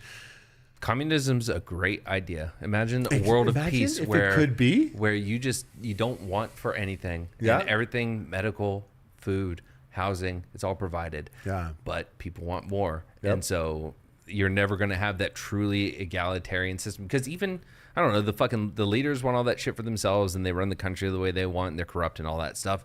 And then you have the people on the ground, and the people on the ground are like, I'm a fucking doctor. He's a fucking sewage worker. Why the fuck do I have, what I provide to society is so much more why, blah, blah, blah. Mm-hmm. Like, people are always going to have that. So it's going to undermine the system. Religion's kind of the same, where, I don't know.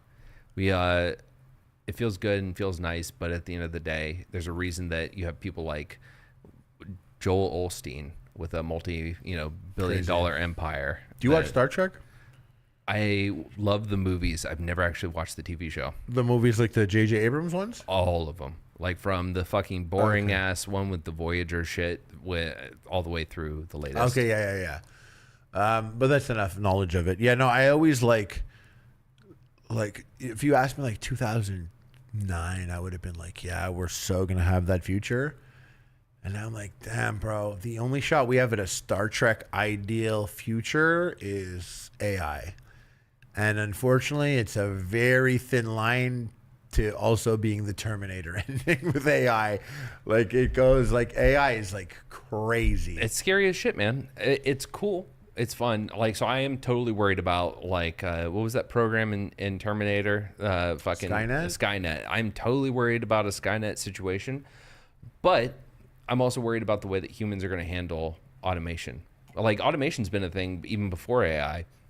And it's like the idealistic society is where so much of the world is automated that we have everything provided for us. And then at that point, there are only so many people needed to work the system that it then becomes, okay, yeah, your job is to invent and make art and, do shit like that. But otherwise, everything's provided for. There's a Star Trek episode where these three really wealthy humans from like the 21st century get thawed.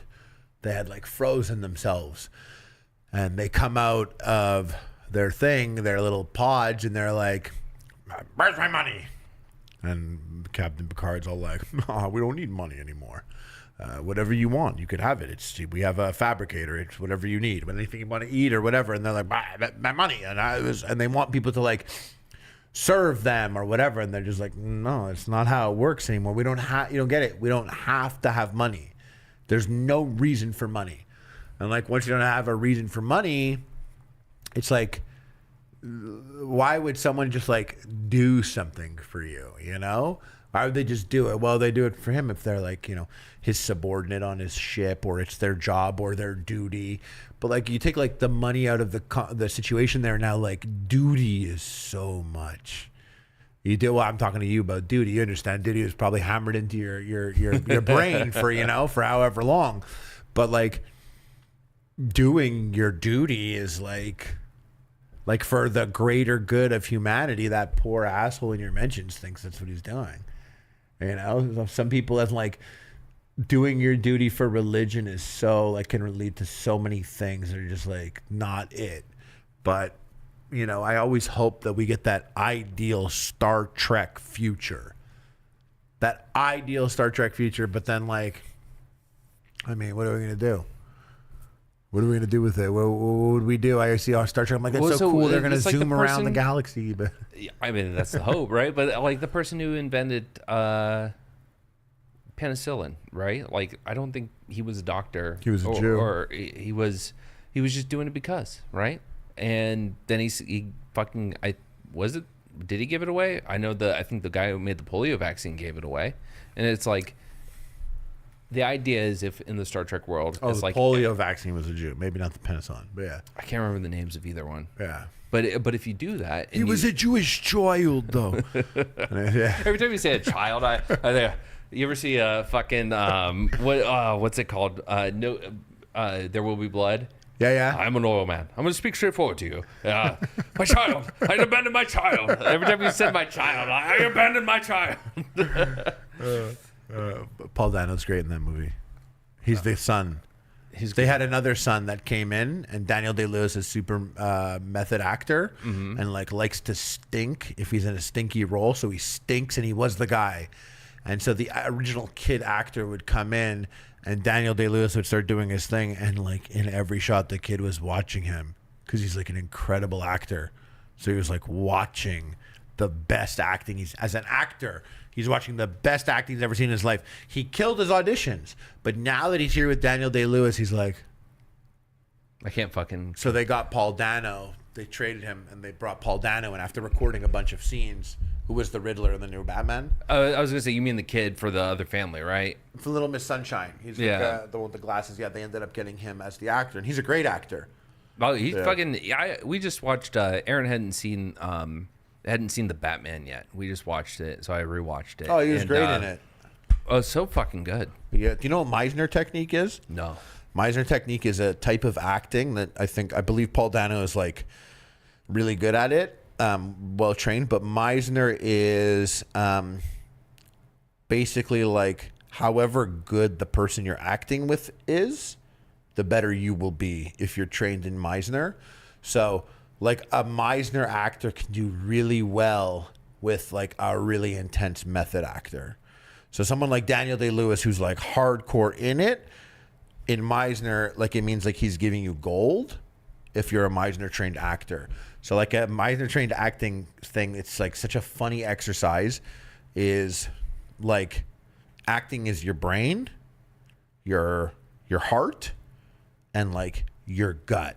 No, sorry, not your brain. Your heart, your gut, your crotch. You wanna fuck it, eat it, or love it. Anything else, you're making up in your brain. You're making up. Take the brain out. But unfortunately, when you have a script for your character, your brain is here because you're reading. You have to read the script and act the script out. So let's take the script away. How can we work on your heart, your gut, and your crotch? And let's call these three your acting muscle. How could you work it out? So they have this thing called repetition. So the way Meisner repetition works will be like, you and I will sit down.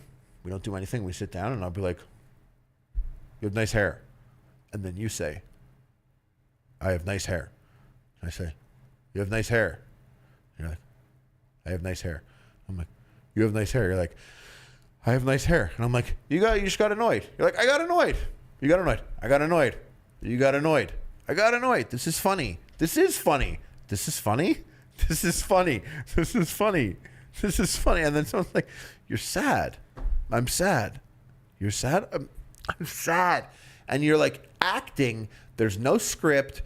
Moment to moment, whatever is given to you, you take it, you throw it back. Don't think too hard. Don't be like, tonight you want it. Like, no, don't think. Just as it is right now, you got a veiny forearm. Got a veiny forearm. Got a veiny forearm. I got a veiny forearm. And it takes away a script, and it helps you work out your acting muscle. So the best Meisner actors are people that can go there, and then you get like a Daniel Day-Lewis who's like,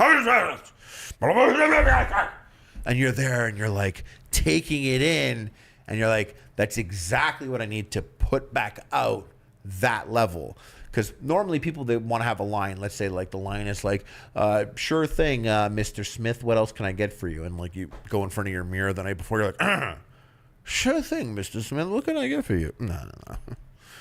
Sure thing, Mr. Smith, what can I get for you? No. Sure thing, Mr. Smith, what can I get? And you're trying this line. And then you get to work the next day, and you have Daniel Day-Lewis, who's Mr. Smith, and he's like, and you're like, sure thing, Mr. Smith, what else can I get? That's not going to work. He just gave you that. You can't do your line from yesterday. You got to do what's here now. Forget what's in your brain, only the script. So he's like, and you're like, okay, Mr. Smith, what else can I get for you? And like that moment is made because one of you is Meisner trained. And the reason why I rambled about all this was just Paul Dano, from what I understood, was a Meisner trained actor, a really good one. And Daniel Day-Lewis is like peak method actor of all. And he's just like next level. And I love Meisner method actors. So cool, you know? I mean, Daniel obviously being one of the fucking best. Did you watch Succession? No, I have not. Oh, the best show. The best show. I've heard good things. Oh, it's so good. But so one of the main characters was Daniel Day-Lewis's assistant for like 10 years just because he wanted to learn as an actor. And by the way, that's how you grind. That's an angle of the grind. You want to be an actor, you do like a 22-year-old's job to just be around the guy because you recognize his greatness. And so he was just around him and he did all that. And like, he's a great actor on the show, but the other guy, I forget his name, the older dude on Succession, the old guy. Fuck, what's the actor's name? I know Cox. Yes. Yes. He was like, hate that shit. And I was like, why? He's like, method acting? No. You're paid to act. When you come to set, I don't want to call you by your character's name at lunchtime. You're an actor. You act as your job when it's time to act. I'm not going to pretend you're this guy when I'm not working. That's a good Cox impression. Yeah. It's like, because it's basically what he said. He was like, I'm not gonna, and like you just look at that, you're like, oh, that's true. Then you think about like Jim Carrey. Do you remember he did the Man on the Moon thing? Mm-hmm. And like, piss, dude! Do you see the documentary about it where he sits down with like Danny DeVito and these other people, and he's like, "I have cancer," and they're like, "I'm done. Bye. Fuck this." And like the family comes by and he's like pretending he's them to the family and all that. Yeah, it's crazy. He had that weird thing. Remember Emma Stone? He sent that message to Emma Stone. No. He like sent a like selfie boomer video. He's like, Emma Stone, so beautiful. If I was your age, we'd be great. But I'm old. It hurts when I pee. It's like a weird ass video. And Jim Carrey's kind of been like a little bizarre since then. I did not know about this. Yeah, you got to watch it before bed. It's a fucking creepy, weirdo, fucking cringe fest. Give me nightmares. Did you study acting? How'd Yeah, you know about I did all this? Meisner for like before Epic Mealtime or whatever. I did Meisner for like hundreds of hours. No shit. Yeah. But I never did anything. My acting teacher, she was just like the fucking best. She was so good. And a couple people in that class like are people that ended up on shows. One of them ended up on like Miami Vice. One of them was like on that show Almost Human. With one of them was is Brainiac from the Superman show. And like it's so cool. Whenever I see someone from that acting class somewhere, like I got to that acting class by luck. When I got to that acting class, I got in shit from the teacher right away because I was a teacher, and the acting class teacher was like, "What are you here for?" And I was like, "Oh, I want to be an actor." And my friend said that I could be good, and they recommended me. She was like, "But you want to be an actor? Why aren't you an actor?" And I was like, "Well, it's like Plan B. I'm getting my degree to be a teacher." And she was like, "No, you're not gonna sit in here with all these people whose dream is to be an actor and say that this is your Plan B. If this is your Plan B, you could leave. If acting is your Plan A and you are in the middle of Plan B now, say that. Because I don't want you to be here halfway when this is their lives. Take a look around. This is all they have. They're only actors." And I was like, okay. It's all right. Never mind. I'm sorry. So I was like, Plan A. I'm acting. And then it was really crazy because the dynamic of that class ended up being really weird because Epic Mealtime ended up happening after I'd done that class for like 2-3 years, and everyone was a working actor and I was not. I had no on-screen anything. And now all of a sudden, like, I'm on Jay Leno and we're making a pilot for the G4 show. Suck it, bitch. Yeah, my teacher she was like, "You got to tell me." She was like, "How does the internet work?" She was like, "I was watching you on Jay Leno." I was like, "Yeah." She's like, "You were nervous." I was like, "Yeah." She's like coaching me, watching me on Jay Leno. And if you watch it back, I'm all like, "Oh, okay, Leno." And like, it was just, she was just such a good teacher. And everyone in the class was such good actors. And it was like a little secret society that I was like lucky to be in for some reason. And it helped, but I still, you know, if you want to be an actor, like, or anything like that, they say you should do theater. Do you play an instrument? I do, and I used to do drama in high school. Yeah. And you play an instrument? I do. Oh, yeah. So I always say, if you want to be in a band or you want to play an instrument, like, you have to go to live shows. If you want to be an actor, you have to go watch people do play. And I since she said that, I saw some crazy plays that are. Do you like musicals? Yep. What's your favorite? Not that gay. Fiddler on the Roof. No, I don't know. I think Like I loved, Book of Mormon. yeah, of course. Like, Yeah. I ended up watching Hamilton on Disney Plus. Still haven't seen it. Oh, it's on Disney Plus. No I shit. like put it on. I started watching it, and I was cracking up. I was like, "This is not at all what I thought it was." It's like Hamilton, like he's like rapping. The Yep. whole thing's Yep. like it is so. Lin-Manuel Miranda. All my buddies love musicals. Like my closest buddies, the guys that I said we go in VR and watch like Sean and Marley, they fucking love musicals. We put on a movie, and they're like, "Ooh, fuck! You hear that, Todd Swinson?" And I'm like, "What?" They're like, "Todd Swinson. He did the scoring for this movie." And I'm like, "I've never watched a movie and heard like a violin be like, noom, noom." I'm like, "Oof, classic Todd Swinson." I'm making up the name because I don't know, but like I've never been like that. But like what about you? What's your favorite musical? Les Mis. Les Mis, never saw it. I've only seen clips of Hugh Jackman. He's good. Some issues with that movie, but I got before I went to Afghanistan my last time, I downloaded the Les Mis soundtrack. And on the Amazon app, it would like cache music, right? Like if you didn't download it, but if you played it, it would cache it. So I get over to Afghanistan, I can't get fucking Wi-Fi at all. Where at the base I was But at, you only have Les Mis. so I only had Les Mis, which was fine with me. But I would start Les Mis, and I would go into the gym. It's fucking midnight, right? And I'm listening to Les Mis. Is it good I'm workout lifting- music or you're making it work? I'm weird and I can work out to fucking anything. So it could be classical or whatever. I just need music, right? So I'm listening to Les Mis, and like the fucking song comes on where fucking I don't think it was Fontaine. It was the other one I can't remember. She fucking dies. I'm getting goosebumps talking about it right now. She fucking dies, and I shit you not. By this point in the exercise, I'm lifting dumbbells, and I'm starting to tear up. And it would be like that 3 to 5 nights a week. Like I get to that point at the same point in my fucking exercise, and I'm losing my shit. But Les Mis is one of my favorite. If I watch the Hugh Jackman movie, will I gather, or is like I'm not? If you watch the Hugh Jackman one, ignore the fact that Javert, played by Russell Crowe, Russell's great. I love him. Gladiator, fucking jerk off to that movie.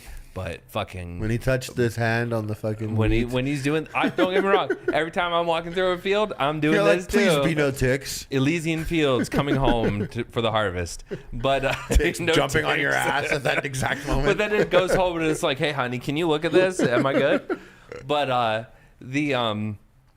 but if you listen to, what is her name? Super beautiful woman was in Batman as Catwoman. The nymphomaniac. She's apparently like obsessed with sex. I know who it is. Really? Yeah. Apparently she's like apparently like brings like a boys with her, like a guy with her to like just like fuck all the time, like whenever she's doing stuff. Like apparently that allegedly that was like a long standing rumor whenever she was like she is the horniest. Wait, to be clear, we're talking about Batman with Christian Bale. Dark Knight. Yeah, Rises. that Catwoman. Yes. What is her name again? Anne Hathaway. Yes. No shit. Yeah. How excited are you at the thought that you don't have enough fuck for her? I'm feral right now. You're like, huh? Because you're like me. You fidget a lot. Do people bug you for Fucking fidgeting? Dan, the guy who does the other podcast with Steven, he'll be like, I can hear your shorts swishing. Stop it. Yeah. I always make my legs bounce and stuff, and like I do stuff like that. And I'll be in movies with my sister. Be like, can you stop? But like you're like you got like a bounce, and you're like, what? What? Anne Hathaway? Serious? Anne Hathaway? Anne Hathaway. It's like, you ever watch The Lighthouse? No, I didn't watch it. Where he jerks off on the mermaid? It's a good movie. You should watch it. I heard. Yes. Like, but you with your mustache like that, and you're going, There's a scene where he's going he's losing his goddamn mind, and he's drunk, and he's like, like that. And you look just like that. Can I get you more bourbon? Yeah. All right. You tell the camera a story for a second. This camera. I saw which one? That one. In front of me? Yep. I went to go see a show in New York off Broadway. It was a show called, I think it was called Lobby Hero. And it was fucking amazing. It was Michael Cera is the security guard for this high-rise suite residency. and he's the security guard in the lobby. And one of the tenants calls the police. And the police officer that shows up is Chris Evans, Captain America. So you get this super beta, ultra beta, Michael Cera lobby security guard. And in comes in mega Chad Alpha Chris Evans as an NYPD officer who's responding to the call. And don't ask me how they so easily stretch it to 2 hours. It's practically these two guys in the lobby acting. And the thing about good acting, when you see real good acting live, you feel it. I'm sure a lot of you have your idea of really good acting being your high school play, or you saw like, you know, a great scene in a movie, or maybe you did go see a musical and it was like camped up or whatever.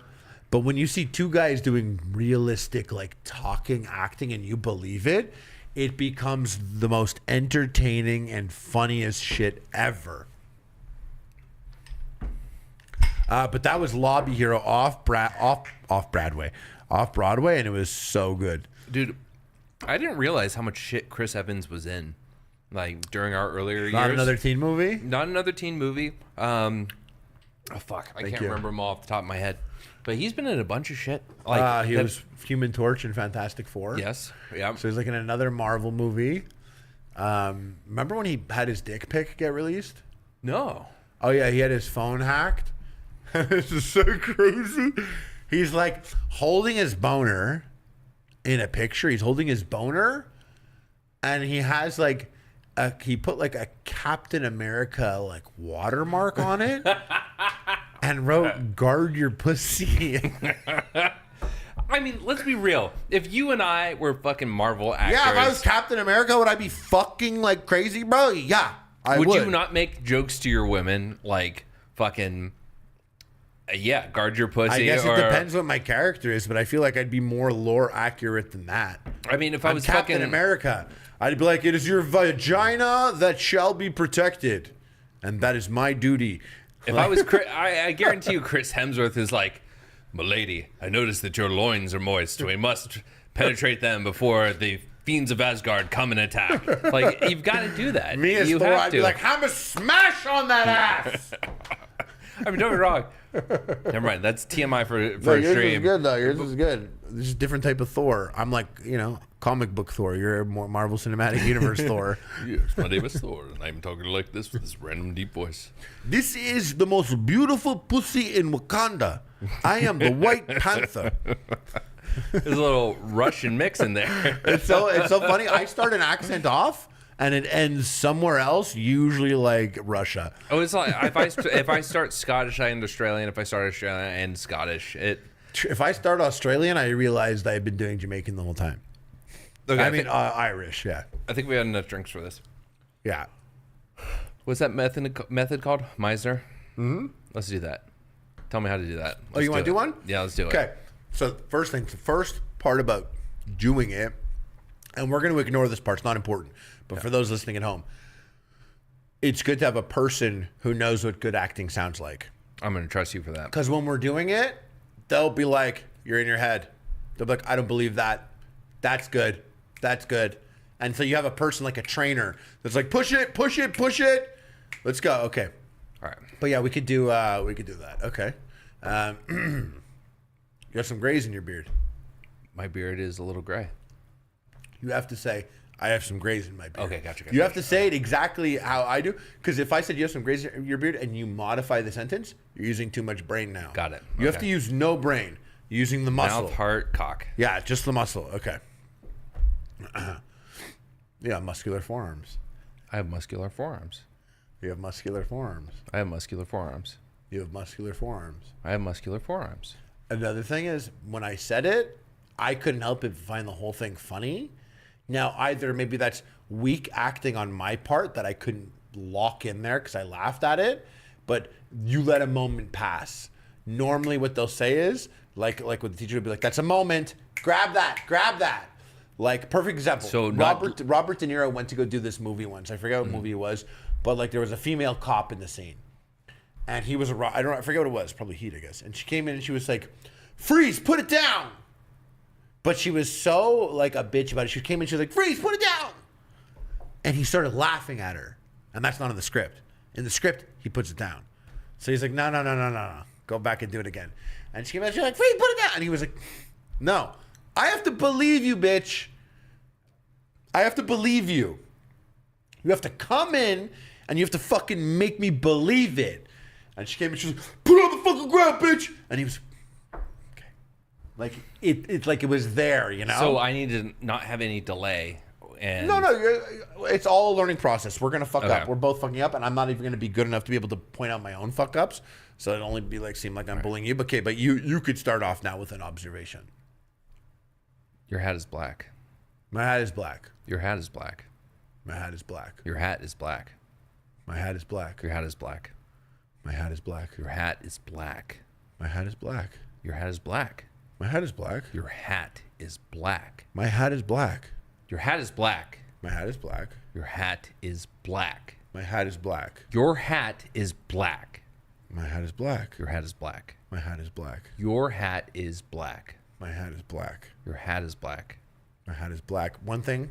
So we were actually, I felt like we were getting to a real moment, because you have to remember 90% of them are going to be bullshit until you get to the real moment. Mm-hmm. And we were getting there. And what you did was you broke up the sentence in a way.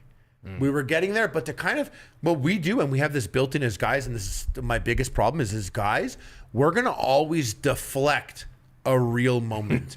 God forbid you as a man go to the bank and the woman's like, "Oh, something, and you react like, "Oh, this is gonna take so long." Imagine we did that. She's like, "I'm sorry, it's gonna take an hour." You're like, "Oh, it's gonna take an hour? I'm not gonna have no time. I'm not gonna be able to watch my show." Like, imagine we acted like that. Society doesn't allow us. So even if we I'm ready to feel. Okay, let's go back. Let's go back in. Okay, let's go. I will fucking cry live on YouTube. Let's go. Did you? No, I'm saying I will. I will. I don't care. I'm not afraid. I'm not scared. Okay. All right. Are you ready? Okay, go. Okay. Your eyes are beautiful. My eyes are beautiful. Your eyes are beautiful. My eyes are beautiful. Your eyes are beautiful. My eyes are beautiful. Your eyes are beautiful. You make me bashful. I'm sorry. Now I don't know what to do when you change it up.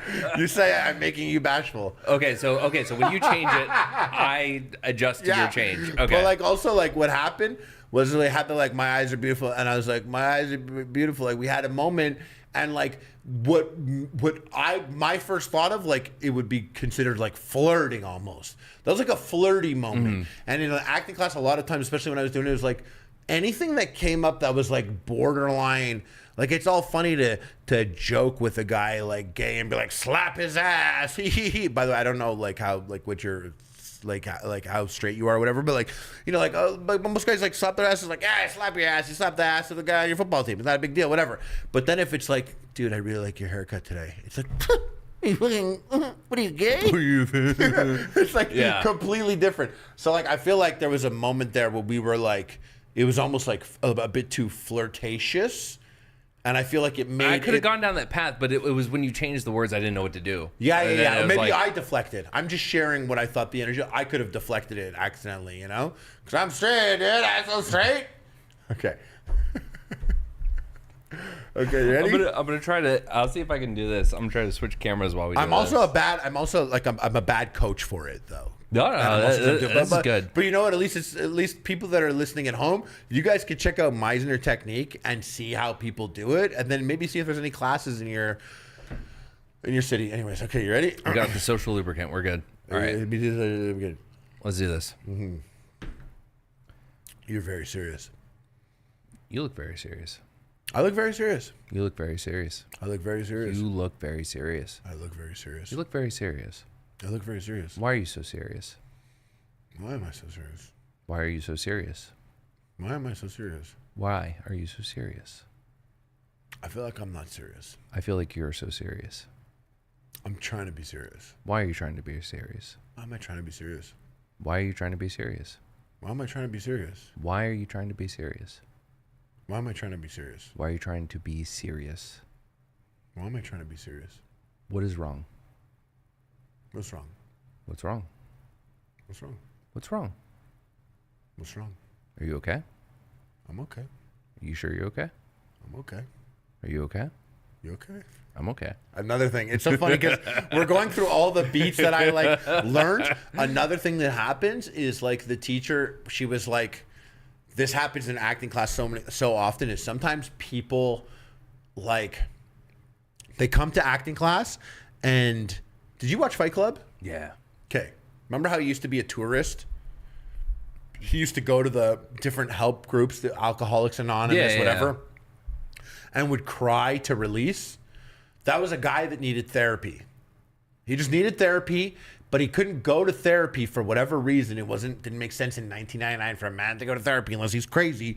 So he would go to these like Alcoholics Anonymous things or whatever. He would go to all these things and he would use that as his therapy. She said there was so many times where a guy or a guy, girl, whatever, would come to acting and because they just wanted to like cry and get it out. So they used acting as therapy. She was like, I'll call it out right away. Don't use it as therapy. And so like sometimes like I'm like trying to act and then you're getting concerned about me and you're like, oh, like it's like you're using your head too much. You're thinking that maybe something's wrong with me. And like the normal human in you is concerned about. You're like, what's wrong? Oh, see, I felt like I was following because you're like, oh, it's so serious. And it's like, yeah, it's serious. Yeah. It's like, where do we go? We led to that place, but when we started to put words to it, we started to create it more. And once again, this is all an amateur version of what we're doing. Yeah. But like I'm also just telling you every mental note that I have, like that, like it's easy to fall into something that might be therapeutic for someone, and like I felt like it would be like. I'm being led to a place that would be like therapeutic for me to like open up or something, but I can't open up. I can't. When you say like, what's wrong? I'll never be able to answer because I have to put my brain away. My brain has to be away. And even if something's wrong in real life, acting wise, it can't be here. It's a little difficult because like then you're changing it up, right? And you're like, okay, cool. So it's not just like repeat. It's like you can change inflection and you can change the words. You could do this. Technically, you could do this with noises. It's not about the words. So I could be... Yeah, almost. But it's literally not even about the words. It's about like the moment. And there was like one moment in there, I forget where it was, but I didn't want to spoil it because it was happening. But I was like, oh, he just said a real thing. He said like a real acting thing. He said a real thing. I don't know which or when I did. I can't scrutinize oh, shit. me. I could have fucking been happy about myself. It's hard. But see, if we had a teacher there, she would literally be like, she would do something like that when you're hitting it. And then you just know. But like, yeah, anyways, I'm talking about so much. Okay, let's do it again. You ready? And remember, we don't have to think that much. There's no thinking. There's no thinking. But clinking.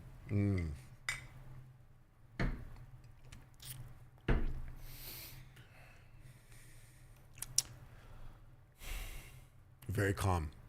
You're very calm. I'm very calm. You're very calm. I'm very calm. You're very calm. I'm very calm. You're very calm. I'm very calm. You're very calm. I'm very calm. You are very calm. I'm very calm. You're very calm. I'm very calm. Why are you so calm? I'm very calm. You are very calm. I'm very calm. You're very calm.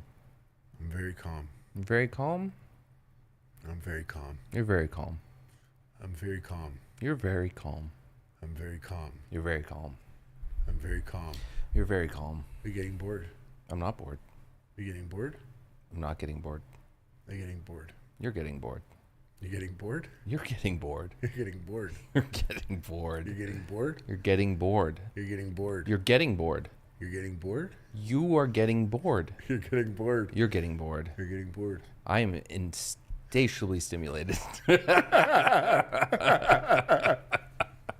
So I don't know. I felt like there was like 1.5 in there. So the thing is, like, you got to understand, like, when you do it, you throw out so much because we're both such amateurs at it. Even though I've done all these hours, I haven't done it in like 10 years. We're such amateurs that we throw it out. It's kind of like, imagine like how many times, like if you've never dribbled a basketball, how many times you're trying to bounce it before you can get it bouncing. before you could bounce it. Now you're bouncing it. Like it builds up to it. So those first bounces, that's not dribbling, that bounce. So we had a lot of those, like you're bored, and it feels robotic and stupid because it's clearing out the air, it's clearing it all out until we're both there in the moment. And like if my teacher was here, she would have been like, you guys had one good interaction. That's a great place to start. Like it's your first time ever doing repetition. And then so an advanced repetition exercise is the knock exercise. And like I never even got to do the knock. I never got that far. What's the knock? The way the knock works is you're doing an activity right now. So let's say you're doing an activity. Let's say your activity is you're on your phone and you're writing the description for a video. So you're writing the description for a video. I'm gonna knock at your door. I have something I need. I have something I need from you. But as soon as I knock on the door and you answer it, I'm going to forget about what it is, and I'm just going to be concerned about you. You will still engage with me, but you're still going to have to upload your description on stuff on YouTube. So you're doing that at the same time while you're still going to engage with me. Okay? I'm going to do the knock. Okay? All right.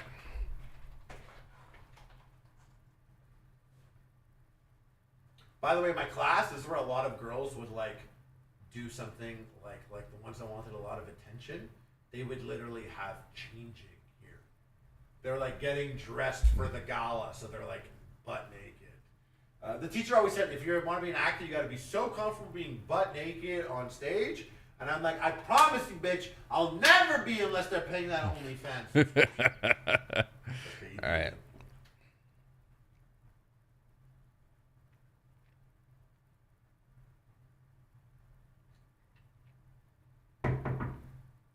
Come in. Hey, what's up, man? You're sitting. What's that? You're sitting. I am. What's going on? You see, no, we only do repetition. There's no talking. Oh, it's still the same thing. Never Okay. talking. Yeah, Okay. yeah, yeah.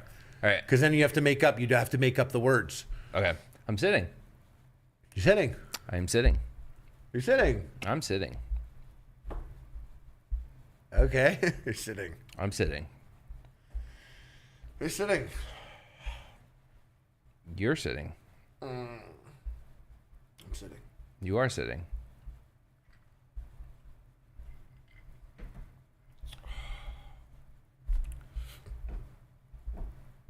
You're sitting. I am sitting. You're sitting. I'm sitting.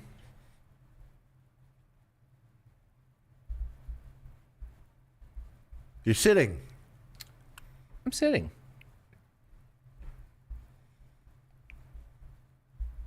You're bouncing. I am bouncing. Yeah, you're bouncing. I'm bouncing. You're really bouncing. I'm bouncing. You're Yeah. bouncing. You're not bouncing. No, I'm not bouncing. You're not bouncing. Not bouncing. You're not bouncing. I'm not bouncing. You're not bouncing. I'm not bouncing. Not bouncing.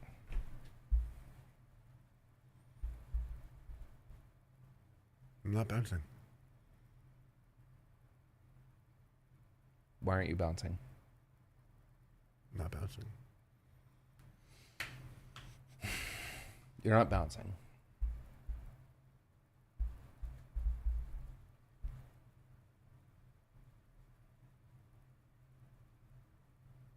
I'm not bouncing.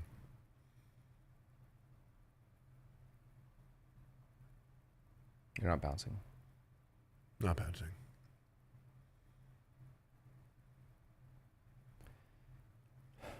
You're not bouncing. Not bouncing. You're not bouncing. Not bouncing. You're not bouncing. I'm not bouncing. I'm not bouncing. You're not bouncing. I'm not bouncing. You're drinking. I'm drinking. You are drinking. I'm drinking. You're drinking. I'm drinking. You're drinking. I'm drinking. You're drinking. I'm drinking. You're drinking. I'm drinking. You're drinking. I'm drinking. You're drinking. I'm drinking. You're drinking. I'm drinking. You're drinking. I'm drinking. You're drinking. I'm drinking. I'm drinking. I'm drinking. You laugh? I did. You laugh. I laugh. You laugh. I laughed. You laugh. I laughed. You laugh. I laughed. You laugh. I laughed. You laugh. I laughed. You laugh. I laughed. You laugh. I laughed. You laugh. I laughed. You laugh. I laughed. You laugh. I laughed. You laughed. I laughed. You laughed. I laughed. Laughed. I laughed. You laughed. I laughed. You laughed. I laughed. You laughed. I laughed. You laughed. I laughed. You laughed. I laughed. You laughed. I laughed. You laughed. I laughed. You laughed. I laughed. You laughed. I laughed. You laughed. I laughed. You laughed. I laughed. You laughed. I laughed. You laughed. I laughed. You laughed. We laughed. We laughed. We laughed. We laughed. We laughed. We laughed. We laughed. We're laughing. We are laughing. We're laughing. We're laughing. You're not laughing. You're not laughing. You're not laughing. You're not laughing. You're not paying attention to me. You're not paying attention to me. You're not paying attention to me. You're not paying attention to me. You're not paying attention to me. You're not paying attention to me. You're not paying attention to me. You are not paying attention to me.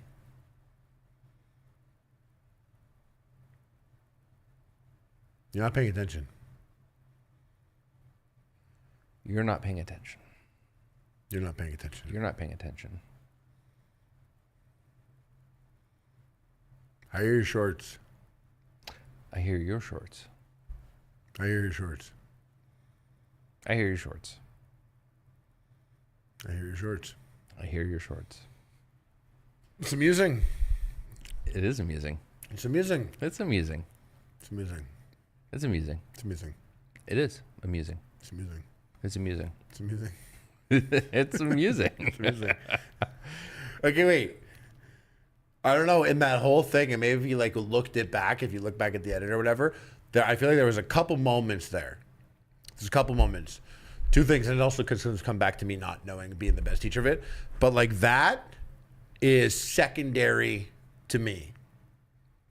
That has to be secondary to me.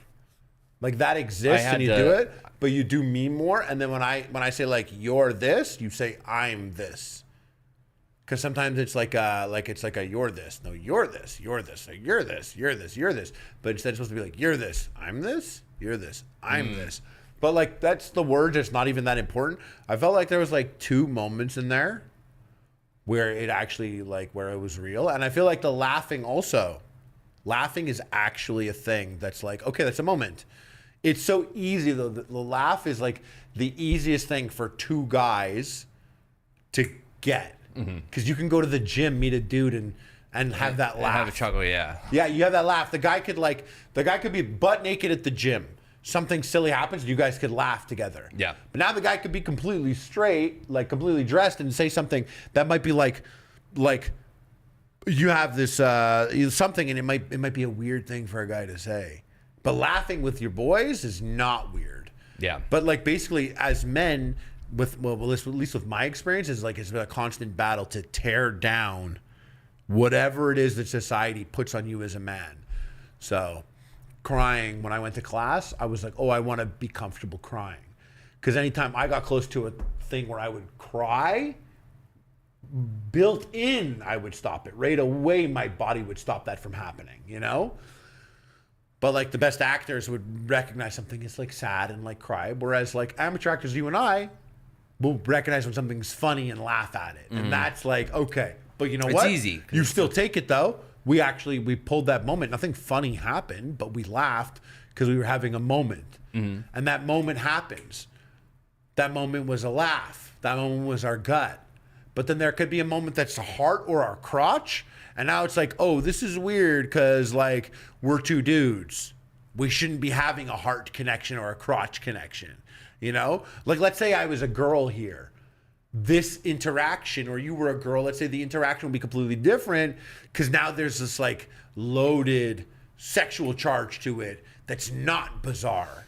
So it's not outlandish. You know that in the Batman when what's the guy's name again? Paul Dano. Paul Dano. When Batman confronts him at what the fuck is this? When Batman confronts him at the what do you call it? At Arkham, right? Yeah. He's in Arkham. When Batman says something like, "Yeah, you're not like me. You're just a psychopath, whatever," and he's like, "No, no, no, no, no." Like, is that in play there? Paul Dano as the Riddler is like what we just did was like we did beginner and then we jumped to intermediate, which we weren't ready for, but we still got to dabble a little bit. And in fact, I think we were better at the intermediate, pulling out our beginner stuff. Like we had more moments in intermediate. But like if you do advanced and like exceptional levels of this, you start to add character aspects. Okay. Now, what if we did the exact same thing, but you have a tick? Physical things are hard for actors. Like it's hard to make a tick believable.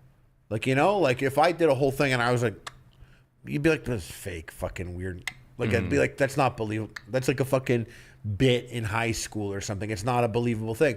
So like Paul Dano, even if he's Meisner trained, this guy is so advanced and he has a job.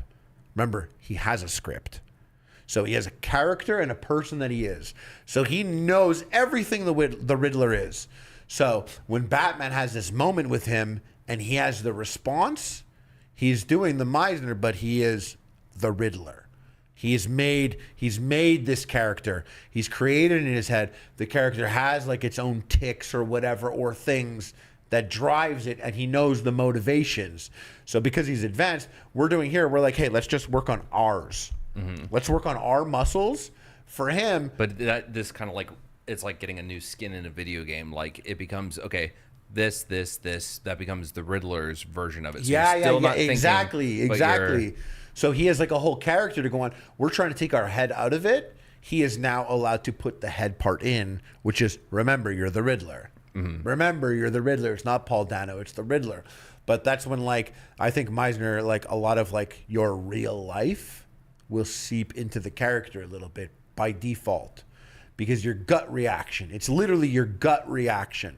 You want it to be the Riddler's gut reaction. You're thinking about the Riddler's gut reaction, and you're so strong with this muscle from your exercising that you will give the Riddler's gut. You will give the gut reaction, but you're gonna make it the Riddler's.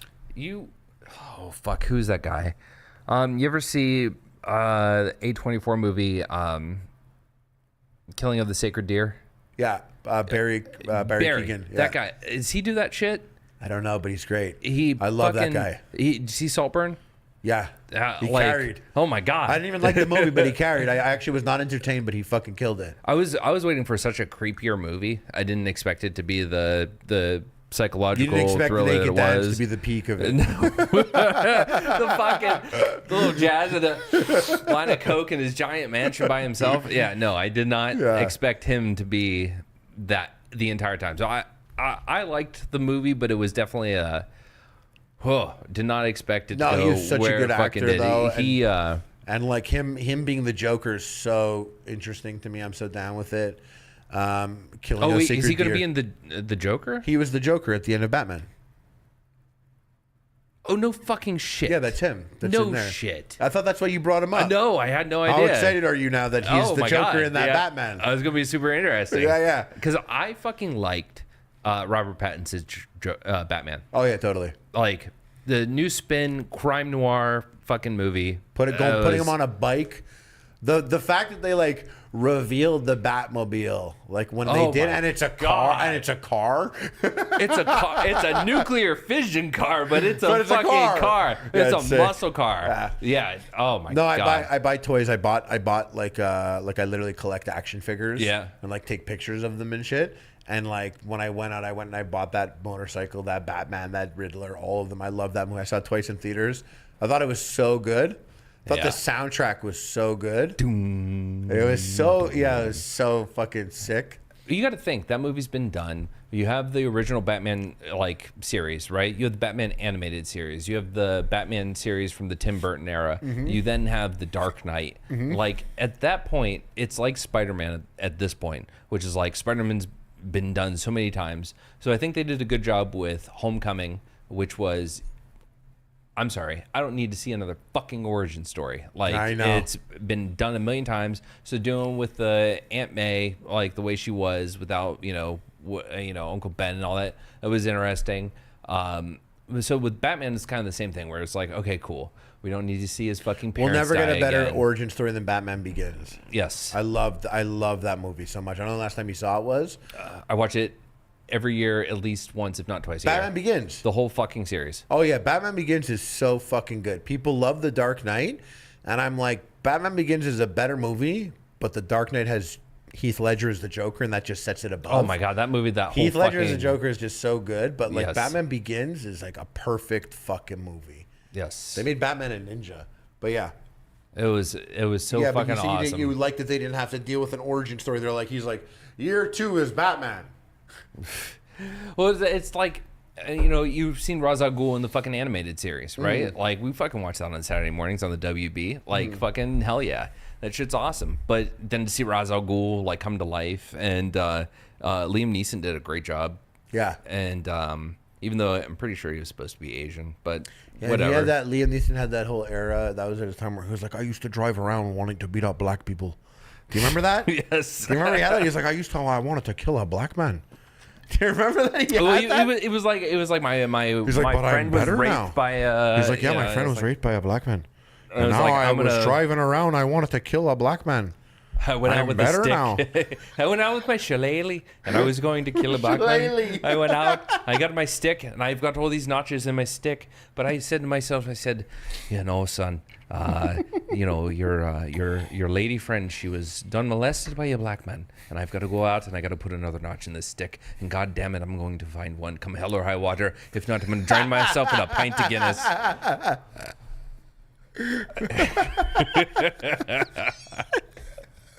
Did you ever see that movie? There's a movie, John Travolta. What if the white people were black people and the black people were white people, starring John Travolta as a black man that's white? Is that a movie? Does this sound fake to you? It sounds fake as fuck. It's a movie. What if the blacks were the whites and the whites were the blacks? And then the whites. Starring John Travolta as a black man.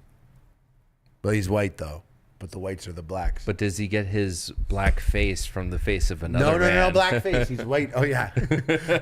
Black face. The face off, except instead of who was the other fucker in that one? Nicolas Nicolas Cage. Cage. Instead of that, it's Denzel Washington. I was trying to show this to friends of mine. I was showing this to a girl, and she was like, "What are these names?" She was like, "What are these names?" The names were like Castor Troy, which is like, if you think about it, that was Nicolas Cage's name, Face Off. I was gonna say, you that's think about not- it, it's such a guy's idea of an action movie name. You're like, his character, Castor Troy.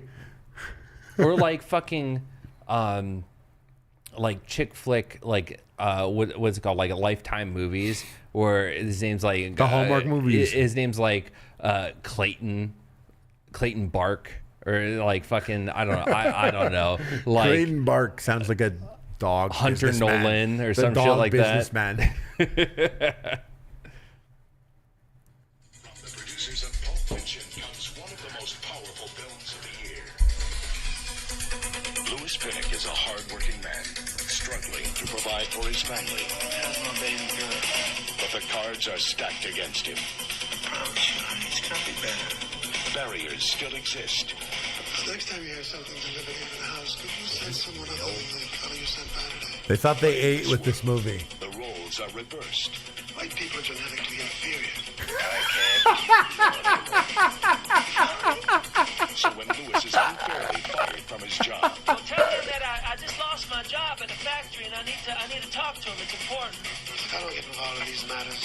he decides to get even the only way he knows how. You know who I am. Whole line about me. What's your head? Don't talk like that. How you want to help me? How you gonna help me? Now I got a gun. You got all the time in the world. Now I got a gun. You got all the time in the world. Don't talk like that, John Travolta. Is this real or AI? This is real. our poor children that will have that question. HBO Home Video presents John Travolta and Harry Belafonte in White Man's Burden. No fucking way. Hold on. I'm sorry. I need to see a Wikipedia page. I need to know He that. doesn't believe me. Guys, seriously, the movie 1995, White Man's Burden. 95? John Travolta as a white man in a world where the blacks are the white man and the Oh white my men God, are the it's blacks. fucking real. And it's an hour and 37. 24% on Rotten Tomatoes isn't the worst. Holy shit. Harry Belafonte was in this? Yeah, he's the black, the white black. Oh my God, I didn't know he was alive until last year. Fuck. He died last year? Yeah, Harry Belafonte. Dun, dun, dun, dun, dun, dun, dun, dun. Wow, I have to watch this movie. I know, right? It's not as good as you think. I don't know. It feels like a stellar thing to get a joint rolled and really fucking dig in. I just send it to my girlfriend and say, okay, we're watching this. Like, we're watching you, babe. What are you doing tomorrow? We're watching What If the Blacks Were the Whites, starring John Travolta as the white black.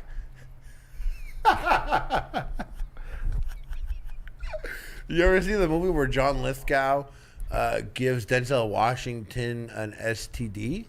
No. Sick. What is that? It's Denzel Washington's like this awesome cop, and John Lithgow's like this crazy killer dude, whatever. But he like ruins Denzel Washington's life. He like hires like a hooker, and like films her fucking Denzel Washington, and she gives him like an STD, and he gives it to his wife and the cop, and it's all like, it's fucking bizarre. There was a weird time in the 90s where we thought we were eating. Oh my God. There's an episode of South Park where Jimmy, the cripple kid, he I can't remember what happens, but like he meets this prostitute, and he's having erectile dysfunction, comedy dysfunction. He can't make jokes and shit. And anyway, at the end of the episode, he has this prostitute that he makes friends with go and like use all the toothbrushes of all the people in town and gives them all oral herpes from it. Timmy, yeah. I never played the South Park game. Well, Jimmy is the one who can actually speak. Timmy is the one who just says Timmy. Oh, okay. Jimmy is the one who uses the. He's the brown that's like. He's like, hey fellas, you want to hear a joke, baby? I got the South Park game. I never played it before. I put it on my Steam Deck, and it was so funny. They had two. You could like choose your class. Stick of Truth. Yeah, you could choose your class, and one of the classes was like Jew. Like you could be like a rogue, a barbarian, a mage, or a Jew. And so I chose Jew, and Cartman goes, Jew, eh? Well, I knew we could never be friends.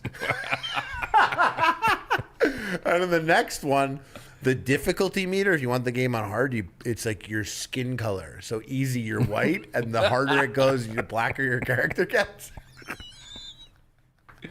I have been a South Park aficionado since that fucking show came out. I used to, I would go to my dad's on weekends, and my mom wouldn't let me watch that shit. So my dad would take me to the video store on Friday when he'd pick me up, and I'm like, Dad, I want a South Park. It was back when it was on VHS, so you could only get like 3 fucking episodes or whatever. And that theater, the place you're renting them from was Scumbags. So it's supposed to be like 3 discs and three VHS in one thing, but they're only giving you one at a time. Yep. Yeah. Yeah, no, they had that episode of South Park. For 15 years of my life, I was like, this is by far the most incredible piece of art that has ever existed. And it was the Scott Tenorman Must Die episode. Oh my God. Making him eat the fucking His pubes parents. and I was then like, the parents. Yeah, I was like, this is by far the most incredible piece of art that will ever exist. And that's like me at like 16. Me at like 16 watching Scott Tenorman Must Die and be like, this is the most incredible piece. And I'm 16 years old. I'm like DMing Doc, like, yo, what's that dick taste like? My mom loved South Park and The Daily Show, which is funny because my mom was like, there's no way they're liberals because they make fun of too much shit and they've got too much of a sense of humor. And I love how they never revealed it. No. They never ever spoke about it or said. No. And then it's like you could tell, like, obviously these guys are liberal. These guys, the fucking Jon Stewart is hella liberal. But it's I don't know. It's funny. Like now we're getting political. The times seem to have changed. Like no one seems to have a sense of humor. It used to be when I used to be conservative, and then I became liberal. And when I was conservative, I always thought the fucking liberals were humorless fucks and whatnot. And now I'm a liberal and I'm watching conservatives. I'm like, these guys are humorless fucks. They're all humorless fucks. No one has a fucking ability to let jokes fly or. Yeah, I definitely, I feel like I mean, in Canada, I don't think I'd be voting liberal in Canada currently, because I don't, and I've always been like, I literally, like, you look it up, you'll see me with the prime minister. Like, he came to my brother's house for Rosh Hashanah dinner. Really? Yeah, like me and Trudeau. He's like, you look on TMZ, you'll see him like breaking bread with me at dinner in 2016 at my brother's house, and it's like a whole like thing. And like, life was different then. Things were different. I lean to that because, like, truth be told, like, I value rational thinking, a rational approach to stuff, and it just so happens that every conservative I knew was like mostly the dumbest people in my high school, and their takes were fucking stupid, and it was like rampant, and it was just so easy to have a super shallow conservative take on something, and it was so easy to have that, and everyone agreed. You could say a super shallow conservative like statement, like "Make America Great Again." And like, it went a long way, like things like that hit for people really. But I knew there was more to that, and like, so I always like my turning point. I do remember my woke moment. My woke moment was I watched a video in a university. This really sweet boy who was white. His skin, the color of his skin was white, and he had dreads. And a black girl walked by, and she got really mad at him and started cussing him out for having dreads. And he was like, "What's your problem?" And she was like cussing him out, but like, you don't get it. You don't get it. This is when you were in school. No, this is when I was, this is like literally like 2015. Okay. Like, I had like never ever cared about politics or ever thought about anything. I really didn't give a shit at all. I just was like, I was what I was. I was like, it was what it was. Like, I was not racist. I was in Montreal. Like, I played football. All my friends are Haitian. My friends are Jewish. My friends are Christian.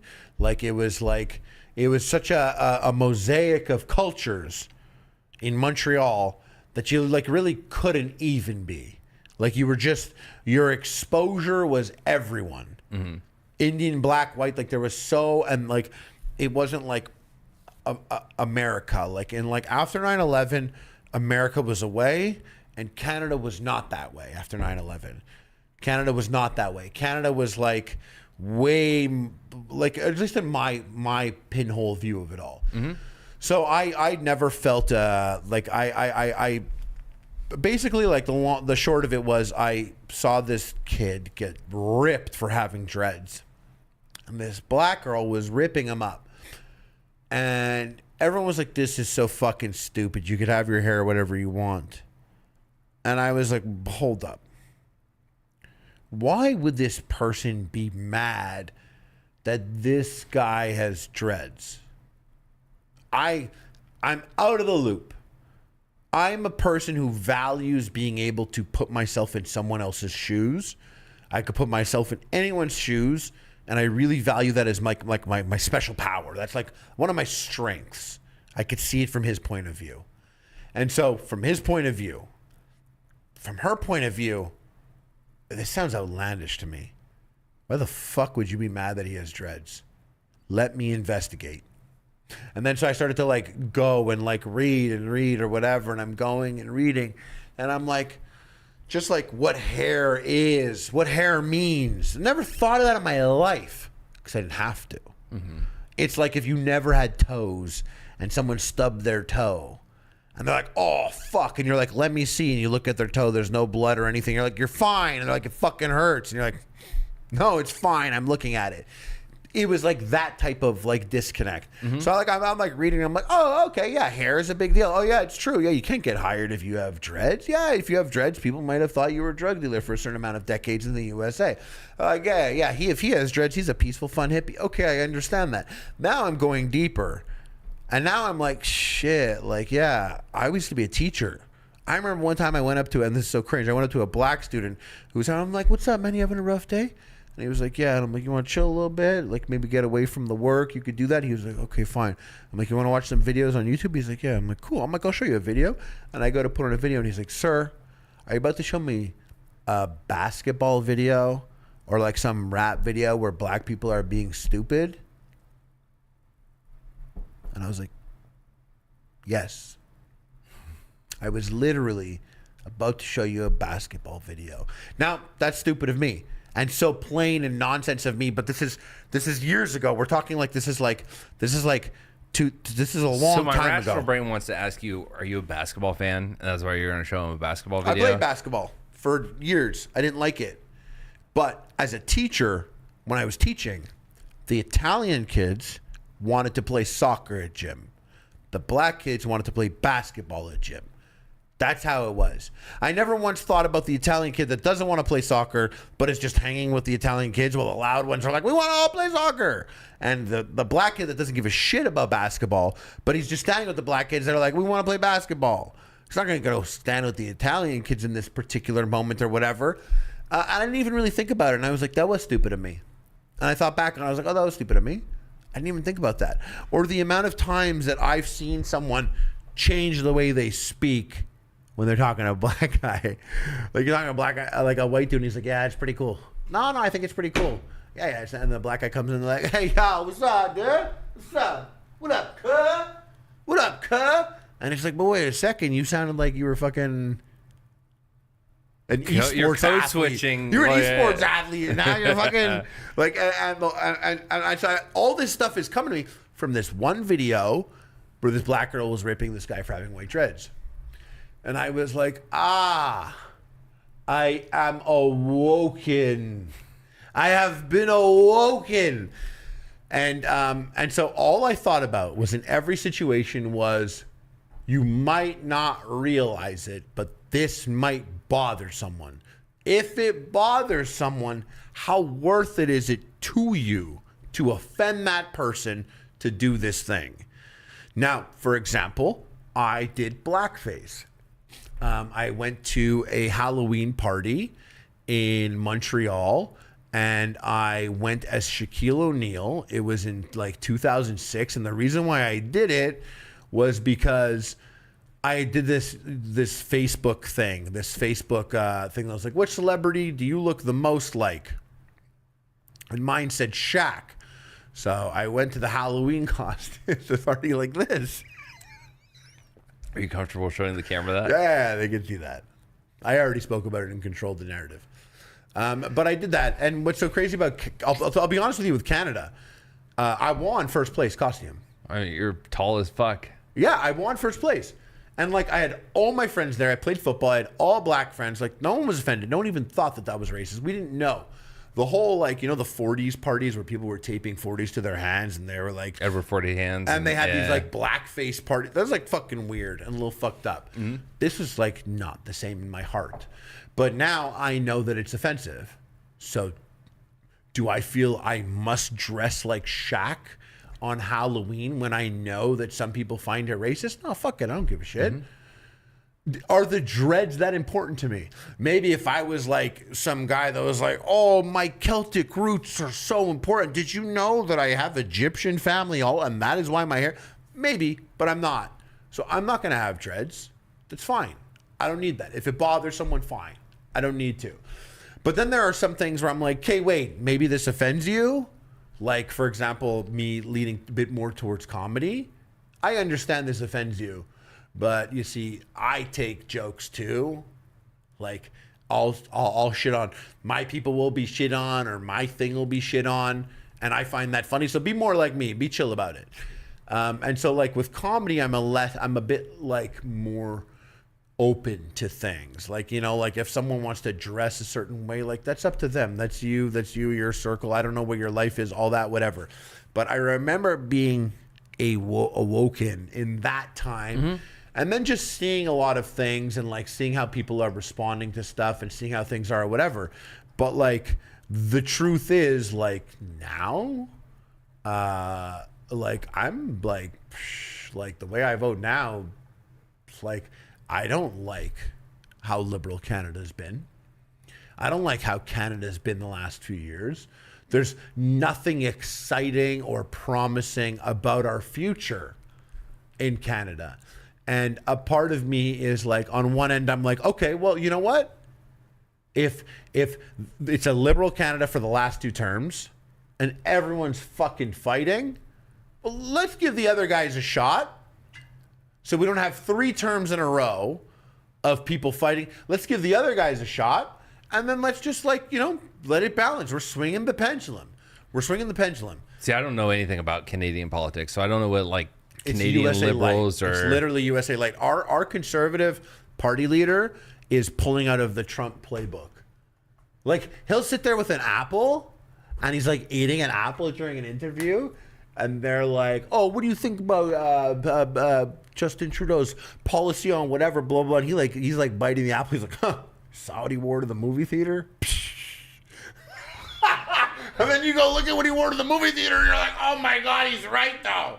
I can't believe he wore that to the movies. He saw Barbie dressed like that." So that's like USA playbook of like this. You didn't even address the thing, whatever, blah blah blah. But like I'm Jewish. I'm a Jewish person. I've been to Israel. I think Israel's like the only subject I have that is probably a touchy subject. I'm smiling because it's been... You're smiling. I'm smiling. I don't know if you've You're seen... smiling. I'm smiling. I don't know if you've seen, but like Israel, I think, has been the biggest contention like between Steven and I. Has been that subject. Why? Because they're genocidal? Because I disagree with Steven on I disagree with a lot of people. I actually saw... I was wondering if we get into this, but we overshot our time, and it was you have bound school to happen. Tomorrow? No, You got work tomorrow? I am fucking. We can do till 6 a.m. So what? You going to fucking surgeon tomorrow? Shut the fuck up. The only issue we have is the limitation on beer and liquor. No, I brought Coke. No, I'm kidding. I didn't. I don't going all I fucking don't do night. Coke. Everyone's gonna believe that. I do have weed. Let's call up John Zerka and get some Coke. Okay, sorry. Yeah. Fucking Michael Rappaport, I think, is a psycho. I saw one of you comment.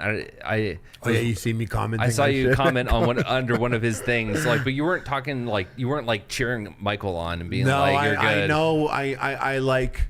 Anyways, yeah. Sorry, continue. You were replying to someone else in the comments, but I was like, I didn't expect Harley here, and then it clicked for me. I was like, everyone says Morenstein, that. Dude, I'm a everyone fucking says idiot. that. People see me comment on things. They're like, "You here now?" It was like it didn't click for me that you were Jewish. Yeah. And then I talked to your mom, and I thought she was from Brooklyn, and I was like, oh, I guess Jewish people have the same accent everywhere. And she's like, "How's my son going to get to the hotel? Are you getting him a car?" And I was like, I'm sorry, ma'am, I have a really weird question. Are you from the States? Because I know you live in Canada. I did. I was like, I know you live in Canada, but I'm like, you sound like you're from Brooklyn. Well, because she's an East Coast And Jew. I realized, oh shit. In my mind, I'm freaking out because I'm like, you just clocked her as a Jewish person and you confused her for a New Yorker. Why don't you ask her if she wants a lox fucking bagel, you fucking She does, anti-Semite? with schmear on it. Yeah. No, but Michael Rappaport is like, I understand what's going on with him. He is like, nobody else has balls to be passionate like that, whether it's like not something someone agrees with or not. Like, damn, bro, you're like on the most popular show on Amazon. Not a big role. Is he? But you're on. He was in the Fallout show just for a cameo for an episode. Yeah. Not big at all. And like, you're out here like yelling. But like, it's also hard because this guy, he also like ripped Trump. And like, this is like the funniest thing. If I knew years ago the topic of it, I like how Israel fuels conversations in a way, I would have been able to had so many interesting conversations, or at least broken up some groups of people in just asking him questions. Because like, what's interesting is like he's a guy that ripped Trump constantly. He fucking hates Trump. Oh yeah. No, he was fucking I think he got a lot of his following from being just super outspoken and passionate about Trump. Yeah. Right. So he despises Trump. But now October 7th happens. You mean the president that put the U.S. embassy in Jerusalem on Israel's side? The guy that like made major leaps for Israel, which is now like in my heart, I think Michael Rappaport is like a one-issue voter. Israel. There's no way he votes for Biden this year. Well, I mean, how could he? Why wouldn't he? Because Biden has like support, like the pushback to Israel has been so milquetoast from the United States. Like, so I don't know. It would be weird if he didn't, because you have all the the large Arab diaspora in the United States turning on Biden for this. So it's hard to imagine. But what are they going to do? Vote for Trump? Trump? I know so it would be much fucking worse. insane. No, That's why this is where it's like in such a weird space where Israel Palestine is this crazy wild card. I associate with crazy weird people all the time. Like it's some shit. I went to go film a music video. A buddy of mine was like, "Will you be in my music video in Austin, Texas?" And I was like, "Yeah, man, for sure." I'm like, "Yeah, let's go." I went to his music video and I got there and I realized very quickly I was the only lib here. I was with JP, the guy, the redhead dude that does those little cute skits. He used to be like a yogi hippie dude, and now he does like super conservative takes on things. JP Awakens, I think his name is. Not familiar with that guy. Then there was this guy Ian, who refused to shut his gym down during COVID. He refused. He fought the government on it. Yeah. He like went. He's got a huge beard. He's there. Robert Malone, the guy that made the mRNA vaccine, is there. The guy that made the vaccine that was like, the vaccine's dangerous, and they were like, shut him up. So now the biggest anti-vaxxer was the guy that made the mRNA. He was like the Real quick, for YouTube moderators who are watching this, we are not questioning the veracity of the vaccine. I say this because Steven was literally in the other. So I cook for Steven, and when I was up in his kitchen, I used to like record myself streaming. I'd have a GoPro, and like so you could see like a first-person shooter view of me cooking. And he makes some comment ripping on conservatives for shitting on the vaccine, but when that happens, they fucking I'm not even talking about the vaccine. I'm talking about how soup is good for you. But YouTube took that, and they were like, YouTube, I got a fucking strike for that. Yeah, a strike. I got a strike. Yeah. Whoa! Did you I appeal appealed it? Did you win that appeal? And I was like, I said nothing about the vaccine, and then I went back through the video, and I'm like, Steven says, the vaccine will kill you. But he was mocking. He was mocking people. So I need to say to you, everyone, the vaccine will not kill you. YouTube, I'm not. The vaccine is safe. The vaccine is safe. The vaccine is safe. All right, continue. Yeah. So he's the guy that made it, and so he's there, and another guy, this guy Lewis, that's like super like anti-pedo, fucking, it doesn't stay really. Yeah. So I show up, and this music video is basically anti-trans. I'm in a classroom with like these guys, and we're all sitting there, and the music video was like on America One or whatever that. Oh no! Oh. And like anyone that knows me knows like I'll fucking suck a tranny dick if it tastes good. No, like I have like plenty of trans friends. I have like lots of gay friends. I lived in Hollywood for years. I will march with gay people like in a millisecond. You know what I mean? Like I am all about that. And this stuff is like offensive. And I never asked before I got there. I hopped on a plane. It was just like, hey, buddy. I showed up. I sat down, and the whole thing was like 2 + 2 = 5. Why are we telling these kids this or that? And why are we doing all that? And I'm like, okay, I'm here. It's fine. And I even I had like conversations with like trans friends. they're like, "What's the deal with this?" And I was like, "Oh, I went down there. It was such an accident, and like I didn't." And they were like, "Yeah, I get it, but like, I'm the butt of this. I'm the butt of this joke." And I was like, "I understand. I regret that I'm just so blasé with the people that I hang out with. I am. I try and so I hung out with these guys, and like this guy like Ian, for example, just writes the craziest, most anti-Semitic shit all the time. He's been like anti-Semite of the week for like multiple weeks in a row. Oh, that fucking Twitter account. yeah. He's and it's so funny because like shit, if you're an anti-Semitic person, you get anti-Semitic person of the week. You know you're gonna be happy about that. Dude, I fucking like that. There's a creator that just recently called me anti-Semitic, and it's like that's I think one of the problems I have with this conflict is it's like I should be able to say like this imperialistic fuckwit country that goes in and takes land that isn't theirs, and people are like, you just hate Jews. I'm like, I was talking about France. It's weird. You think that I was just talking about Israel, right? Sneaky. But it's that. Yeah. It's like I should be able to criticize that country. I'm fully fucking aware. My 7th grade teacher, who was my literature teacher, devoted her entire curriculum, just same way where people are like, I have gay friends, I have black friends, I'm not racist, I'm not anti-gay, whatever. It's like I am well educated on the plight of the Jewish people. I got shit for saying that that the Jewish people are historically the most oppressed group, right? So I'm not. I should be able to talk shit about Israel without having to deal with like the anti-Semitic. Oh, I think I agree with you. There are people like I look at some conversations.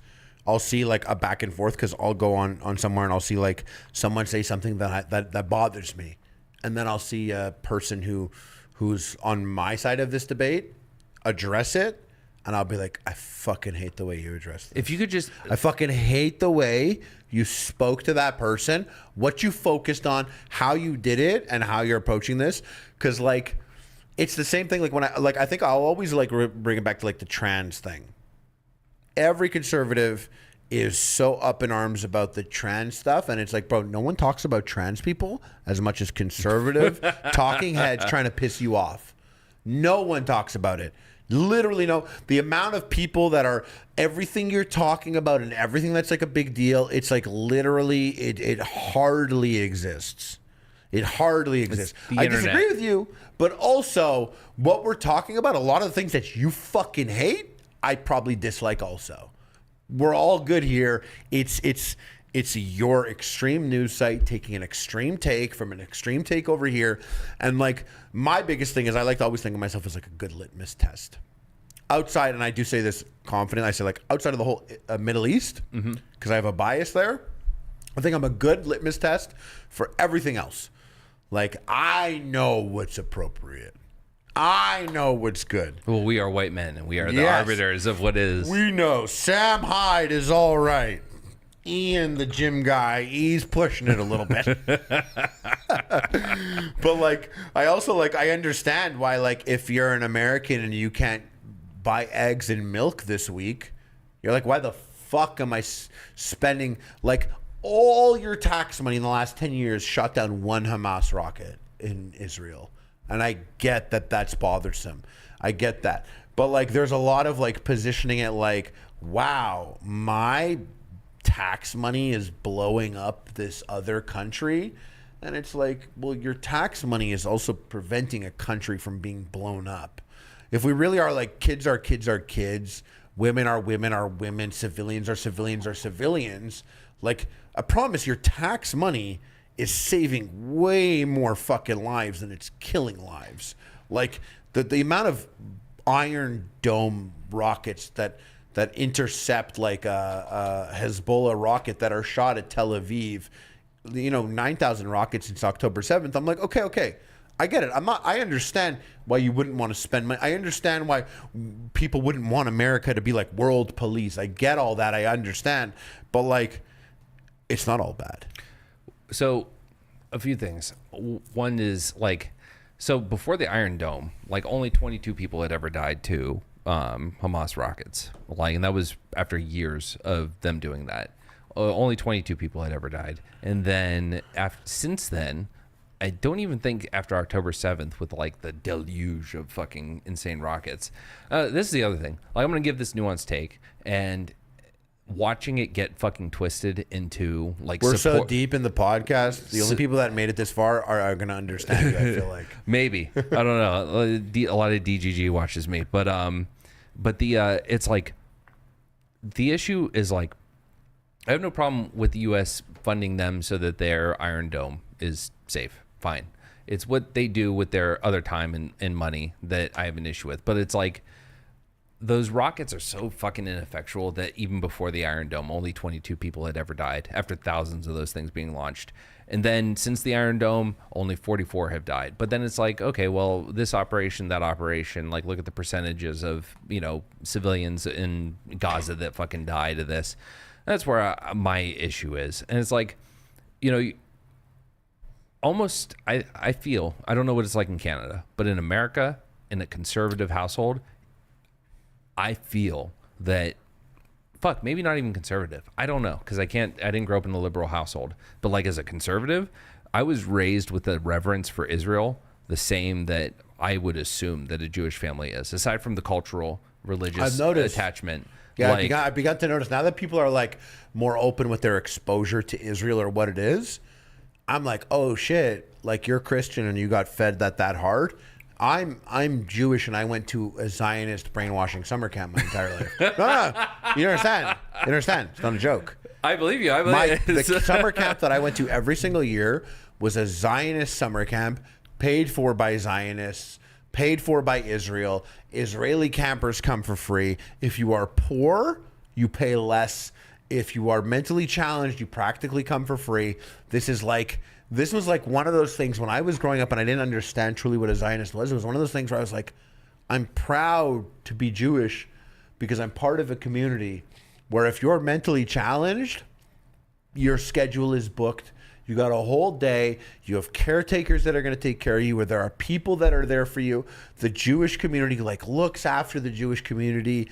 And I love that. I'm so happy to be a part of this community.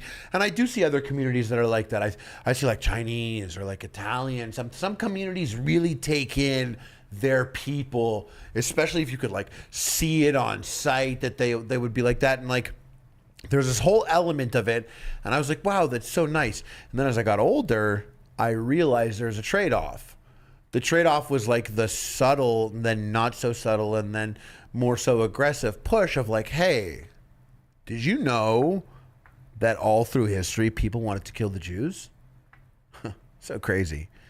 Did you know that if you come to Israel, you can get an Israeli passport, and all we ask is that you put time into the army. But you're putting time into the army because you happen to be Jewish, right? We do good for you. Everyone wants to kill us. Israel has a right to defend itself, right? Everyone wants to kill us. Yeah. Yeah. See, so when I think about when I'm like, okay, let me be not biased. I'm going to be not biased. Okay. Let me be, who have I been for the last 6 years? I sat there and I tried to research, why did that girl get offended that kid had dreads? Why did that happen? Okay, let me understand that. Okay. You know what? I can support her. I'm going to support her there. I'm going to stop and I'm going to think. And I will say that I've never seen as much homophobia online as I have in the mainstream online circles in the last 5 years in my entire life. The fact that someone will go and say an anti-gay homophobia thing that's been on the record, been a slogan for decades, protect the kids, stop messing with the kids. No one's messing with the kids. I understand the angle and they got you. You're a mark for that. But I know there's more to protect the kids than just saying that. Right. And I understand that. Well, they turned the whole fucking trans movement into a fucking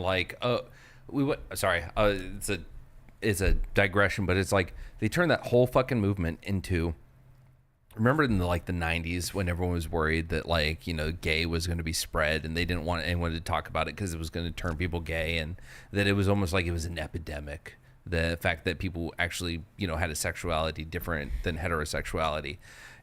We made so much progress with the military getting rid of Don't Ask, Don't Tell, the Obama, Supreme Court fucking ruling the way they did, and gay marriage being allowed throughout the United States, like all that happening. And then we jump to 10 years later, and now it's like, oh yeah, they're groomers. And it's that same like view of homosexuality as perverse and like morally corrupt. Sorry. Anyway. No, but like, so like, that's been important to me. That like, I know there's such a chance that I might have a kid and he might be gay. I recognize that it's not a choice, that someone could just be gay. And then I'll spend a lot of time and energy making this a safe world for gay people. But that's on one hand. On the other hand, am I really going to go and take the one country in the Middle East that recognizes gay marriage in their military, to pick the side of the countries that taught me what the word defenestration means, like throwing someone out of a window because they're gay? And I know that like we're not here to like Team America put our values everywhere else. But like, holy shit, when I see like some of these people show up at the Pride Parade and counter protest the Pride Parade, and they have like 7-year-olds stomping on the rainbow flag, I'm like, shit, I couldn't even imagine how I feel now as a Jew, with like a lot of my friends being like, oh, fuck Israel. Fuck, I don't hate Jews. I'm just saying fuck Zionists. Oh, okay. Do you know that like half the Jews in the world are Zionists? They live in Israel. So if you took every Jew in the world, they live in Israel, that's half the Jews, half of them are Zionists, and then add however many, you're like, oh, I don't hate Jews. I'm just saying fuck 75% of them. Well, that's the problem, right? Is that like, you can't, if you could take the Jewishness away from Israel, the conversation changes so dramatically. Like if this was just some white Christian nation doing this, the conversation's completely different. And that makes it hard, because then you can't, because then when it's just like, if I don't make 1,000 different qualifiers before I say anything, and it doesn't, like, I make all those qualifiers and then I give my criticism, even then with the way things are, it can be easily discounted. If someone doesn't like the argument you make, good or bad, they can just say you're anti-Semitic. Thought termination. It's done. They don't even have to worry about whether or not they're addressing your issue. They can just call you an anti-Semite and you're done. Like, because at that point it's like, oh, I'm not an anti-Semite. I love the Jewish people.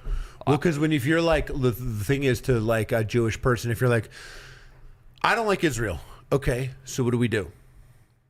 What do we do? Okay, Palestine. Okay, river to the sea. Okay, let's do that. Okay, river to the sea. We all agree. What do we do with those Jews? Where are they going? Where are they going? And then if you like look at the map surrounding it, so you have all this Arabic Muslim land, all this land, and this literally it's this big. What are we going to do with half the Jews in the world that live right there? So that's why I say I am a Zionist, even though I am in this war very pro-Palestinian. That's why I say I'm a Zionist, because I accept that Israel exists. My like the TLDR is like, after World War II, Dan's take is that they should have gotten Germany, which is radical, but understandable. I honestly think they should have. I honestly, I don't know why the USA didn't give them Florida. That's one of. It'd be perfect. It's the same fucking climate. Let's go drive 10 streets up from where we are, and you will be in Little Israel, literally. Yeah, it's actually called that. Is it actually called that? Yes, it's actually called that. But no, the United States and Europe, if they weren't fucking anti-Semitic, would have fucking taken them in. And that's what should have happened. So again, how am I an anti-Semite? No, but that's recognized. Like when Jews are alone, and Zionists are alone, Jews are alone, and they think about this and they look at everything, there's one takeaway: the entire world hates Jews. I have friends that don't care about Judaism. They don't give a shit. They never did. They never went to a camp like I did. They were never a part of that or anything like that. And their take in this is like, I have no choice but to back Israel, because even though I don't give a fuck about Judaism and I'm not Jewish, the entire world knows I'm Jewish. The entire world will think of me as Jewish. So even if I'm like, fuck it, and it's true, I don't eat kosher. I make my money on bacon. Like, like I have like a buddy who's like the least. He doesn't give a shit. He doesn't give a shit. He actually, like, his dad is so Islamophobic. His dad will send him shit, and he'll send it to me, and we'll laugh at his dad, how Islamophobic is, and be like, what a fucking dumbass. Boomer idiot. You know? We'll do that because they're not the same. We're not the same. But this is all in this talking world on cameras where we could think and have the time to sit and think. But, like, you think most of these countries in the world give a shit about anything that I'm saying other than you are Jewish? They don't. And whether or not yes it is or yes or not, we could debate that. That's how a lot of Jews think. Yeah. A lot of Jews are just like, oh, the world hates us. Well, we have no choice. Like it's what's her name? Which is also like another thing. Like, it's like you had a female prime minister in the 70s. That's a pretty cool ass country when you think about it in terms of progressiveness. But like, You know about Israel? yeah, Israel. They had Golda Meir. She was like this, like a female prime minister, decades before like anyone else even starts to do it. I We're think like, before Britain we're had. applauding Yeah. Mexico now for it, you know? And it's like they had this person. She's like running it, but we're like, yeah, but I think we're gonna have to destroy this country because this country here that makes women, you know, wearing a cab from head to toe. This country, which has close ties to Iran, which literally killed women for wearing hijabs incorrectly. Yeah, they're the underdog military-wise, so we choose them. Let's take every single human rights thing that you've done, throw it away because you're winning this, and let's give it to them. Even though, like, if you took this entire table, Israel's the size of this, and all of that land are countries that Jews are not allowed in. There is 0 Jews in Syria. You can't go to any of these countries. And not only that, like Gaza, like this Jordan, this is all Gaza. Palestine. Jordan, this was all Palestine. It's in Jordan now. What do you care about this? Look how much Palestine is here. Well, that's why for overall, like I, again, call myself a Zionist because I believe that Israel exists and it should exist. Like it's too long, like existed. Like there's no rolling it back. There's no, okay guys, got to go somewhere else. I know, I agree with that. It's like the same thing with like when I think about like Native Americans and stuff. It's like, okay, well, what do we do now? Now what are we doing today? Now what what we do for the is we future? fucking we put a ton of fucking money, and the reservations should be the fucking coziest places on the country instead of the issues with drugs and alcohol and rape and all that stuff. Yeah. Reservations should be the safest, coziest fucking places. That's what we should do. Country's fucking up, not doing that. Yeah. but, Canada too. But as far as Israel, like my thought is this: like I think that there should be a contiguous Palestine between the West Bank and Gaza, which does mean some land needs to be given back. Like no checkpoints to do that. Exactly. Yeah. Like they should be able to go to their own fucking country without that shit. My whole thing is that Israel has done a lot of bad shit, and that So it's baby America. and then They've done exactly. all that shit, all the CIA shit, all the fucking Dude, the things. my first like, a game that a few people like to play is see what someone tweeted on 10/7. And if you go check my tweets, you go check my logs in DGG, you know what I say? I say game. that it is. I totally get why people play it. I got mad at someone today. I saw their thing. I got their thing, and you know what I did? I went and I put resistance, or I put freedom, and I searched those things, and October 7th came up, and this guy was like, "People will always stand up against the oppressors. It's beautiful," and I'm like, "The barbarous oppressors," and I was like, "Bro, what do you mean beautiful? 39 Thai people were killed. You think they fucking know what the fuck is going on here? They were fucking killed. They were at a music festival. It's not even anything. They weren't even at the music festival. They're like just Thai people working on a kibbutz, like for money to send back to their families. Had nothing to do with anything at all. But like, yeah. Anyway, sorry. Tweeting on October 7th is a hilarious game. It is, but it's like on mine. All I say is Israel. Sorry, I want to go see my friends who type like, damn, y'all watch Bear last night?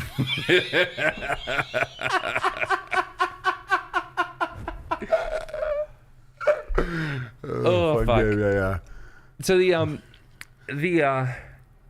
you're seeing what people tweet on October 7th. Oh yeah, so my comments on October 7th were Israel's going to fuck up and do what we did after 9/11, which is overreact.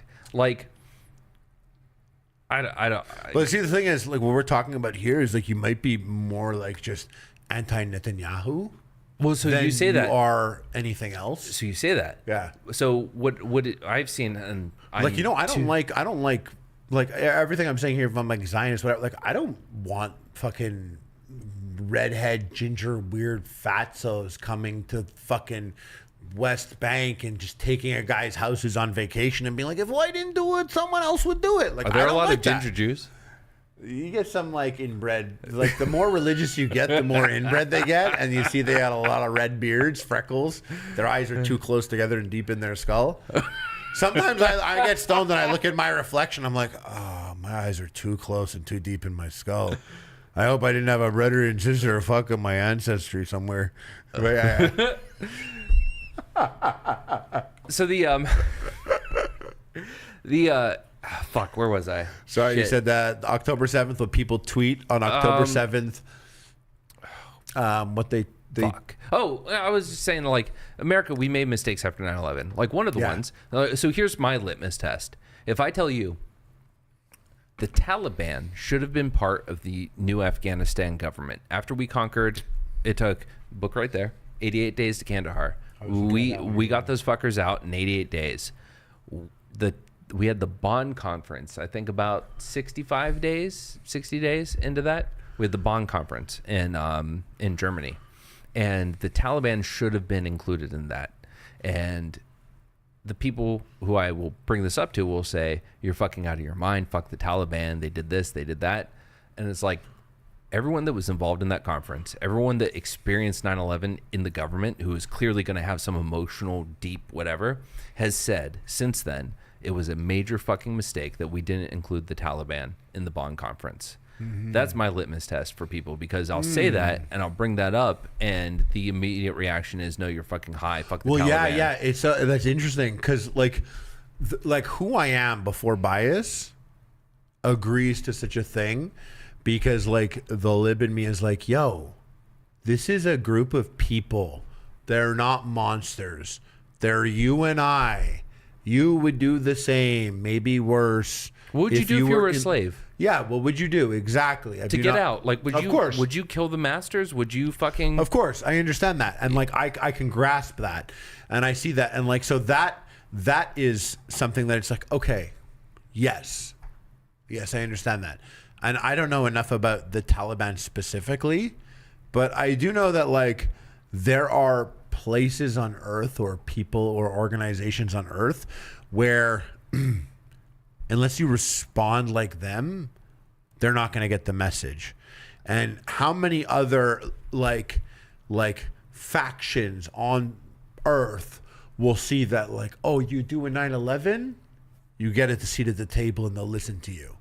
Well, then, So let's do our own 9/11. And so I can't think of a better word for this than ego. So give a little charity with that. Because, Yeah. because I can't think of another way to describe it. But like when people are like, no, like you can't give what? Because my comment on this is statehood for Palestine, a seat at the table at the UN, and negotiations for what a new settlement between Israel and Palestine looks like. That's how we get to peace. And Hamas has to be a part of that, because I equate Hamas to the Taliban. And people will say, what? So they get everything they fucking want because they did a terrorist attack? And it's like, you can look at it that way. But if we go down that road, that's a road of violence that continues the conflict. See, I like what you're describing is basically, like, from what I understand, is exactly what should have been and could have been at the very beginning if the Arab League of Nations had been present for when Israel became. If they accepted Israel then, and they had accepted it all then there would have been two countries. And they would have both existed, no? Isn't that what was going to happen then? So my history of Israel is a very baseline up until 2005. You go to 2005 to now, I can tell you all kinds of shit. like they, as soon as Israel became and the UN was like, oh yeah, Israel is a country, whatever. But the Arab countries were absent during this and then attacked Israel. But of course, it didn't start there. There's a longer history before that. yeah, if they but had- Israel, when they began, If they had accepted Israel as they began, then 1967 doesn't happen. Right? Exactly. Yeah. So I think some people are like just like any group of people, there are Israelis that are like warmongers. There are people that are like, no, you attacked, you lost, then we take it. This is what happens. This is war. This Sounds is like how- fucking Road Warrior shit. Yeah, literally. We ride. Yes, we ride. My ride of war. But like, I know some people like think like that. But like, as I said, in my real life, person to person, I'm not a person that holds a grudge or whatever. Shit, I wish they would sort the peace out. Like, do you know how many issues would be solved if there was peace there? And like, before this happened, there was like this monumental peace agreement that could exist between Saudi Arabia and Israel, which is just so outlandish. But it's such a growing dream, up, right? Yeah, me growing up in like early 2000s, like there was never an idea that would happen, or like that Egypt and Israel having like an official peace agreement, even if like behind the scenes Egypt has fucking tunnels into Israel, but like officially this is an agreement, and like they're just a compatible people. That's the most pathetic part. Is that I look at it and I'm like, oh, like We have. You have Israelis falafel. that know- You have falafel. We we make falafel. We made falafel. No, we made falafel. You copy our falafel. You copy our hummus. You copy our hummus. Back in like it's- the 90s, there was a summit between Arafat and someone else. I can't remember who it was. Bill Clinton, no? It was Bill Clinton, Arafat, and someone else. And they have a summit. Nothing gets agreed upon. The only thing that they did agree upon was that the hummus sucked. That the Americans couldn't make good hummus. That's so cute. It is. And Humans are so funny. There's a video I saw, and like I literally like sometimes I get stoned, and I'm so old now that like I could be like emotionally affected. It's probably like other shit like piling up that like comes, but like it was these IDF guys, and they went into this house when they were trying to rescue the hostages. And they go in this house and they kick open the window and they climb in the window, and it's dark and scary, and my stupid fucking brain, it looks like a Modern Warfare level, and they come in and the fucking gun is up and the flashlight's around. It looks like Modern Warfare, and I'm so stupid and fucking lucky. And like they go to the back room and there's like 3 dudes on a bed, and they're like scared as hell. And like I'm just like, I'm trying to imagine, I'm like, bro, I'd be so scared if I was this 20-year-old kid walking in this dark, a fucking grenade could be anywhere in this house and it could blow up. And then I'm like, dude, if I'm this guy who's like, I know a couple of Jews, they're not that bad, and I'm lying on the bed and now there's a gun in front of me and it's like a random 20-year-old holding it, and maybe someone from a mosque, and I'm just like, oh, it's so bad for this kid. It's so bad for that guy. I'm like, if I was this kid coming into this house, I would fucking cry. If I was that guy on the bed, I would fucking cry. And the guy on the bed, he's like freaking out, and he says something, and I don't know, I don't speak their language, but like they say something to one another, and the guy's freaking out, and they put their hands out and they pound each other. And like even saying it now, like I almost like want to cry. They like have this moment and they like pound each other, and I'm just like, shit, man. These 2 guys were like, they could have been friends. Like they live like 3 kilometers from one another, but we're here because of like what? What is that? I always try and like, when it gets so complicated, I try and get super simple. And I'm like, okay, super simple. I'm like, yeah, I choose the country that recognizes gay marriage, or I choose the country that had a female prime minister. But like in this scenario, when we're getting more complex, what's the simple aspect here? Religion. This is a religion scenario that's tearing these 2 guys apart. Yeah, we have the invisible line on the ground, but like they had this moment and they just give this dog pound, and I'm just like, here I am. I don't even speak the language, and I'm trying to grasp and have this idea of what should happen to them, but I have no idea what it's like being that guy or that guy. But whatever the fuck they got going on, they found that moment to be like, cool, and dog pound. And I replayed it a billion times. I sent it to like 100 friends, and I was like, this is like fucking crazy. These guys are compatible. Like, God, I hope AI figures it out. Like, because it's pathetic. It is, and it's fucking sad. I don't know. And it was like, I don't know. You talk about the wokeness thing, right? And it's, who am I to like make commentary on this shit? I Fucking U.S. soldier, bro. Amen, brother. Fuck yeah. death, pain, destruction, sir. Real quick, more ice or do you want a beer? I'll take a beer because I feel like I'm otherwise gonna be hungover tomorrow. When is your episode with Bridges? Not even tomorrow. I have nothing tomorrow. What? You bring a bathing suit? Yeah. All right. We have a pool. Oh yeah. So I should come here. Yes.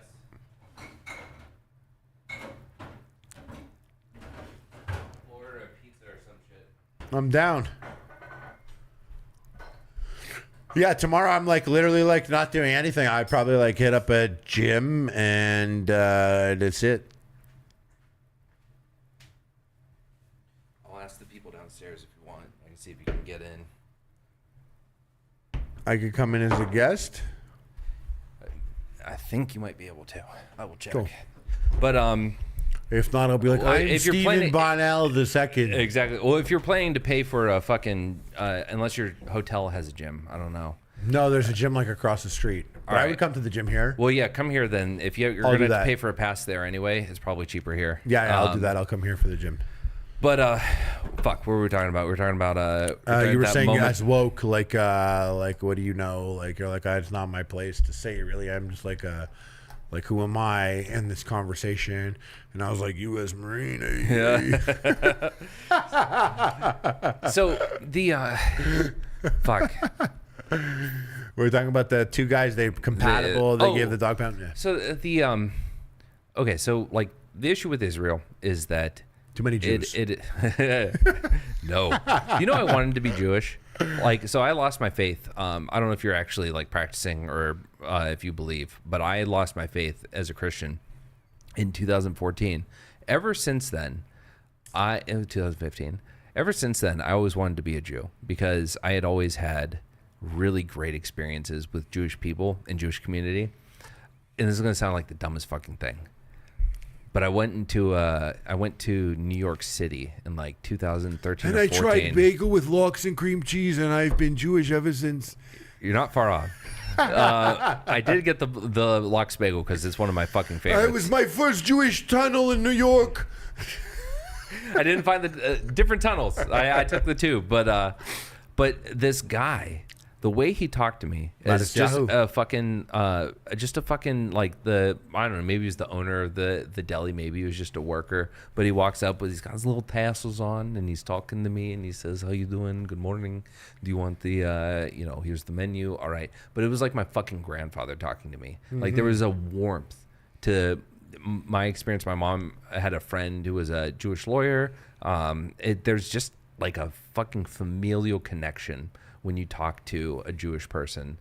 In my experience, it sounds like I'm fucking. No. I think about like I'm not. I'm literally as in my soul as Jewish as you. Ultimately, in the sense that like what there was decision somewhere along the line in the past that changed it, but like ultimately like Jews are this old suitcase of history, of human history, that have just been around. It's like one of the oldest things we got, like that, and like Chinese culture, or like the oldest things of humanity that are still active today, really. But sorry. So this guy came and he was like, He was just but that's what I was describing with my positive experience with the Jewish community. It was not that I was like, it's the Torah and the Torah is teaching, speak to me. I was like, wow, the sense of community is beautiful.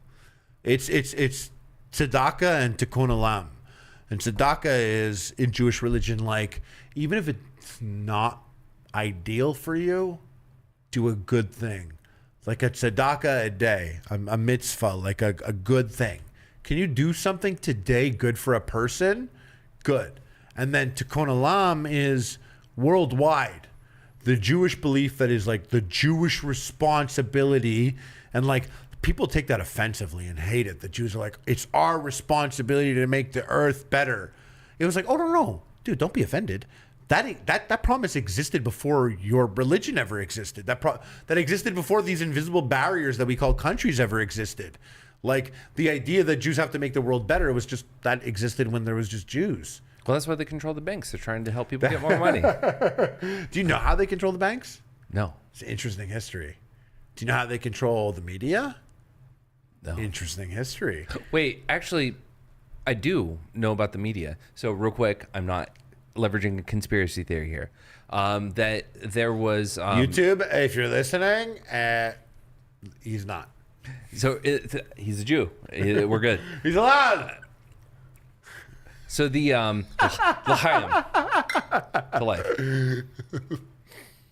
I do love Fiddler on the Roof. Anyway, so there were fuck. I knew it way better before I started opening my mouth. So I know that like in the early days of Hollywood, that a lot of Jewish people ended up in roles within Hollywood because of various skills when they migrated in the early 20th century.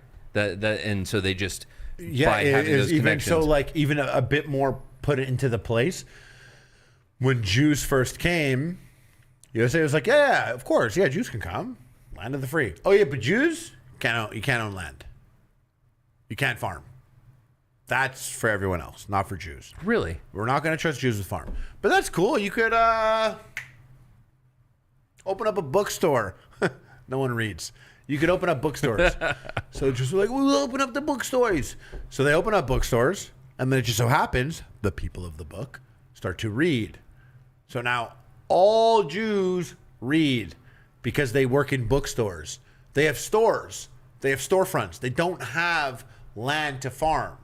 They do bookstores, and they know how to read because like it's what they do. They're selling books.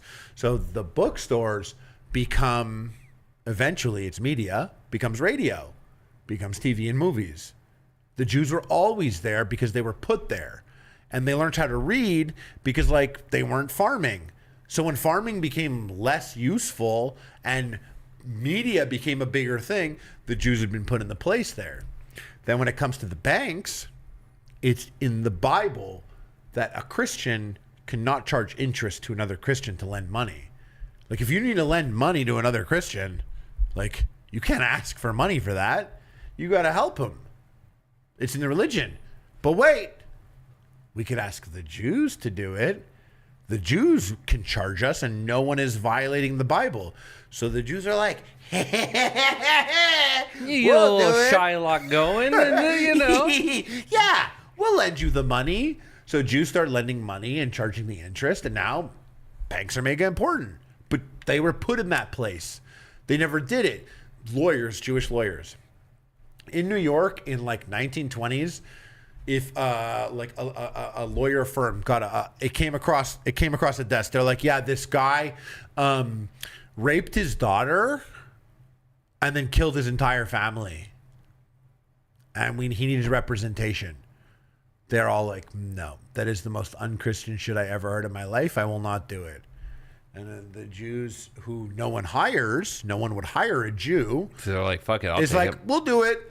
So the Jews go, and now they're representing, like from the 1920s onwards, they're representing a person who killed his daughter, killed his family, 1,000,000% the most guilty guy ever, but they're studying the book to how to defend him. So now fast forward to the 70s and 80s, anyone will take any case. Well, it just so happens that Jewish firms have been playing lawyer on hard mode for the last 50 years. Well, and I assume that at that point, like, you know, the meme about, you know, you're Jewish, like fucking Louis Black makes jokes about his mom saying, why didn't you become a doctor or a lawyer, you know? And it's I assume that it comes from that, right? Where it's gotta, I feel like it would have like some connection, because it's like, how could you not? Well, these Jews are so, but like, that's like, I see it with like Chinese a lot. Like in Canada, Chinese get blamed for so much shit since COVID. Really? Yeah. Well, the COVID thing, yeah. The COVID thing, but then like, there's also like condos. Like someone built a 50-floor condo in Toronto. Yeah, the owner doesn't live here, and he's never gonna be here. He lives in China.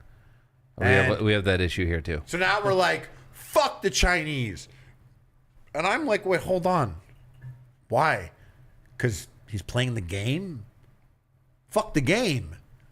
We could change the game. Hate the game, not the player. We make the game. We make the game. Why would I get mad at the Chinese guy? I'd rather sooner get mad at my prime minister for putting the building for sale to someone who's never going to set foot in the country. Yeah. It's like that's the difference. Like, and like I see like and I'm like fully aware of Islamophobia. Like I see the Islamophobia, and like I don't back up. Like someone's gonna send me a thing and be like, you see what they do, and it's like, no, that's not it. That's not it. Or when they're like they pray outside, they'll show Muslims praying outside. They'll be like, nah, look what Canada's become. That's cool. So who gives a fuck? That doesn't bother me. So you know that doesn't bother me at all. What bothers me is like when like and I heard this happen in France. Like this investigative journalist was in France, and she went to this like predominantly Muslim town, and she's a woman, and she went into a cafe, and there was all men there, and they're like, you have to leave. She was like, why? They're like, because it's nighttime, and we're all men here, and we're hanging out, men. No disrespect to you. She's like, what are you talking about? You're in France. And they're like, yeah, but we're not going to have a woman here with us at night when it's boys' night, basically. And like, geez, this whole thing, someone could find it and look it up. But like, I was like, oh yeah, that I don't like. Yeah. You can pray on the street. You can go to the park and you could pray. I think that's cool. And in fact, like as myself, like I went and I got baptized after the fact. I went and I read the shit out of the Bible last year, literally, because I was just so fascinated with it. And now I want to understand the Quran more. I want to learn how to speak Arabic. I want to do these things, but I don't want Sharia law at all. Not at all. I don't want anyone to tell any woman what they have to do. And that's my biggest dividing factor is like no one in Israel is going to tell a woman what they have to do, but the countries around it, they do. And that's when I'm like, shit. So I spent all this effort defending trans and gay to then go and be like, yeah, hold for a second.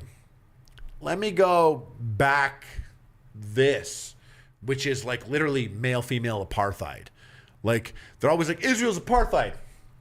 We could talk about it and debate it, but you know what's definitely apartheid is the fact that women have to cover their face. If half the population has to cover their face, I don't want it here. Well, and you know what? I give you all. I hope you have a country to do that, where people want to do that. But I hope every single woman that lives there wants to do that. And if they don't want to do that, they could leave. I think. I'm just going off pictures in my head. I don't think that, and this is pedantic. I don't think that that Gaza had the like burqa requirement. They didn't. Or anything You're like right. that. You're right. They didn't. No, Gaza didn't. Sometimes I'll see people and I'll actually comment on that when people are like, "Oh, you're a woman in Gaza. You have no fucking rights." And I'm like, "Well, hold up. Women in Gaza can go to university. Mm-hmm. Women in Gaza could drive cars. Women in Gaza don't have to wear a niqab or a hijab or anything like that." Well, that's for sure. But then again, poor Gazans, poor Palestine, run by Hamas. Hamas is an Iran proxy. It just further tells me that Iran is making the people that they care about wearing niqab and the people that they don't care about, you are fodder for Israel to keep Israel fighting. And I think back of like this Islamic Republic of Iran, and I'm like, that's a problem. Oh man, I'm sorry. We could go so fucking deep. So I like, know, what are we doing, bro? What is it like 1 a.m.? Hello? Mommy, take me home. He hates Jews, mommy. No, don't tell her that. Your mom was so sweet and nice. Oh, the debates happened tonight. Did they happen? They did. We missed them. That's so crazy. I saw that when I was coming here. What does Steven do? Does he sit down with it? He's probably up there watching it right now. I don't know. Is he live? Let's check. It depends on what my view count is, because my view count jumps when he goes offline. Oh yeah, I think he's offline. Let's be the post waiting room. Have people been commenting on what we've been talking? Did people hear did they hear what you said about Dr. Disrespect? Did they hear what you said? You said you agree. Have people been commenting on what we No!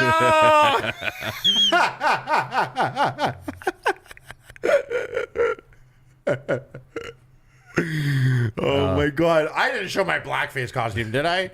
Oh fuck, I did. You did. I love you, Aaron. I'm sorry. Yes, we're still going. Fuck. Oh, like here's another thing two things that bother me. One is people accuse me of having guilt for being in the military, and that's the only reason I have any empathy for Palestine.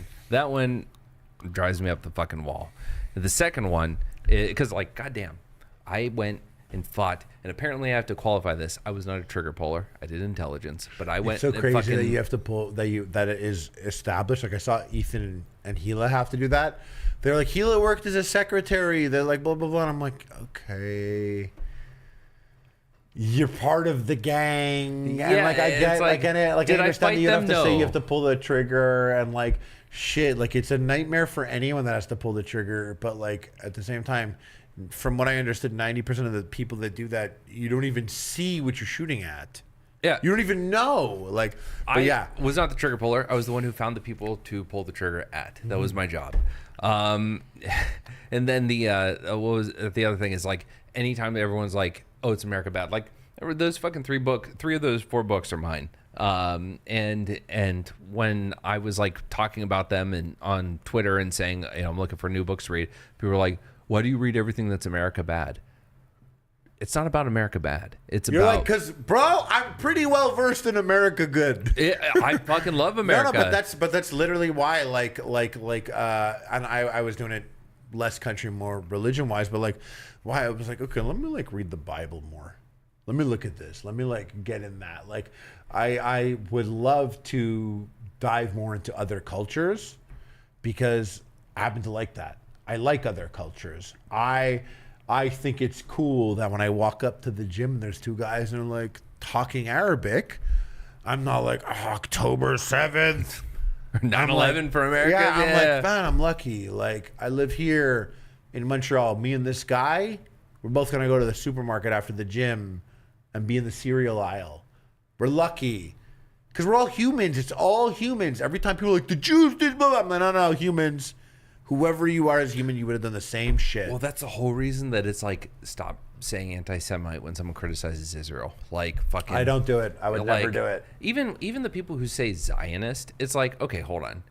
Do you think they mean Jews when they say Zionist? This is one of the difficult things. And when like certain people were getting early on into like the research about this fucking thing. And by the way, you can say you're ready for bed anytime. I'm not going to be offended. You don't know the type of crackhead I am. Okay. So we or when like someone says, you know, fuck Zionists or whatever, it's like, okay, what are they talking about? The lazy thing, now this is a dumb argument I'm about to bring up to analogize this, is like, I used to argue, because I used to be like, why can't people say the N-word? Like, if I'm not saying it offensively, if I'm just saying it because it's a pejorative and I'm calling someone the pejorative. The song? And it's like, no, not even singing the song, I'm playing Call of Duty, right?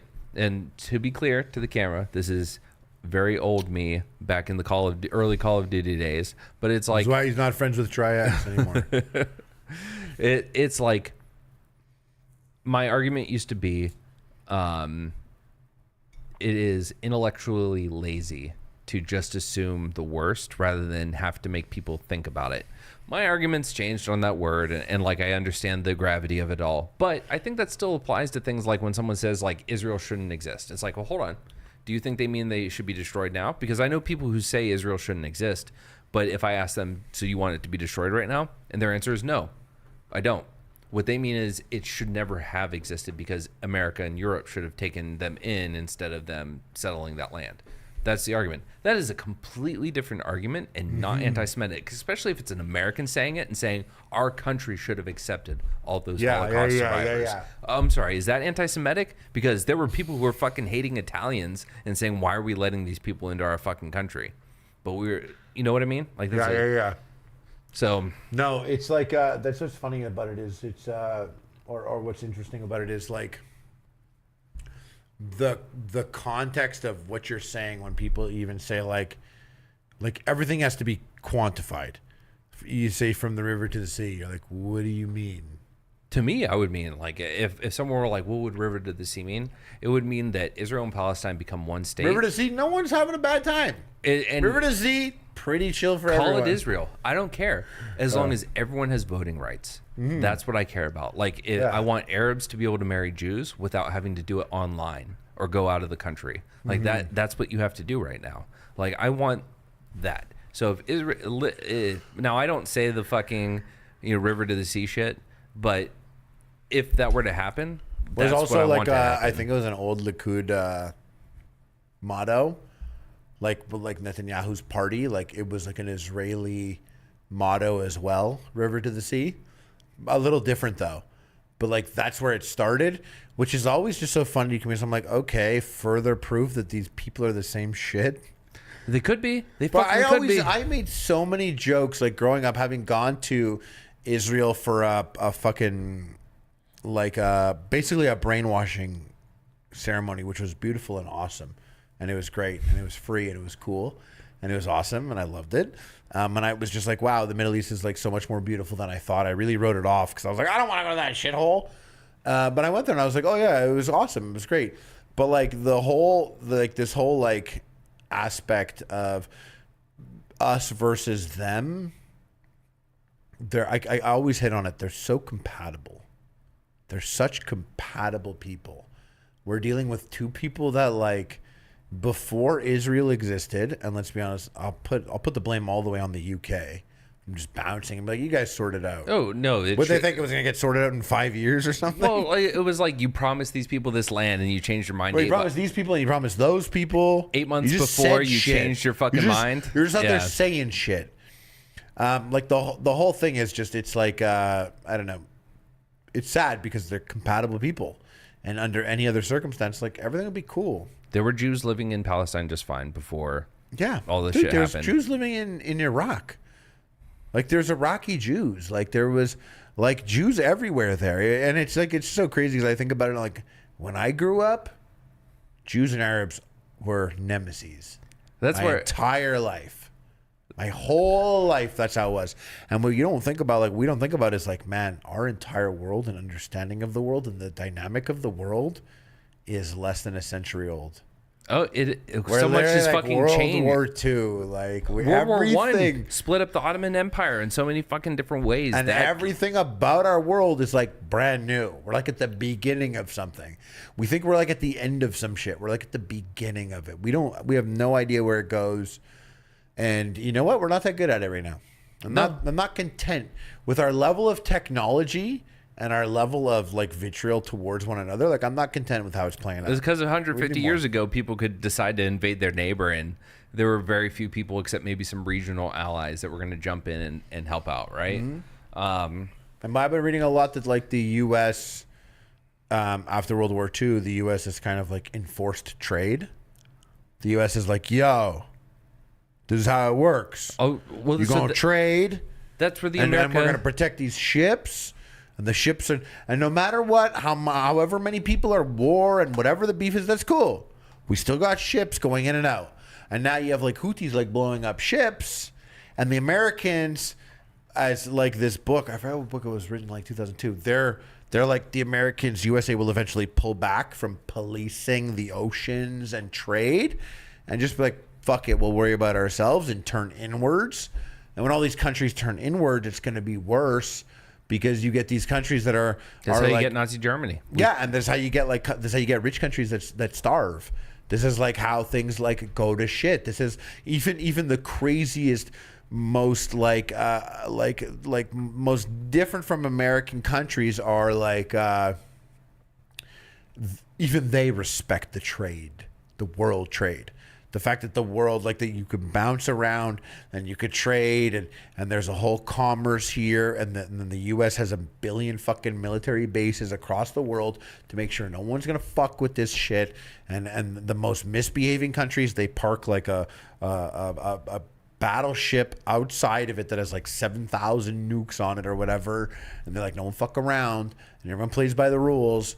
But like once the U.S. stops policing that, apparently, according to this book, I forget this book. I was reading excerpts from it.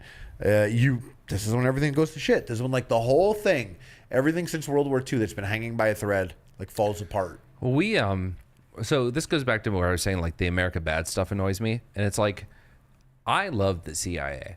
I fucking have a huge passion for it. I fucking dig it. I love it. Hell yeah, it's good brother! Shit. It's good shit. If not them, then who? Was that? If not them, then who? Woo. Oh shit! Hell yeah. Not me knocking over the beer on the CIA.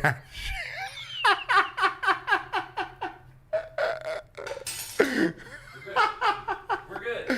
Not on the CIA handshake though.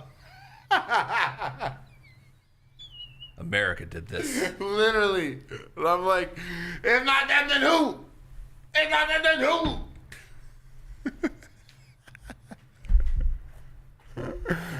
What? Where were we? Oh, so anyway. Yeah, we better wrap this up fast before I start saying racist shit. I've been seeing him go when he's covering his mouth, he's like No, that. But the America bad shit fucks with me because it's like I should be able to look at the CIA and say these were good, these were bad. Like there's a book called Legacy of Ashes, and you read it and you come away thinking the CIA is a giant clusterfuck of a failure that has never done anything good.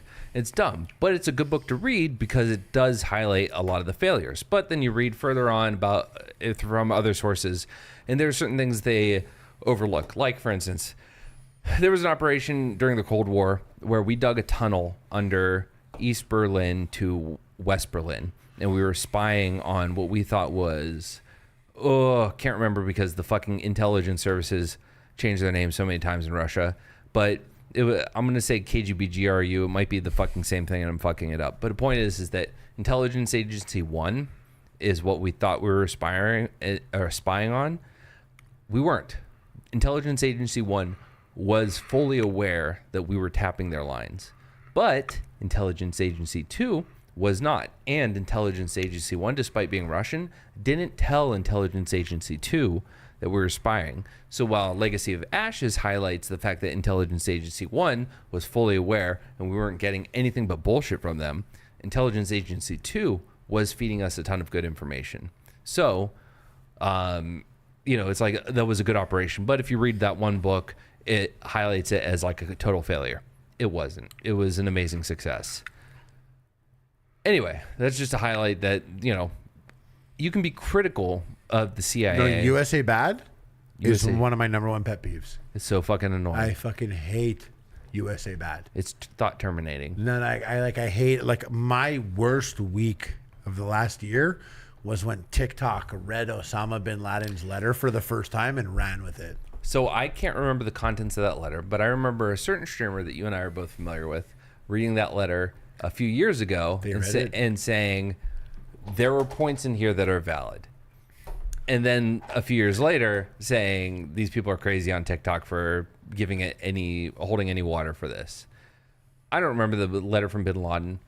I do know though is that we fucked with areas that we fucked with way beyond. One of them, you're talking about controlling trade, which is what sent me down this rabbit hole, is we did the shit in like the Suez Canal, and we did shit with, I think it was Iran, when they wanted, I don't remember if it was Iran, but one of those Arab nations that are oil rich wanted to nationalize their oil, and Britain and the United States stepped in. What's his name? I know who you're talking about. Churchill and... no, he fucked up. He wanted to... It could have been great for his country. I watched the whole ass video on this one. Yeah, sorry, continue. Oh, and it's just like, okay, a sovereign nation wanted to nationalize their oil, and we stepped in and started a conflict because fuck you, right? Mm-hmm. And it's like, was that the right thing to do? We could say it was right for our interests, which I fully respect and understand. But was it the right thing to do? And how many governments did we destabilize? We fucked up South America and Central America so much because we were afraid of communism, when a lot of those people were Marxist-Leninists, but not radicals. And they just wanted to make a better nation, blah, blah, blah. But we stepped in and overthrew them because, well, they're associated with communists. And even with people within the agencies or the government that were saying, hey, this guy isn't actually bad, but you have the leaders that are like, nah, fuck this. They're affiliated with Russia or they're communists or whatever, so fuck them. And then we get people like fucking Pinochet in government, and they start fucking hanging people from helicopters, right? Like, we have done some fucked up, stupid things because of misguidedness, because of zealotry, whatever. And we should be able to call that out because of fear and ignorance. And we should be able to call that out without it immediately being taken as, oh, you're just saying America bad. And it's like, no, let's be fucking smart about it. Like, a lot of the destabilization in the Middle East, a lot of Iran wouldn't be Iran it is today if we hadn't fucking interfered. we can say theoretically and feel pretty safe about What about that. Lebanon? I don't know too much about Lebanon, but I know for Iran, I know for Afghanistan, I know for what is it? Like in Afghanistan in the late 80s. So suicide bombing as a tactic, right? That wasn't something that was being executed by the Taliban. Like there was a study done, and most Afghan people were not executing suicide bombings. Those people would like pull the trigger early or like flee or whatever. It was the Arabs that were imported in during the 80s and late 70s and in the 80s for the war against Afghanistan or fucking Russia. Sorry, lots of stuff. So Russia's happening. The Russia war in Afghanistan is going on, and the Mujahideen were people like Osama bin Laden were importing foreign fighters to come and support the cause against the Russians. But a lot of those people were fucking crazies, like Wahhabis from Saudi Arabia. So a lot of that crazy shit, it was not on them. But as things were winding down in Afghanistan, sorry, so much history. So Pakistan has a concern for Afghanistan because Afghanistan plays a crucial role in their relationship with India because of the border between Kashmir, India, and whatnot. And also the people in the Arabs are willing to be foreign fighters that go to Kashmir and fuck with India. On top of that, you then have so Pakistani government has to be mindful of whatever goes on in Afghanistan. But you have these crazies coming in, and you have people like, I think his name was McAllen or something like that, at the CIA that are like, hey, there are these fucking crazies moving in, and we're divesting support.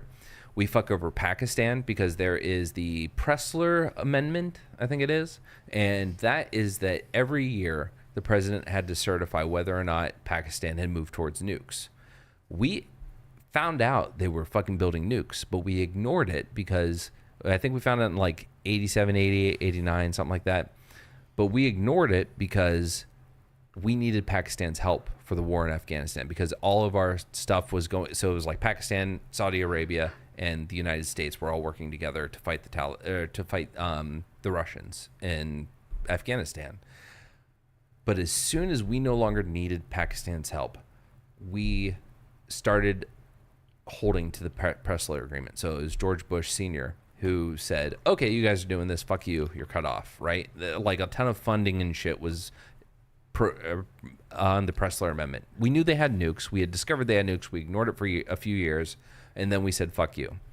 So Pakistan feels fucked over. Pakistan has to then think for themselves. So who are we going to back in Afghanistan? All this shit. Then there's a civil war in Afghanistan after we leave because you have the people, you have the Northern Alliance, you have the Taliban. The only reason the Taliban got a foothold is because there was fucking crazy shit going on.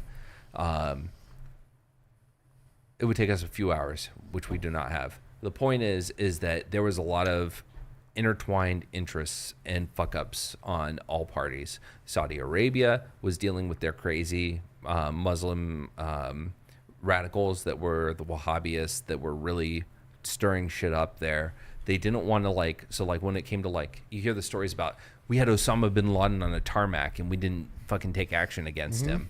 And it's like, there were multiple times where the United States was trying to get Osama bin Laden out of Afghanistan, and people like the fucking Taliban themselves were calling up Saudi Arabia and do you want this guy? Can you take this guy? And they were like, no, because they don't want to hand him over to the Americans because they're afraid that the radicals in their own country are going to go do some fucked up shit, right? That is going to stir things up. We saw this happen in Pakistan because Pakistan has this, the tribal regulated areas. I can't remember what it's called, but it's in the north that borders Afghanistan. In that area, they were they were worried that hey, doing any kind of crazy shit would stir up the north. So if you're hunting Taliban, it's a lot. But the point is that we did fucked up things. Other countries did fucked up things. And not being able to acknowledge it without some fucking dipshit jumping in and saying, oh, you just think America bad? It's like, okay, your brain is turned off. And Yeah, we're not going but to learn that the happens lessons. because there's so many people that have extreme takes on everything. There's so many people, like when you have like a big deal, like big time streamer who's like, deserve 9, that resonates with a lot of people. And now, whether they agree with that or they disagree with that, they're like, that is all I need to know to classify a certain type of person that says this. That's exactly what they mean. Well, 'cause If he's they a say streamer. this, that's exactly what they mean. You know what I mean? Well, he's a streamer. I know who you're talking about, and Yeah. he But says so anything like now anything he says, all takes that he has, some that you might even agree with, you can have that take because that means America deserves like it means that because someone put it out there, and now people can't think that every single person might have their own personal nuanced takes. They'll be like, oh, if you're one of those, if you think like, oh, you thought the CIA fucked up? Well, so I guess that means you think that America deserves and it's like, no, but I see the way that America's actions from this point to Right. this point Oh, contributed I to. can't stand when I like if I'll bring it back to like just because I know it more. Like I can't stand when I talk about the Middle East, and I'm like, oh, this is fucked, and they're like, oh, so you agree with this? And I'm like, no. What are you? It was talking? like, you want the You know how terrorists many to times win? like you said your whole thing with like, oh, you're an anti-Semitic. Like, I'll say something. I'll be like, dude, this 1-year-old that got kidnapped, he spent more time in captivity than he did spend as a human not in captivity. And they're like, wow, so you're a genocide supporter. And I'm like, nah, I didn't want the fucking kid to be kidnapped on his 1-year birthday, but that doesn't matter. We only talk in extremes now. We only talk in extremes. That's why I like watching Destiny, is like he's not fully biased to the thing that he chose unless he's playing some sort of role play game or he wants to be that side in the debate. He's like, it's a guy that's like, I like to think is like looking at things individually one by one and like, what kind of investment does he have in it anyways? Like he gets to just talk from like a privileged person that has a bird's eye view on it all and gets to have that conversation. He's not specifically Jewish or Arabic, and he can have that conversation there. And then I'm like, oh yeah, like that's how I feel. It's we're looking at this whole thing here, and we're like, let's look at it like people here. Let's not look at it. Let's put it aside. You know, if you say like, bro, Benjamin Netanyahu's fucked up person and he should be in jail, and if I were like, that's anti-Semitic, no it's not, but that's what it is, because we only speak in extremes. So I value a moderate take these days. I value a moderate take, and Hassan was a moderate take for a lot of things. For years I thought he was another moderate take that I can go and look at, and you know, like there are lots of things, like when Doc messages a kid, I do want to see what Hassan says about that. But I also want to see what Destiny says about that. But I want to see what Moist Critical has to say about that. I want to know what my YouTube algorithm is going to tell me about that. Like that's valuable to me. Like that's interesting to me. But I mean, we just don't have moderate takes anymore, because if you try and have a moderate take on something, you are now committing to your moderate take on this to this extreme side means that you're on that extreme side, no matter what you say now. Yep. And then if you have this other moderate take, now this extreme side thinks you're on that extreme side. So now you're in the middle with moderates, but you all disagree on all sorts of things, one by one, and there's no middle take. There's only Twitter extreme takes. And like Twitter as it is right now, God, it's fucking entertaining and like an end of the world type vibe.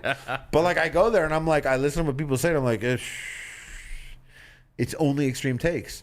That's why like the trans stuff comes up and I'm like, can I get just regular normies? Anyone out here never spoke about trans shit before? Can I talk to you? How do you feel? Like, where are you at on this? I'm sick of the like protect trans kids. No, inject the children. Like, where's the normal? Where's the middle? Everything it's tribalism. It's been like that for years. Like, Tribalism is very anti-Semitic, by the way. So anyways, continue. Is it really? No. You have tribal, the 7 tribes of Israel, right? I guess it is. It's Semitic, actually. So you back genocide. Nice. And you take it and you spin it. It's a Beyblade. You gotta handle debates like Beyblades. You gotta spin everything. But that's how everything is. It's all extremes. I'll wake up tomorrow in a sweat and I'll be like, what did I say on that fucking guy's podcast? You What the said, fuck did I say? I think you said fuck Israel and that death to them, nationalize the Intifada, and Well, yo, short form for that, USA. USA. USA. White men. Sorry, too much. YouTube, we're joking. nope, not doing it. Yo, it's a joke. Who's the YouTube agent you have? Oh, I'm me. I'm so solo, flying solo. You That's say why I am me? I am me. Do you know one time, big swerve. One time I fucked a girl. Wait, hold on. I need to know where we're going with this. And she was Jewish. Hell yeah. No, I had sex with a girl once. And in the middle of her back, she had I am me tattooed. So I was having sex with her from the back, and I was looking at her back, and the back said, I am me. And I was like, is this for me? Like, am I reading this like I'm me? Or is this like her, she was like, always remember, I am me. Because then I was Or it's like, but you don't get to see it. It's on your back. I've been traumatized. Remember, I'm a human being. I am me. I fucked a girl who had all the Dragon Balls tattooed on her back. Oh, that must have been such a better blowjob. She Fucking- sounds like she was like... It was one of those ones that it took 3 pumps for her to come. Do you 3 pumps for her to come? Yeah. What kind of thickie is this boy sitting on? I You got like crazy DMs because they're like, yo, I know you cook food for Destiny. Can you let me? no. I've never had anyone that's like, can you let me get in on that? Like, let me serve him. No, nothing like that. That was when I was filming with Sam. That was one of the things I asked him. I was like, Sam, I was like, I gotta know. Kind of DMs does Sam Hyde get from horny girls being like, No, you know what's funny is when I did that pizza video you saw, the one of me like singing to the pizza Yeah? lady, I got more DMs over that one. of course, Dude. I understand that. If you do something like I have a video where I was dancing on my Instagram. I'm like dancing to Fleetwood Mac, and the amount of messages I got that were like, "Yo, let me," and I get it, and I was like, wait, there's a whole angle here of creating content. Like, am I going to appeal to like 34-year-old women that haven't met a man yet that are like, I want a guy that's kind of chubby, dancing to Fleetwood Mac, and also plays Nintendo Wii. I've talked to a lot of content. Like, I also don't put myself out there much that way. Like, I have a pretty normie Twitter feed and all that stuff. But I have male content creator friends who get DMs from chicks, and it's just, again, it's like when I had that one YouTube video. Like, I met a lot of people through that.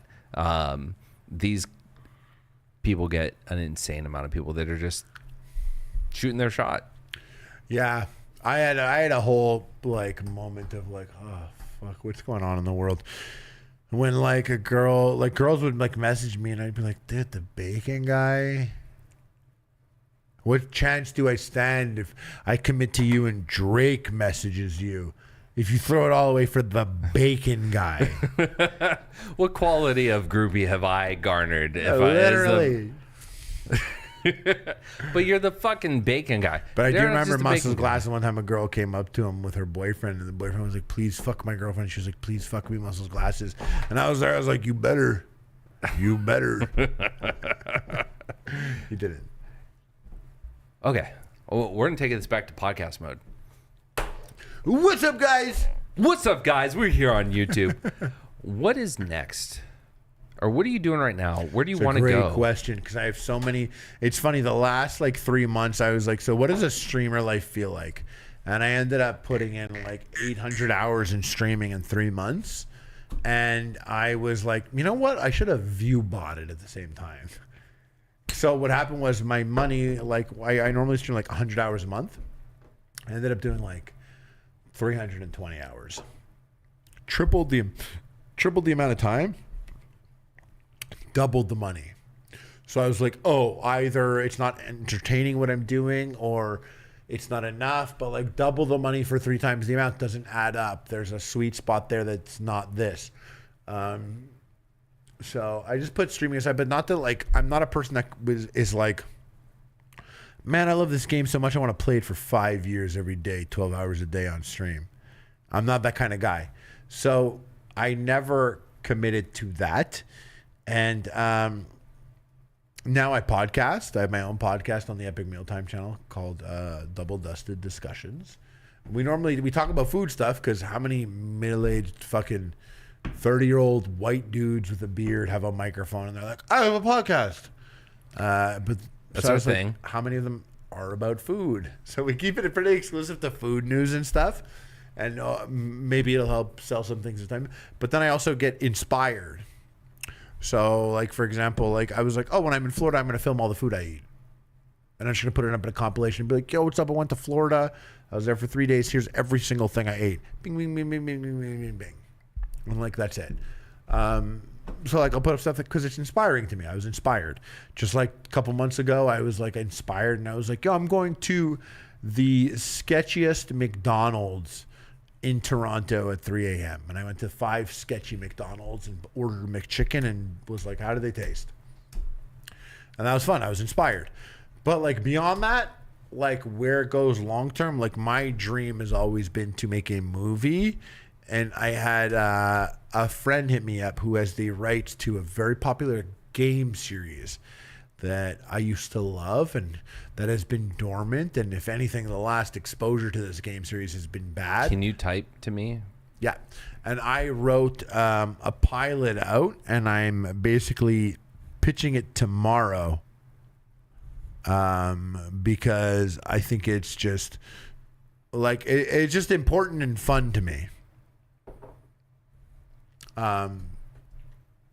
See it? Yeah, so it's like a 90s first person shooter. And I was like, you know what? It's almost an exercise to make this interesting in this day and age. Like a person like this, a main character like this. And so if anything, like whether or not it becomes something is one thing, but like it's interesting that like, because as an exercise, how do you make that relevant today? That makes me think of this. I would love to see that as a He literally just wrote me fuck Jewish people. You just wrote fuck Jewish people. You wrote and the blacks. I type very fast. I don't say that out loud just because I don't know if like it would He said doom. I didn't know if it make people like associate He with said what doom. the other one would be, but like that would be sick. Do you remember the game.com? What's that? So that was, let me tell you about this extraordinary piece of technology that I've never actually been able to use properly. It was this device that was like a fucking PSP or something like that. It was a handheld console, but it was supposed to be something that you could jack into your fucking internet and play online. And what you typed me is the only game I had for it. Really? But Kmart was going out of business at the time. It was, so And it was like a little like everything PSP was on their type fucking vibe thing? Yeah. And they had that? I didn't know that existed. I know. It's called, look it up when you get home. And it's called the game.com. And it was fucking great. Yeah, that would be sick to see if someone could make that into I think that the world is ready for that. I know, because it's not ready for that. But So if you do it could as a lean TV into it. show, or Yeah, you want to make it into a cartoon. movie or a TV show, cartoon, Yeah. like I think the Almost borderline Johnny Bravo, but disgusting and sick and cool. I think that with the way cartoons are now, like we're in the era, we've been in the era for a while now of adult cartoons. Venture Brothers, fucking Archer, Rick and Morty, like all these kind of cartoons. Like, so that what's that superhero cartoon? Plus with like Invincible? how woke like Disney is and how woke things are, you could really lean into like, okay, what's it look like if it's a 6'4", 230-pound jacked white dude with blonde hair and sunglasses? You mean Would that be? Make me think of The Boys. Fucking what's his name? Homelander. Homelander. Yeah. He'd be great in that role if it was live action, but it's animated. But you get the. It sucks. He's already taken the guy from The Boys. What's that dude's name? The Or not, Homelander guy? I'm sorry, not The Boys. Invincible. The J.K. guy. Simmons? Yeah, J.K. Simmons. I can see him voicing You him. can't. You have to take the guy Yeah. who did the voice because he's still around. Is he? Yeah, he's got such a voice. Oh God, that would be so good. Yeah. I have to piss. Should we end it now? No, I mean, if you want to end it, we can. Shall we? can wrap it? We can keep drinking. I mean, I'm game 1 p.m. Fuck that. Let's get some fucking. Yeah. Let's get some Coke and horrors. You can take a piss. Let's stream on Kick. Where's the bathroom? To the left. Here. Yep, left door. It's so crazy that there's what's this couch here? It's the casting couch. This is all crazy. All right, folks, we're just taking a little break.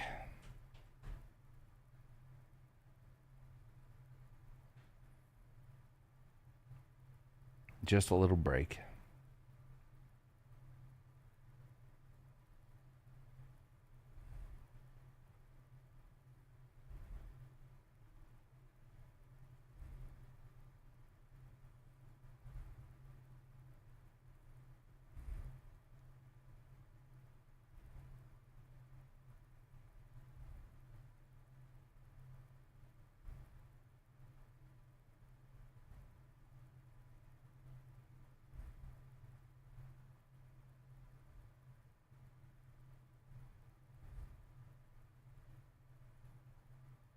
My eyesight is going.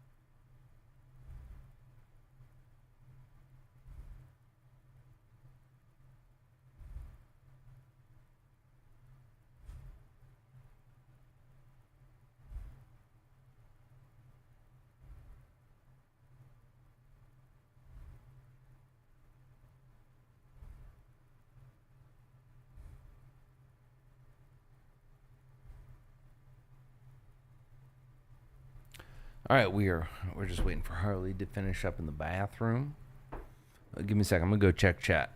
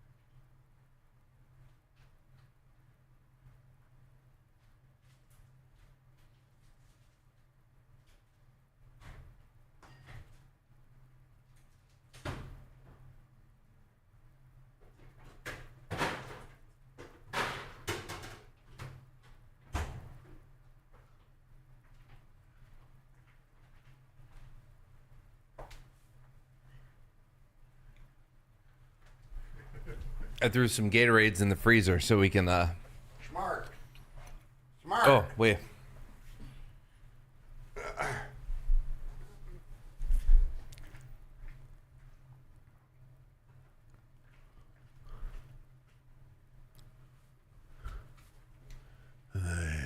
We've made it this far. We might as well kill this bottle, right? Nice. Nice. Oh, I pulled up YouTube and I got your stream first. Oh hell yeah! And I got your stream and I got Destiny here. And then I got this kid. You know this kid? Bill Clinton Rabbi? I don't. That kid that went to the Game Awards and he was like, my Reformed Rabbi Bill Clinton. He brought him up earlier. You don't know this kid? No. Oh, this guy, the curly hair dude, right? Yeah, you got the crazy hair. Yeah. What is this guy's deal? He's saw 17. him for. Is he still 17? I saw him for like I don't know, a year or two. One take. Why is my phone just making Trump noise? Yeah, he's gay. He told me. No, he's 17 years old. He's committed to the bit like the most committed to the bit. I've seen him. He's fucking wild. What is it? What else is in here? Nothing. Just a little melted ice. Oh, it's just melted ice. Yep. It's cool. It does. It is. When did we drank a bunch of that, eh? Well, yeah. We drank drank all that? all that. That's us? Yeah. I'm a little farther ahead than you are. Yeah, you are. Yeah, you are. Hell yeah. Yo, this guy eats Jews. Stop it. It's going to get clipped. YouTube, he's joking. Relax. He hates Jews in a video game. YouTube has no chill. All right. Twitch has no chill. Do an accent of a race that you shouldn't. Well, Where was that? Relative region. Where was that? And if you can guess, you're racist. I know. That's the problem, is because I immediately thought of Kung Fu flicks. So we're in the Asia region. We're in the I include 15 countries all at once region. Yes. That's as comfortable as I am. Choose. That's part of it. That's part of it. Hey, voice wanted. I can't even do it. I like to do an African accent. Oh, you were doing African? I thought you were doing Japanese. It's like, hello, how are you doing? Oh, I thought that was closer to like, bourbon. Very good bourbon. It's a very good bourbon. Very good bourbon. See, here's the thing: is that like accents, I think, and maybe it's how you employ them, but like, I don't know. You ever seen Kill Bill? Yes. You know, in Volume 1, where she goes to Sonny Chiba's. I can't remember his. It is not Morimoto. What is it? His name is Hattori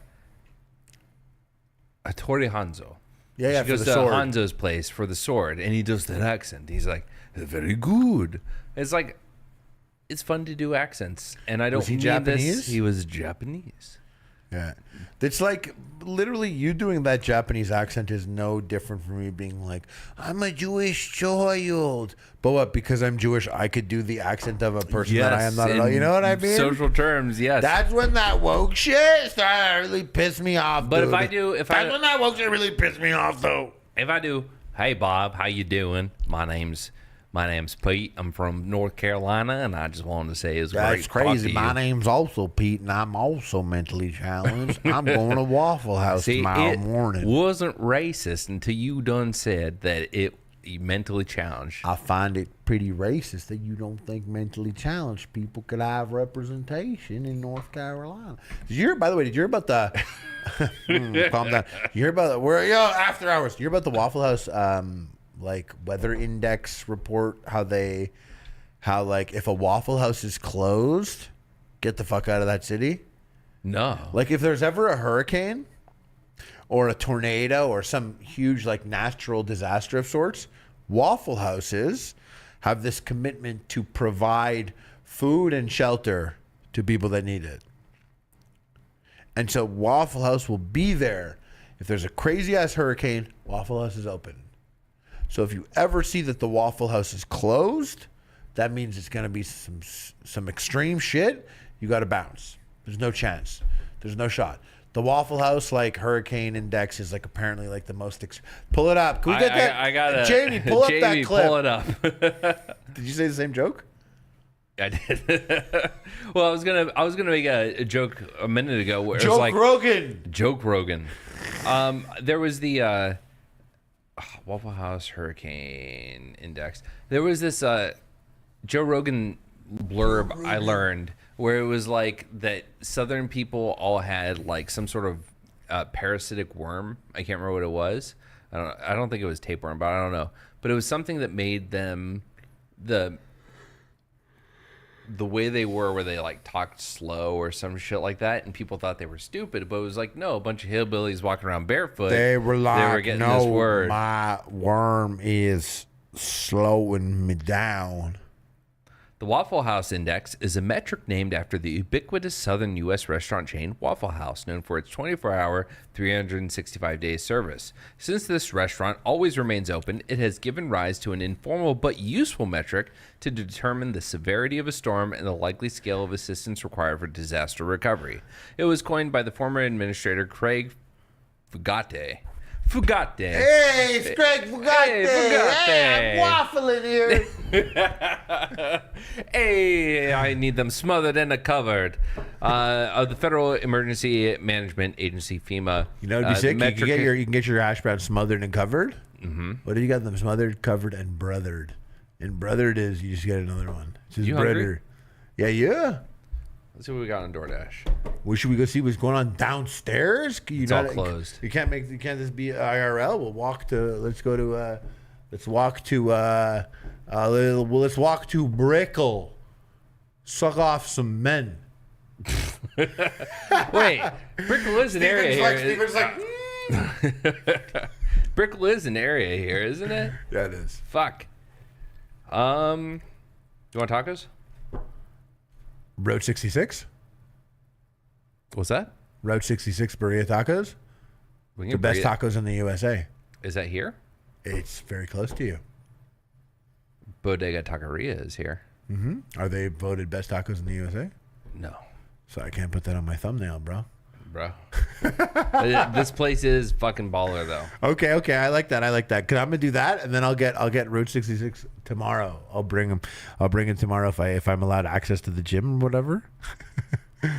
Don't you live close to the beach? Aren't we all around beach Dude, here? we are a fucking We are super close the ride to youth that. of the nation. We are the human nation. Road 66 tomorrow. We'll hit that up. It's gonna be sick. You excited? Oh, I'm fucking It's the best stoked. tacos in the USA. Road 66. Route. Route 66. Am I saying Canadian? I was like, Yeah, route. you're I a was little like, la Canadian route. there, bud. Hey, c'est la route 66. Do you know about the Great White North? No. No. No? No. Oh my God, Rick Moranis? Is he No, not a who's national? Rick- Who is that? You ever seen Ghostbusters? No. Really? What the Are fuck you is fucking good? with me? Yeah. Yeah. I am the key master. Okay. You should have led with fucker. Honey, I Shrunk the Kids if you wanted to catch someone in a lie. Who the fuck didn't see that? Rick Moranis, what a G. You know, he left acting because his wife was sick and he wanted to take care of her. Yep. What a fucking cool ass dude. Fucking God. Cool ass fucking dude. You know, he came back and Red did Green Show. What's that show? Wait, was You he sh- in the you Red? sh- No, he wasn't in that. What? Red Green Show. He wasn't in that. What were you saying? You should know this because you're Jewish. What's that show? Goldberg's. Yep, I know it. He Didn't watch came it. back and did an episode. Oh, where he was in an episode of that? He played the guy from Spaceballs. Darth Helmet. Darth Helmet. That's he, cool. He played Darth Helmet in an episode of that. He came back for that. What kind of taco you like? Brisket, short rib, al pastor. You want a burrito? What are you doing? I'm gonna do a burrito. Me. Same as you. So I All can right. see if it's just shit, if you fucked up. All right. Well, we're gonna do. Let's see. We're gonna do burrito. Damn, wise. I've been podcasting so long, I'm getting fed twice. Twice. You know, and much of this is fueled by alcohol. You said you have a girlfriend? I do. Ah, shit. Do you like surf and turf? Yeah, man. Steak and shrimp? Yeah, man. All right.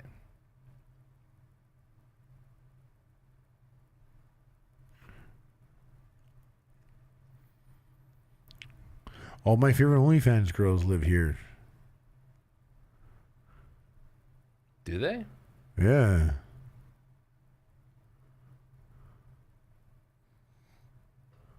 There are a lot of them here. I saw There's- a chick. I saw a chick walking down the sidewalk. This was like late last year, I think. Saw her walking down the sidewalk. I shit you not. Like the next day, she was recommended on my Instagram. That's so crazy. And she was like, there's no shot. This guy's a fucking creep.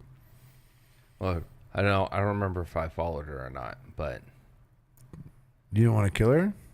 what? Is that your first thought when you see a hot, sexy What'd you say? OnlyFans girls? No, I was reading a tweet. Oh, okay.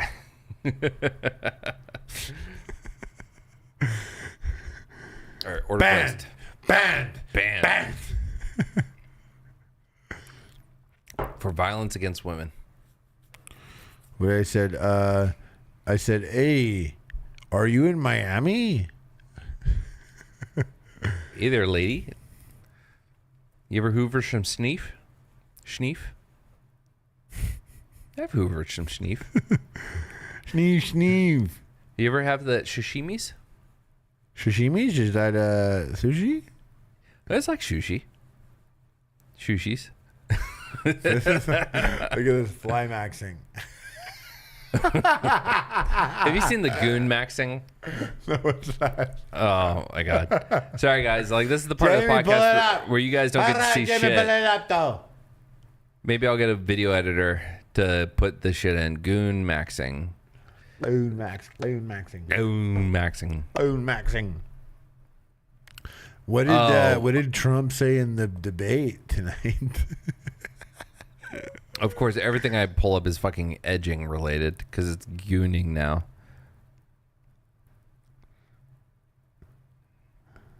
Okay, you want to see like a video that I would like on YouTube? Yeah. This is such a video I would like on YouTube. So we've got PlayStation 1 games and I've done it again, guys. Made a list. So Like some guy showing me his entire video game collection in his house. the video For sure. itself now. For sure. All over that. He looks like Willem Dafoe? a little bit. He looks kind of like McDreamy from. I'm bringing up Grey's Anatomy because Aaron's been having me watch that, and I've been enjoying it. And he looks like that guy if he smoked some meth and aged 30 years. This is goon maxing. People dressing like. Yo, the sun is starting to wear in Vosh Ukraine tag. Destiny clips.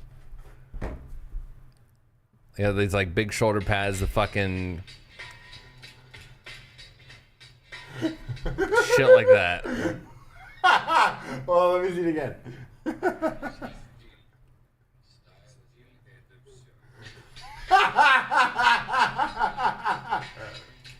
This is so dumb. What? You guys know what this is. You've seen this before. Stupid shit. Maxing. We wouldn't have this Why? without TikTok. What? TikTok, TikTok, CCB, CCCB, CCCCCB. You keep feeding me those endorphins, you can continue to steal my data. Fuck it.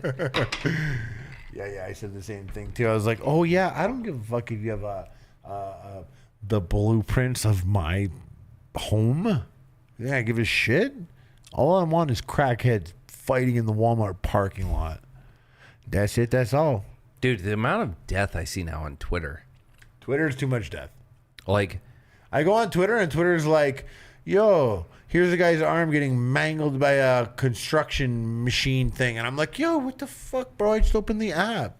and it's like, you can't turn away. We were talking about like how they measure that you watch Never. the video for a certain amount of time. I would never look away.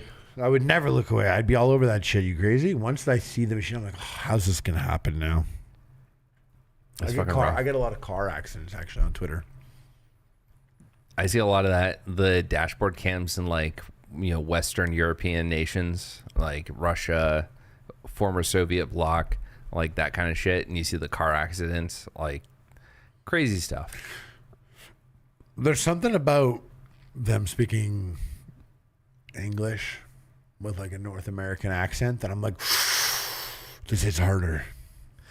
This hits harder. You know who's something like I'll see like a Chinese man in a factory and I'm like, this is fucked up. Couldn't be me. I'm not making the running shoes or iPhones. But then I'll watch like a North American video. It's like a firearm mishap and I'm like, ooh. You know who's hard? Dutch people. Dutch people who speak English. There are a few of them in the StarCraft world, like Loco and what's his name? Rotterdam. They speak English, and like there's a little bit of an accent, especially with like Rotterdam has a little bit of one, but like Loco, he's got just the ever so slightest amount, but it really just sounds like an American with a speech impediment. You can't tell the difference. Swedish people adapt really well to English, like Steven's ex-wife, Melina. Hard to tell that she's fucking not a native English speaker because she just sounds like I met her. Yeah? I was at Creator Clash 1 and I didn't. It's funny. I had never seen her. Never seen her on a stream or anything. 2 years ago, I had been watching him for like 2 years. I never saw her on a stream. And I met her at Creator Clash 1.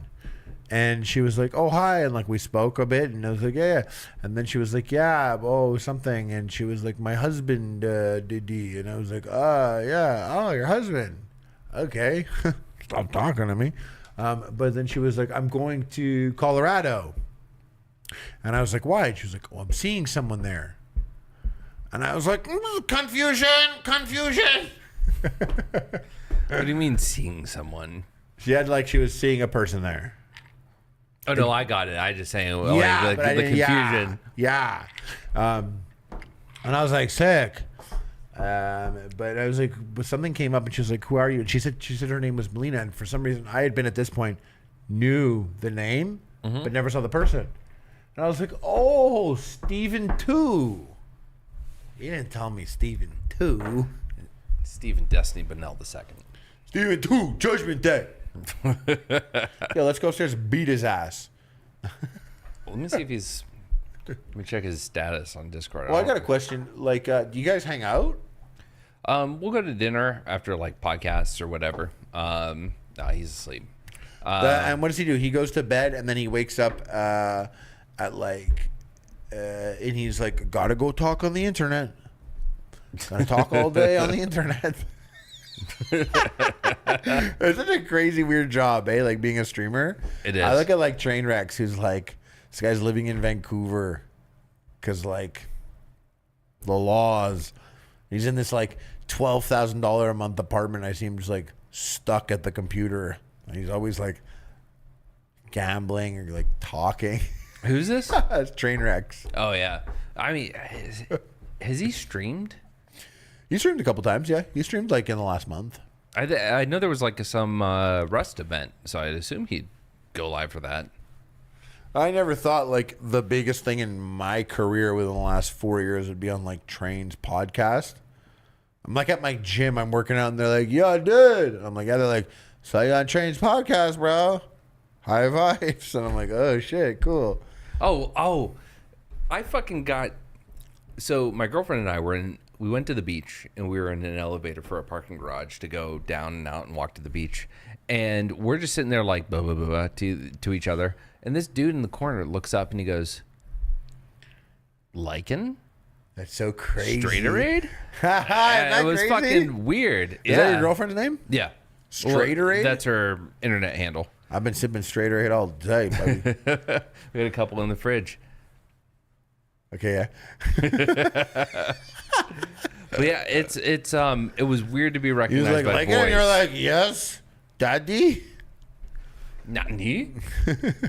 And what he was just like, "I recognize your fat ass He was like with that tick bite on it." It was a little more cordial. He was with his wife, but he was like that's the other thing. He was like a normie dude. Like you would have looked at this guy and thought, "This is some like big black studly Chad." And He was black? Yeah.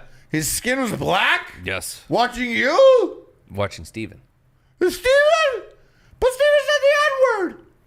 Anyway, sorry. Yeah, it goes to show It's that after hours. It happens to my brain. Steven still bridges gaps, even with gaffes.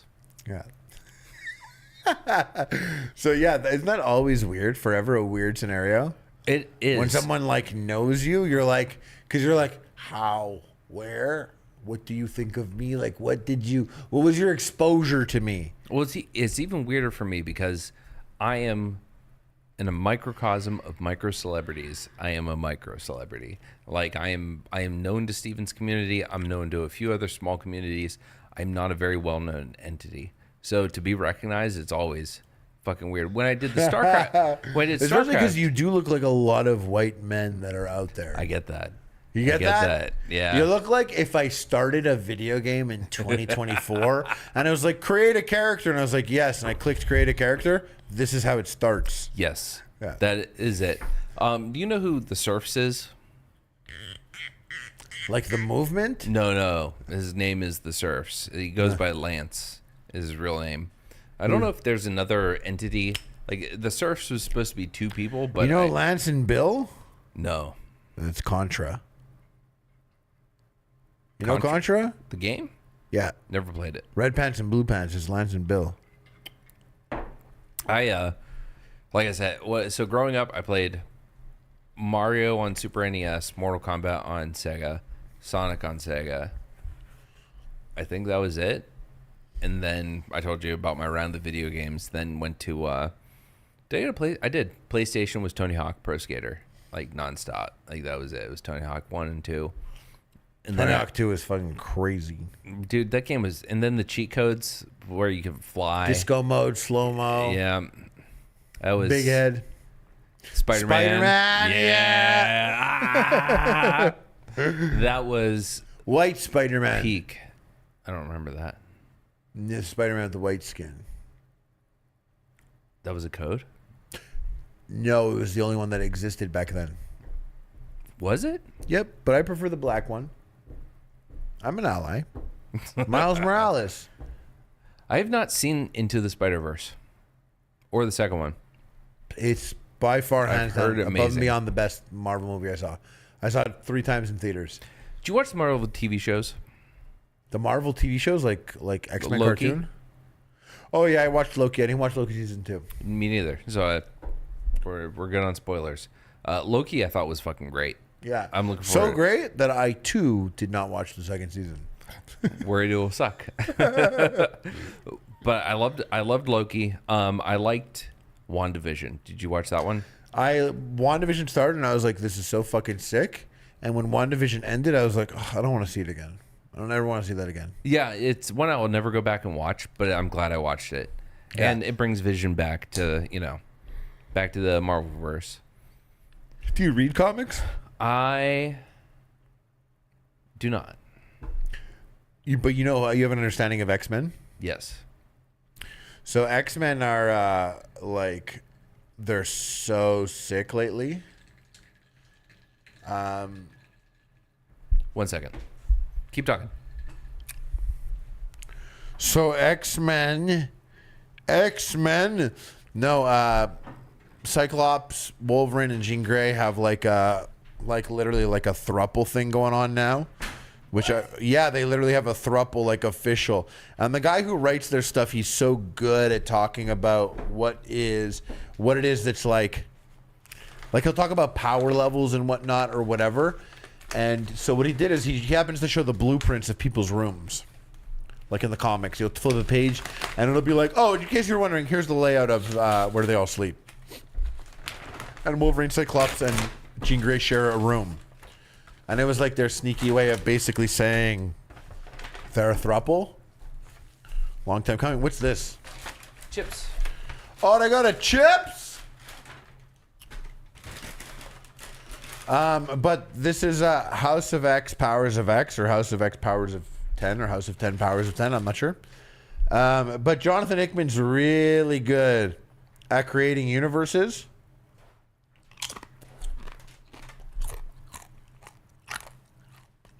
And thank you. Do you like Groundhog's Day? With Bill Murray? Absolutely. So, Hammer's doing one of my favorite genres of movie. Is ever what, see- Reliving the Same Day? Yeah, you ever see The Tom Cruise movie? Reliving the Same Day starring Tom Cruise? Fuck Edge it. of Tomorrow? Yeah, I've seen that. That is the name of that movie. It's so different in 2024. Edge of Tomorrow. Well, that's just a goon. Edge until tomorrow. Edge until tomorrow.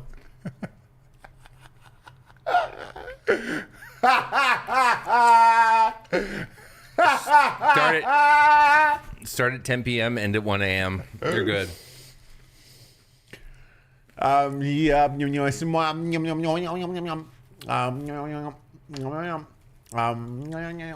was I saying?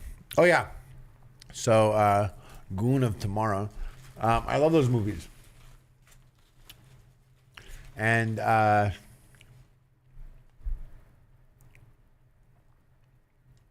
guess it's a little spoilery, but not a big deal. Do you know who Moira McTaggart is? No.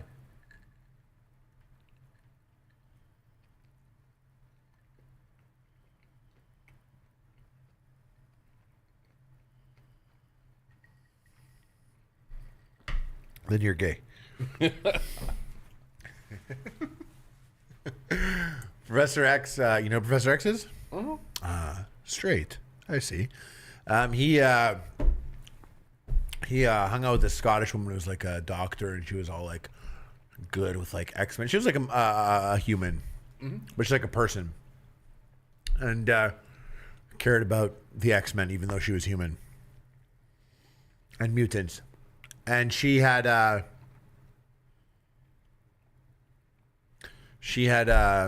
worked with Professor X closely. And Professor X, started the X-Men, right? Mm-hmm. Did the whole X-Men thing. And eventually the X-Men got killed by Nimrod. You know what Nimrod is? No. Nimrod is a character in X-Men Marvel. He's basically the ultimate Sentinel. Like, imagine like the smartest Sentinel ever. Mm-hmm. So smart that Sentinel starts to create other Sentinels. That Sentinel is called Master Mold. That Sentinel is so good, it makes other Sentinels infinitely. And then there's a Mega Mold. A Mega Mold makes Master Molds that make infinite Sentinels. No. Did Magneto make the first Sentinel? Nah, bro, he ain't gay. Okay. No, Magneto is... Oh, no. Warlock made the... Or not Warlock. Well, the fucking... The crazy-looking dude? Peter Dinklage played. He made the Sentinels, right? I can't remember his name. In the movies? I'm assuming that some of that was accurate to the comic books. The Sentinels are made by humans. Right. It was, Human beings. Yeah. Israel and the USA made Sentinels, basically. Okay, so it wasn't that guy that Peter Dinklage played in the... No, he the weapons forge guy there. Yeah. No, I don't know much about him. I don't think Okay. so. I wasn't a big Avengers comic book fan growing up. Because Avengers comics back in the day, Captain America was like, Iron Man, the Brood, they're attacking the planet, they're going to invade. We got to fly up to the moon and punch them in the face. And that's how that shit worked. It was like, we got to go there and punch them in the face. Whereas like the X-Men comics were always like, my name's Bobby Drake. I guess I'm an Omega mutant because I can control ice, so I could basically blow up the whole planet. Everything's great except I don't know how to tell my parents I'm bisexual. And that was really cool in 95. Mm-hmm. You would read that shit in 1999 and be like, I'm fucking, you think my comic's on your level, bro? My superhero is gay and he's trying to break it to his parents. And that made X-Men very special. But now, obviously, that's super common in Disney movies, Star Wars, it's like not such a thing anymore, but it's kind of what made X-Men special back in the day. Because, you had someone like Magneto who went through the Holocaust. Mm-hmm. So he was like, oh, if they ever make me fucking put a Jewish star on my arm again, I'm going full Netanyahu on this shit. Mm-hmm. And like, so you were like, okay, I can kind of see where you're at. And then you have Professor X, who's like more like, less like Malcolm X, more like Martin Luther King Jr. and is like, I have a dream where we could all live peacefully. They had that whole thing going on their whole lives.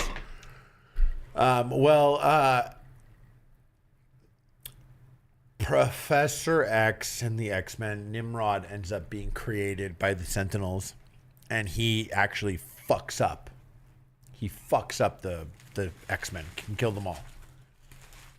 And he kills everyone. He's super powerful. And the humans do a surprise attack on the mutants, and the humans kill the mutants. So, Moira McTaggart? No, you asked me that. Not familiar. But also, real quick, his name was Task. Boulevard Task. Trask, yeah. Yeah, and he's the one who... Trask. Made the sentence. He's the one who made the sentence. Yeah, that's right. I wasn't going to give you his name, but I knew that. He makes Sentinels, and humans attack the mutants and kill them all. They literally kill them all. And this is a spoiler, but not really that much of a spoiler. It's what got me to like the show. Moira McTaggart wakes up, and she's a baby. But she's not a baby in the future. She is herself. Her life is reset. Groundhog's Day style. But does she have all the memories? All the memories. And she's like, what the fuck? Well, fuck it. She lives her life. Lives a life. Marries, dies of old age. Avoids the whole mutant thing. Resets her life. She's a kid again in the 60s. And she's like, okay. So she goes to Professor X, who's like 25 years old at a university. And she's like, Charles, I need your help. And he's like, do I know you? And she's like, you're a mutant that can read minds. And this chick is in fucking... She's in the movies. The comics. She's in the movies. Oh, she might be in the movies, maybe. Yeah.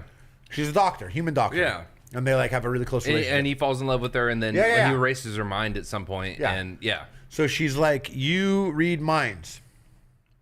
And he's like, you're a mutant. And he's like, what? What are you talking about? Because he hasn't revealed this yet. He really reveals that like mid-age, not when he's like 27. Yeah. And she's like, cut the bullshit. Listen, we have a history together. Just read my mind. And he's like, okay. So he reads her mind, gets all of his memories through her memories, everything that happened through her entire life and the next life. And he's like, oh shit, we have a lot of work to do if we want to make peace between mutants and aliens. Sorry, mutants and humans. So he starts to like do all this shit and like make all these things happen, blah, blah, blah. Life fucks up still. They still die. Humans attack, mutants and mutants die, even though he knew it. She goes back to Professor X in her new life. She's, Professor X, yeah, you're immune. He's like, what are you talking about? She's like, shut up, read my mind. He's like, oh, fuck. We have a lot of work to do. And it's like the 3 lifetimes accumulated, 4 lifetimes accumulated, 5 lifetimes accumulated. So she keeps getting sent back. And they keep dying. Like even one life she lives like 100 years old, and she falls in love with Wolverine, and they have like a whole love story. And then the Sentinels are coming. She looks at Wolverine. She's like, you have to kill me. We're going to try one more time. And he's like, I love you. And stabs her in the stomach. She dies, wakes up as a baby, goes to Professor X. She's like, read my mind. And he's like, oh, fuck. We have a lot of work to do. So you get this Professor X that is not in a wheelchair because he avoids anything like that. He has Cerberus, which used to help him connect to all mutants in the world, on his head. He's formed an alliance with Magneto, who has always been like, fuck humans, mutants are better. And Professor X is like, you might be right. And Wolverine, Cyclops, and Jean Grey have a throuple. It's not that important, but it must be said. Fucking finally. And then you have Nightcrawler, because all the kids, because like what Professor X is, there's like these 5 mutants. One mutant can create eggs. We didn't know it was eggs. He just created gold balls. It was a weird power. Another mutant that can speed up time in a certain pocket. And another mutant that like these 5 mutants basically can create life. They could take an egg and create a human out of it and have it happen right away. Professor X with Cerberus, he could basically save state your brain. So let's say you become like a radical Islamist and you're like going to be all fucking like, you're going to go and you're going to attack like the stadium here on a big game day. He can revert your mind back to a safe state when you weren't that, before you were fed the Chinese Communist Party's TikTok algorithm, which made you a radical. So you're back to normal. And so you're back to normal, and he has this ability. So they solve death. The mutants can basically, if someone dies, they could bring them back with all their memories, and the mutants, because they could do that, all the kid mutants like start killing themselves for fun because they're like, "What's the big deal? Who cares?" But it's taxing on the other mutant. Nightcrawler creates a religion so that these the mutants don't keep killing themselves. I don't know how familiar you are with Nightcrawler, but he's a very religious guy. He used to be a priest, which is interesting that he looks like a devil. But so they have this whole this basically like Professor X and Magneto with all the mutants on an island. They hit up the humans and they're like, "Yo, been really nice with you, but no, we rule the Earth now. So you guys do your thing, we'll do our thing, and if anyone comes to Earth, like from space, to talk to Earth or to whatever, we represent Earth. So enjoy your life, live it out. We're not going to fuck with you. And if any of you happen to recognize us mutants as people, well, then we're going to give you the secret to life. We're going to give you the secret to curing cancer and AIDS and whatever other diseases or whatever. But if not, fuck you to hell. Either way, we talk to Earth. We handle this shit. So whenever aliens come, like Professor X and Magneto are like the guys that rule Earth, basically. You know Apocalypse? Yeah. The first mutant ever. He, they hit him up even. He's like, "Yo, this is sick, dudes. Been telling you. Mutants #1. Fuck yeah, bro. Finally did it. Fucking finally did it." And they're like, "So we're going to have a problem?" He's like, "No, dude. What do you mean problem? You guys handle this shit. I just was always saying, mutants #1. You guys didn't believe me. Now we are. We're #1. So cool." Nimrod comes. Super Mega Sentinel, basically in the future. And all the mutants are like, "What are we doing?" And Apocalypse was like, "You guys go. I got you. Protect you against Nimrod." Apocalypse so powerful he could take on like all the mutants. It's like a 2-page spread, just 2 pages. Apocalypse gets fucked up by Nimrod. This Super Sentinel Nimrod is just the ultimate. He's just the ultimate thing. He can kill all the X-Men. I don't think I've ever really read another bad guy that's like not a Celestial that can I kill want to pause everyone. for a second. My thought is, why don't they kill Trask? Why don't they stop Trask? Why don't they like go to Trask? Is he never brought up in this whole thing? Every single scenario, what they do, it is inevitable. Humans will create artificial intelligence. Humans will create the Sentinels, and humans will create robots that run the world. That hurts because it's like almost like It's a critical path. You go Yeah, for the we thing would. that's like, this is the thing. yeah. But all this to say, like, so Jean Grey, Cyclops, and Wolverine are a throuple, and I only assume that they must each have their own hole because I can't imagine them sharing a hole. Well, throuple, I don't think necessarily means. They could be one at a time. Yeah, it's one at a time. It's But just why would they do that? You're Because- Wolverine. You know that Cyclops, fuck her alone? Nah, bro, you little fucking hairy beast. You better get in there, I'm bro. like, I don't you need better to get in see. there and fucking pump, bro. I don't need to see what Cyclops one-eye monster looks like. Yeah, but you're Wolverine. You're 300 years old. Ain't nothing you ain't never seen before. And Cyclops was like, "Oh, my shirt! I have a collared shirt on."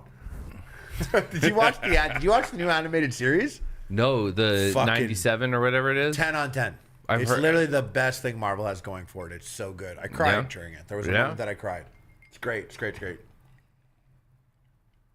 What's it on? Disney Plus. Disney Plus? But the reason why I brought this all up, I love X-Men, and this guy who's been writing it is like fucking special. Like Jonathan Hickman, he like, you know how those 5 mutants I told you about that can create life? Mm-hmm. He like planted those mutants in previous stories that people were like, "What the fuck's this guy's power? He makes eggs? Pointless." And he was pointless. Fast forward years later, yeah, he's super important now. This author wrote him in years ago just in case. You have an iPad? I do.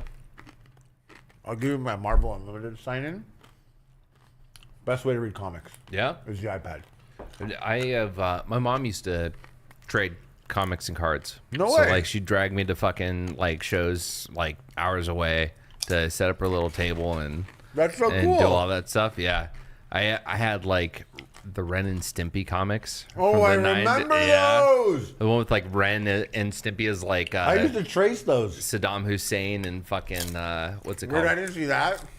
Oh, dude, I did the same thing with like Spider-Man comics, like tracing them and shit. Yeah. Yeah. Now these fucking kids, they got Minecraft. Minecraft and fucking They like- digital. Now these kids. These fucking kids. These fucking kids.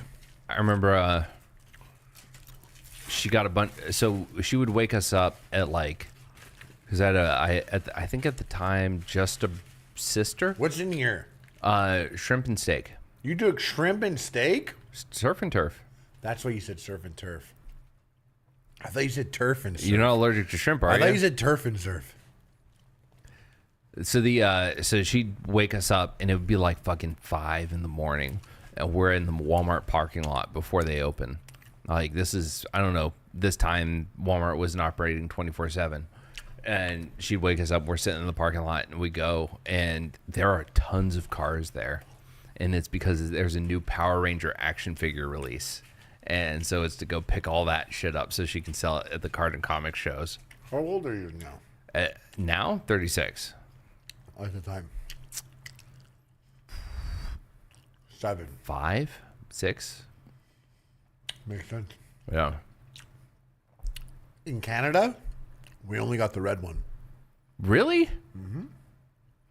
Dude, movies like Ninja Turtles would come out in the USA. I would go to the USA and see it, and it would come out in Canada 8 months later. So, like, movies in the movie theater. Imagine if, like, Tenet came out. And You I'm have to from avoid Canada, the fucking internet for a fucking And I'm year. from Canada, so I'm like, oh, I only get to see it in 8 months. But now, like, when a Marvel, like, when, like... Same time. Okay. Fuck that. Jesus. Crazy, eh? That is fucking wild. But I went to the US a lot. In Canada, you know Super Soakers? Yeah. They only sold a Super Soaker 50. What size was that? The yellow one. Normal. The best one at the end. I went to the US, I bought a Super Soaker 100. The blue one. So you're the cool Pump kid on the action. block. I I was the fucking big dick motherfucker. When it came to the fucking water cans, bro, I was the IDF. I was the Iron Dome, bro. I was the motherfuckers. Who do you think they are? Hi. Can I get a sauce, boss? I'll wait until you're after that bite. No. Oh, so what was the thought behind using using bird sounds as your bleep? That's so funny. So when we swore on Epic Mealtime, I beeped it out with a crow caw. I had a file that was 50,000 sound effects. I needed to beep out swearing. I clicked on it, and there was like 30 folders. Blah, blah, blah, blah, blah, A to Z. The first one, animals. Double click it. A to Z, all these animals. First one, crow caw. Click it. All these crow caws, 16 crow caws. First one, click it. Perfect. So nowadays, like when Steven's editor does his editing, like for the first X number of minutes, Dolphins? if he fucking cusses, he fucking bleeps it out. It just gets With a bleeped. dolphin or what? I think it's I think it's just Because Jake Paul did dolphins, and I'm like, that's literally the next folder. he. I think it's just like it gets quiet for a second. He doesn't bleep it or anything. But now I know that YouTube has a very powerful algorithm that's going to check for text on screen. It's going to check for language. Why did you mute back then? Because we were smart kikes. Sorry. Oh, you said it, not me.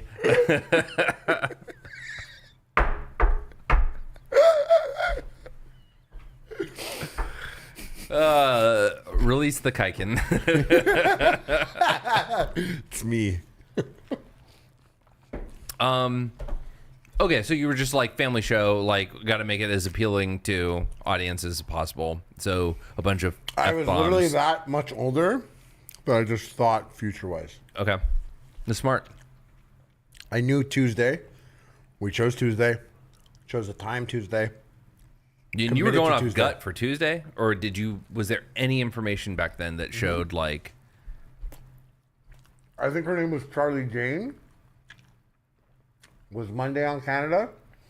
Wednesday was Peter Chow. Every day of the week had a person. Tuesday was not claimed yet. That's why we chose Tuesday. The early days. Now everyone does shit on Tuesday. If you go to any algorithm or anything like that, it says do it on Tuesday. You're welcome, PewDiePie. What was I saying?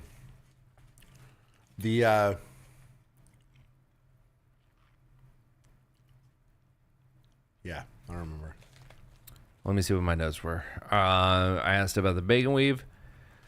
That's about that.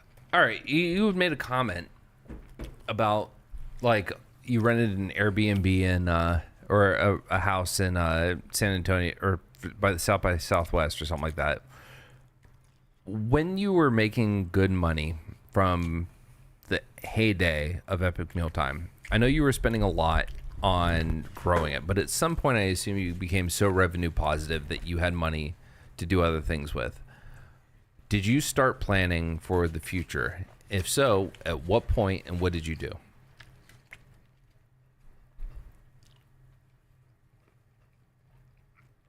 I had a date knocked off that, like, because I don't look at the money. My manager did, who I was related to. And I was like, let me know when there's a year left. As it is. And when there was a year left, I gave the guys a notice. Because the money had been going down. Wasn't always positive. So when I had that time, I gave the guys notice that I wouldn't be able to pay for them anymore. A year left to run the business. Is what you mean? Yeah. Okay.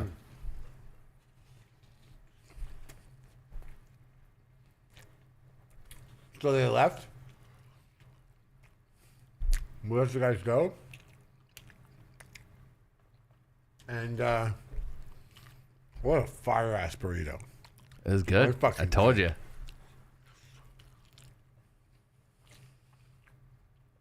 you. Yummy. Yummy. We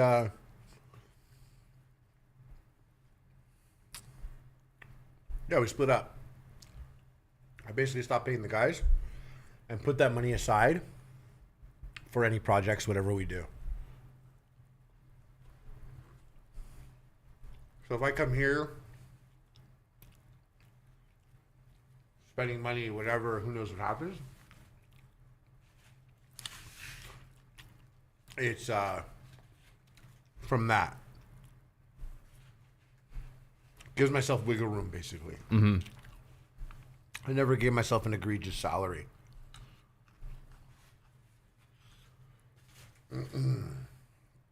So, like, what ended up happening also with Snapchat and Facebook ended up being more fruitful than I expected. We had years where Facebook destroyed YouTube in terms of ads. And I'm gonna make this whole adjustment to Facebook. Like, oh, Facebook's popping off. Then we find out like Facebook has some weird scam going on. They were pumping their numbers, but like paying the people realistically to what their pump numbers were. So the numbers weren't gonna be pumped anymore. It was all just weird. But we did a lot of switching and swerving. But it was something I always thought of and calculated. It sounds like you have a very healthy attitude. Like you have the mindset of, at the beginning, you weren't looking at the money. You weren't looking at you were looking at the numbers, but you weren't looking at the money. I was a teacher. I was going to be a teacher. Mm-hmm. Money was never going to be important to me. And then you continue on, you continue to do this, and, It's about doing the project. It's about doing the work. It's not about what is going to return. As long as we have enough to continue to do this, it's good for you, right? My business partner was always like, dude, can we do pranks? 2017, he's like, can we prank? 2017? And I was like, no. Was that not after the heyday of prankdom? Just around pranks. And I was like, no, I find this to be very ugly. Those channels were like, there's one where the family like all fills these balloons with whipped cream or shaving cream, and they like when someone walks through the door, they fucking shoot a gun at it that has a thing on it, and it pops it, and then they pop the confetti on them after they walk through the shaving cream. You ever seen that? And I just wonder, like, how long can you produce a channel off of this? Yeah.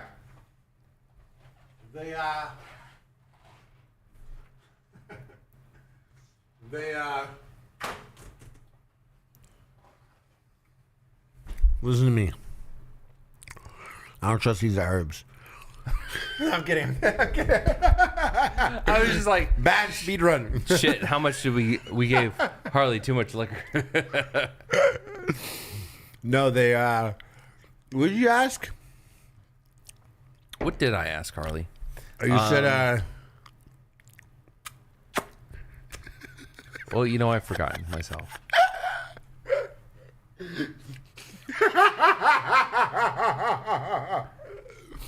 Such is life.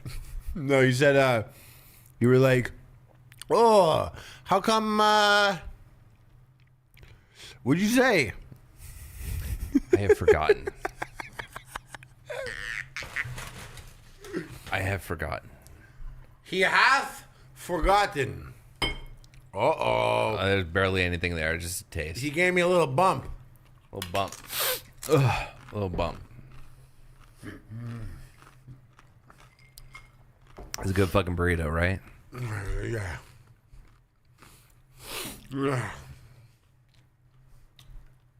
You good? I'm good. I have like spicy hiccups right now. Oh yeah. They have so much good shit. They have a quesadilla fucking. Oh, I love quesadilla. They have they do Anything burrito is great. oh yeah, they do the burrito tacos, but they also do a burrito quesadilla. Do they do a burrito ramen? No, Cowards. I've heard of that though. I had it at Del Taco. Yeah. Mm-hmm. Oof. What was ugly was the noodles were like really short. Yeah. They had been like sitting for a long time in the burrito. Sucked. Yeah, you got to throw them in like right before you serve.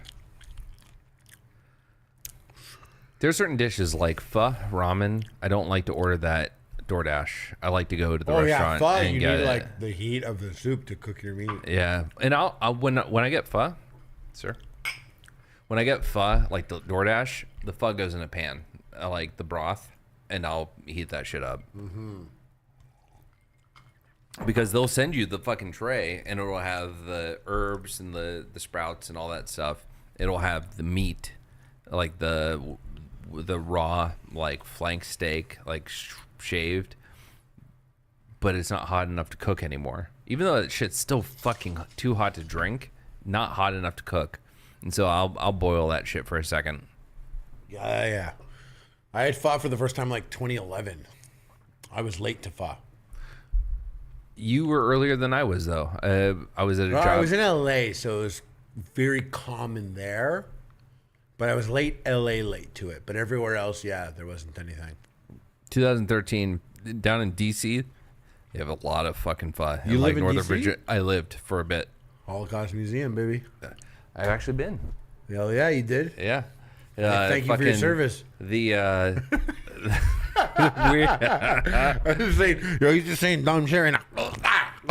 I was about to say the shoe at the end. Oh, the shoe pile. When you go to they show the screen and it's like the couple that was together for a long time, and then the shoe pile. That's But if let's just say you were like a Holocaust denier that thought that it was only 250,000 deaths, you'd be like, the shoe pile, easiest thing to fake. Go to China. How much does that cost? I've seen the movies. I know how they make props. This is fucking easy. Shoe-pile? It's fucking this. Go to China. I fucking spend like $250K. I'll get 6 Put them million in a shoes. cement mixer with a few rocks for a couple of hours, and you got some old shoes. Congratulations. Good job. If you tried, no, never mind. Actually, I don't want to get you. I don't want to get you banned. Is there water? There is. Above the sink, there should be some cups. What's this thing here? The wagon? Yeah, That's how I drag shit from my apartment to this apartment. that's so smart. Dude, that wagon, because like, you know, you live in your home, right? You just walk from the driveway to the door and you carry your groceries. Yeah. But you go on a big grocery haul, you have to go from the fucking parking garage. You're so right. That wagon is a lifesaver. Where's the water? In the fridge. Oh, no, on the door. On the door. Here? No, on the door. You see that little contraption? Yes. What's this Americans for Contraception? It was an event that I did with Kyla, the co-host of the podcast you're doing. That's her first name? Yeah. Is the other one her gamer tag? Yeah, not so erudite. That's her gamer tag? You know, I don't know if erudite games, so I know that's her internet handle at the very least. Oh, actually, after you're done with that, open the freezer, and there are two Gatorades up there, one for you, one for me, in the ice. So you just pull the ice bucket thing open.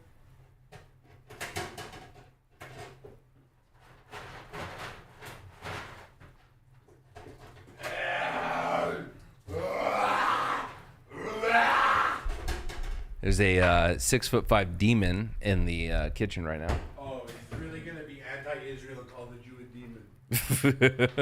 He's the god that Jew the demon. You sound like Arnold. Demon Jew. Arnold. Yellow. Yellow. Yellow is the best for quenching your thirst. Thank you, Kyla, for acquiring the Gatorade. Do you know that? Is it? Yep. Really? Yep. Well, cheers to that. Orange is the best on a hot day. I feel Red is the best for lunchtime. I feel like these are rumors. Red is best for lunchtime. When I was in boot camp, they had a Powerade machine, and each company, or what is it? Is it company? Yes. Each company battalion. There you go. Each battalion has its own color. So 3rd Battalion was blue. We were not allowed to drink blue Gatorade because we hadn't earned it because we hadn't graduated boot camp. So we had to drink the red, and I fucking hate the red. Why do you hate the red? Red's pretty good. Yellow's the best, though. Is it fruit punch flavor? I If don't you know. want your thirst quenched,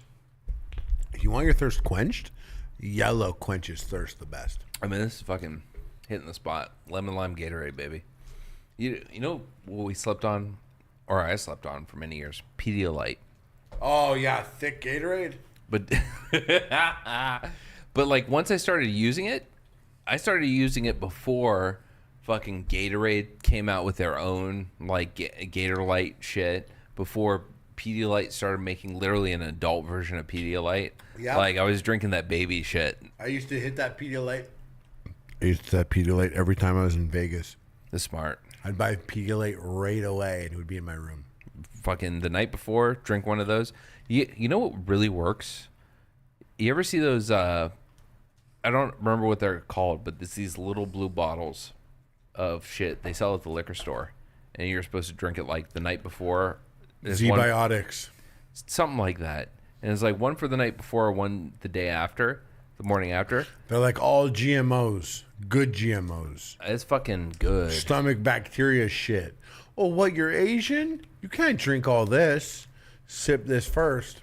Now you can get fucked up. You know, that shit is not a fucking rumor. One of my best friends is fucking Korean. No, it's true. And she takes a sip of alcohol, her face gets flushed. Yep. Like, she gets fucking sweaty. No, like, all I that was bringing it stuff. up because I literally have like my friends in LA. They bring out their boys for each other, and they're like, I got Z-Biotics, bro. All GMOs. You can drink that alcohol now. You know what I say? What do you say? I watch quietly and listen. As white men should. In 2024, as a white man, shut the fuck up and listen to her. What was that after the Trump election? It was like white people do better. That ad. Who said that? It was a fucking like I don't know if it was White people BuzzFeed. White people do It was better. something like white people do better. Like white people listen. You know. It said that? Yeah. Oh, I'm so happy I missed that.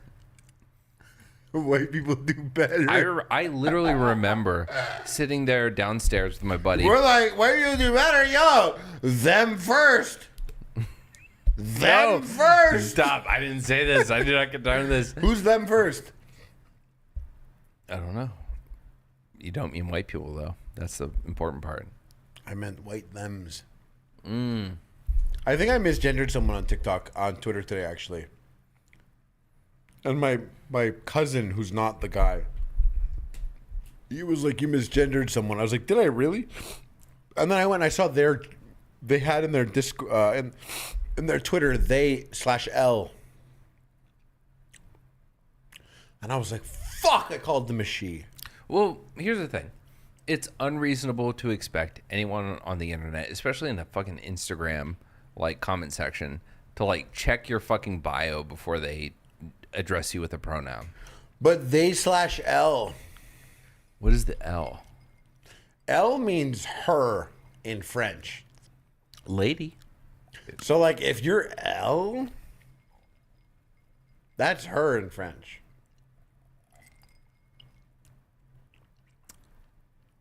I think we'll go with that. I was pissed off when I misgendered. No, I wasn't. I mean, I didn't even realize that I did. I didn't do the research by clicking on their link. Well, that's the thing is like, it's one thing if someone says, I am a lady, and you then continue to call them, you know, he, right? But, or him. But if you are just responding to someone and they look like a woman and you address them as a woman. But I typed it out, and you know what? The truth is, I default when I don't know someone. I default speaking aloud to they, them. Yeah. I'll always be like, oh yeah, they did this, that, they did that, but that's fine. That's easy. That's cool. However, they is now to some people, they're like a lot of them. And I'm like, no, there's just one they. And they is like plural to people. Mm-hmm. So I'm cool with like they, them for everyone and a plural version of they, them. That's all. Yeah. So they and theys. I'll be like, yeah, they did that. Oh, thems did this, and theys did that too, but they did this. That's cool. I don't want to like. Did you ever see that pronoun she, xi? XI, no, but I've seen Zer. It used to be the one. I am Caesar. Initiating podcast protocols. I am Caesar. Initiating chip consumption. Caesar consumption beginning.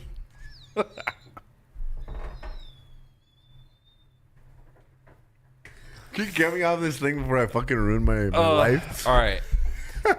Well, we've consumed our burritos. We've done a goddamn 6-hour podcast. I'm going to take that as a compliment to myself because you're not the first guest that's been like, no, I'll keep going.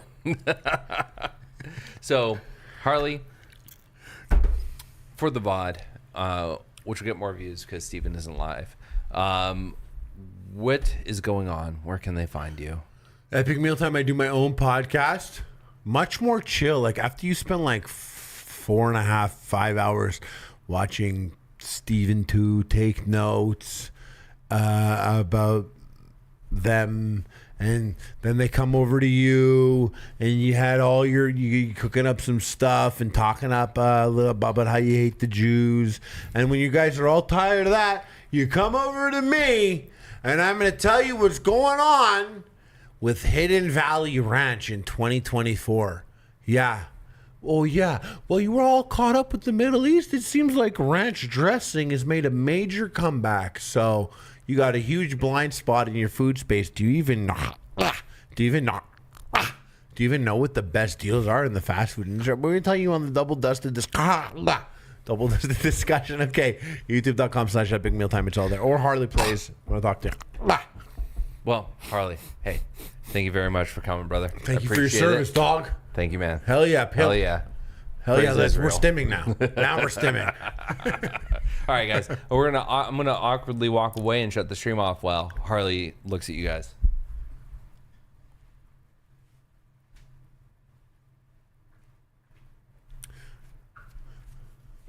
Yeah, all that stuff you said about black people before we started the stream and the Asians.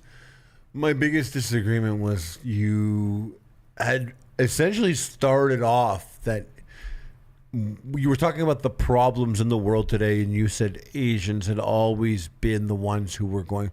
Are we still live? No, waiting for you to finish. Nah, it's nonsense. You were supposed to cut it off and make you sound racist, but now it's me. All right, bye, guys.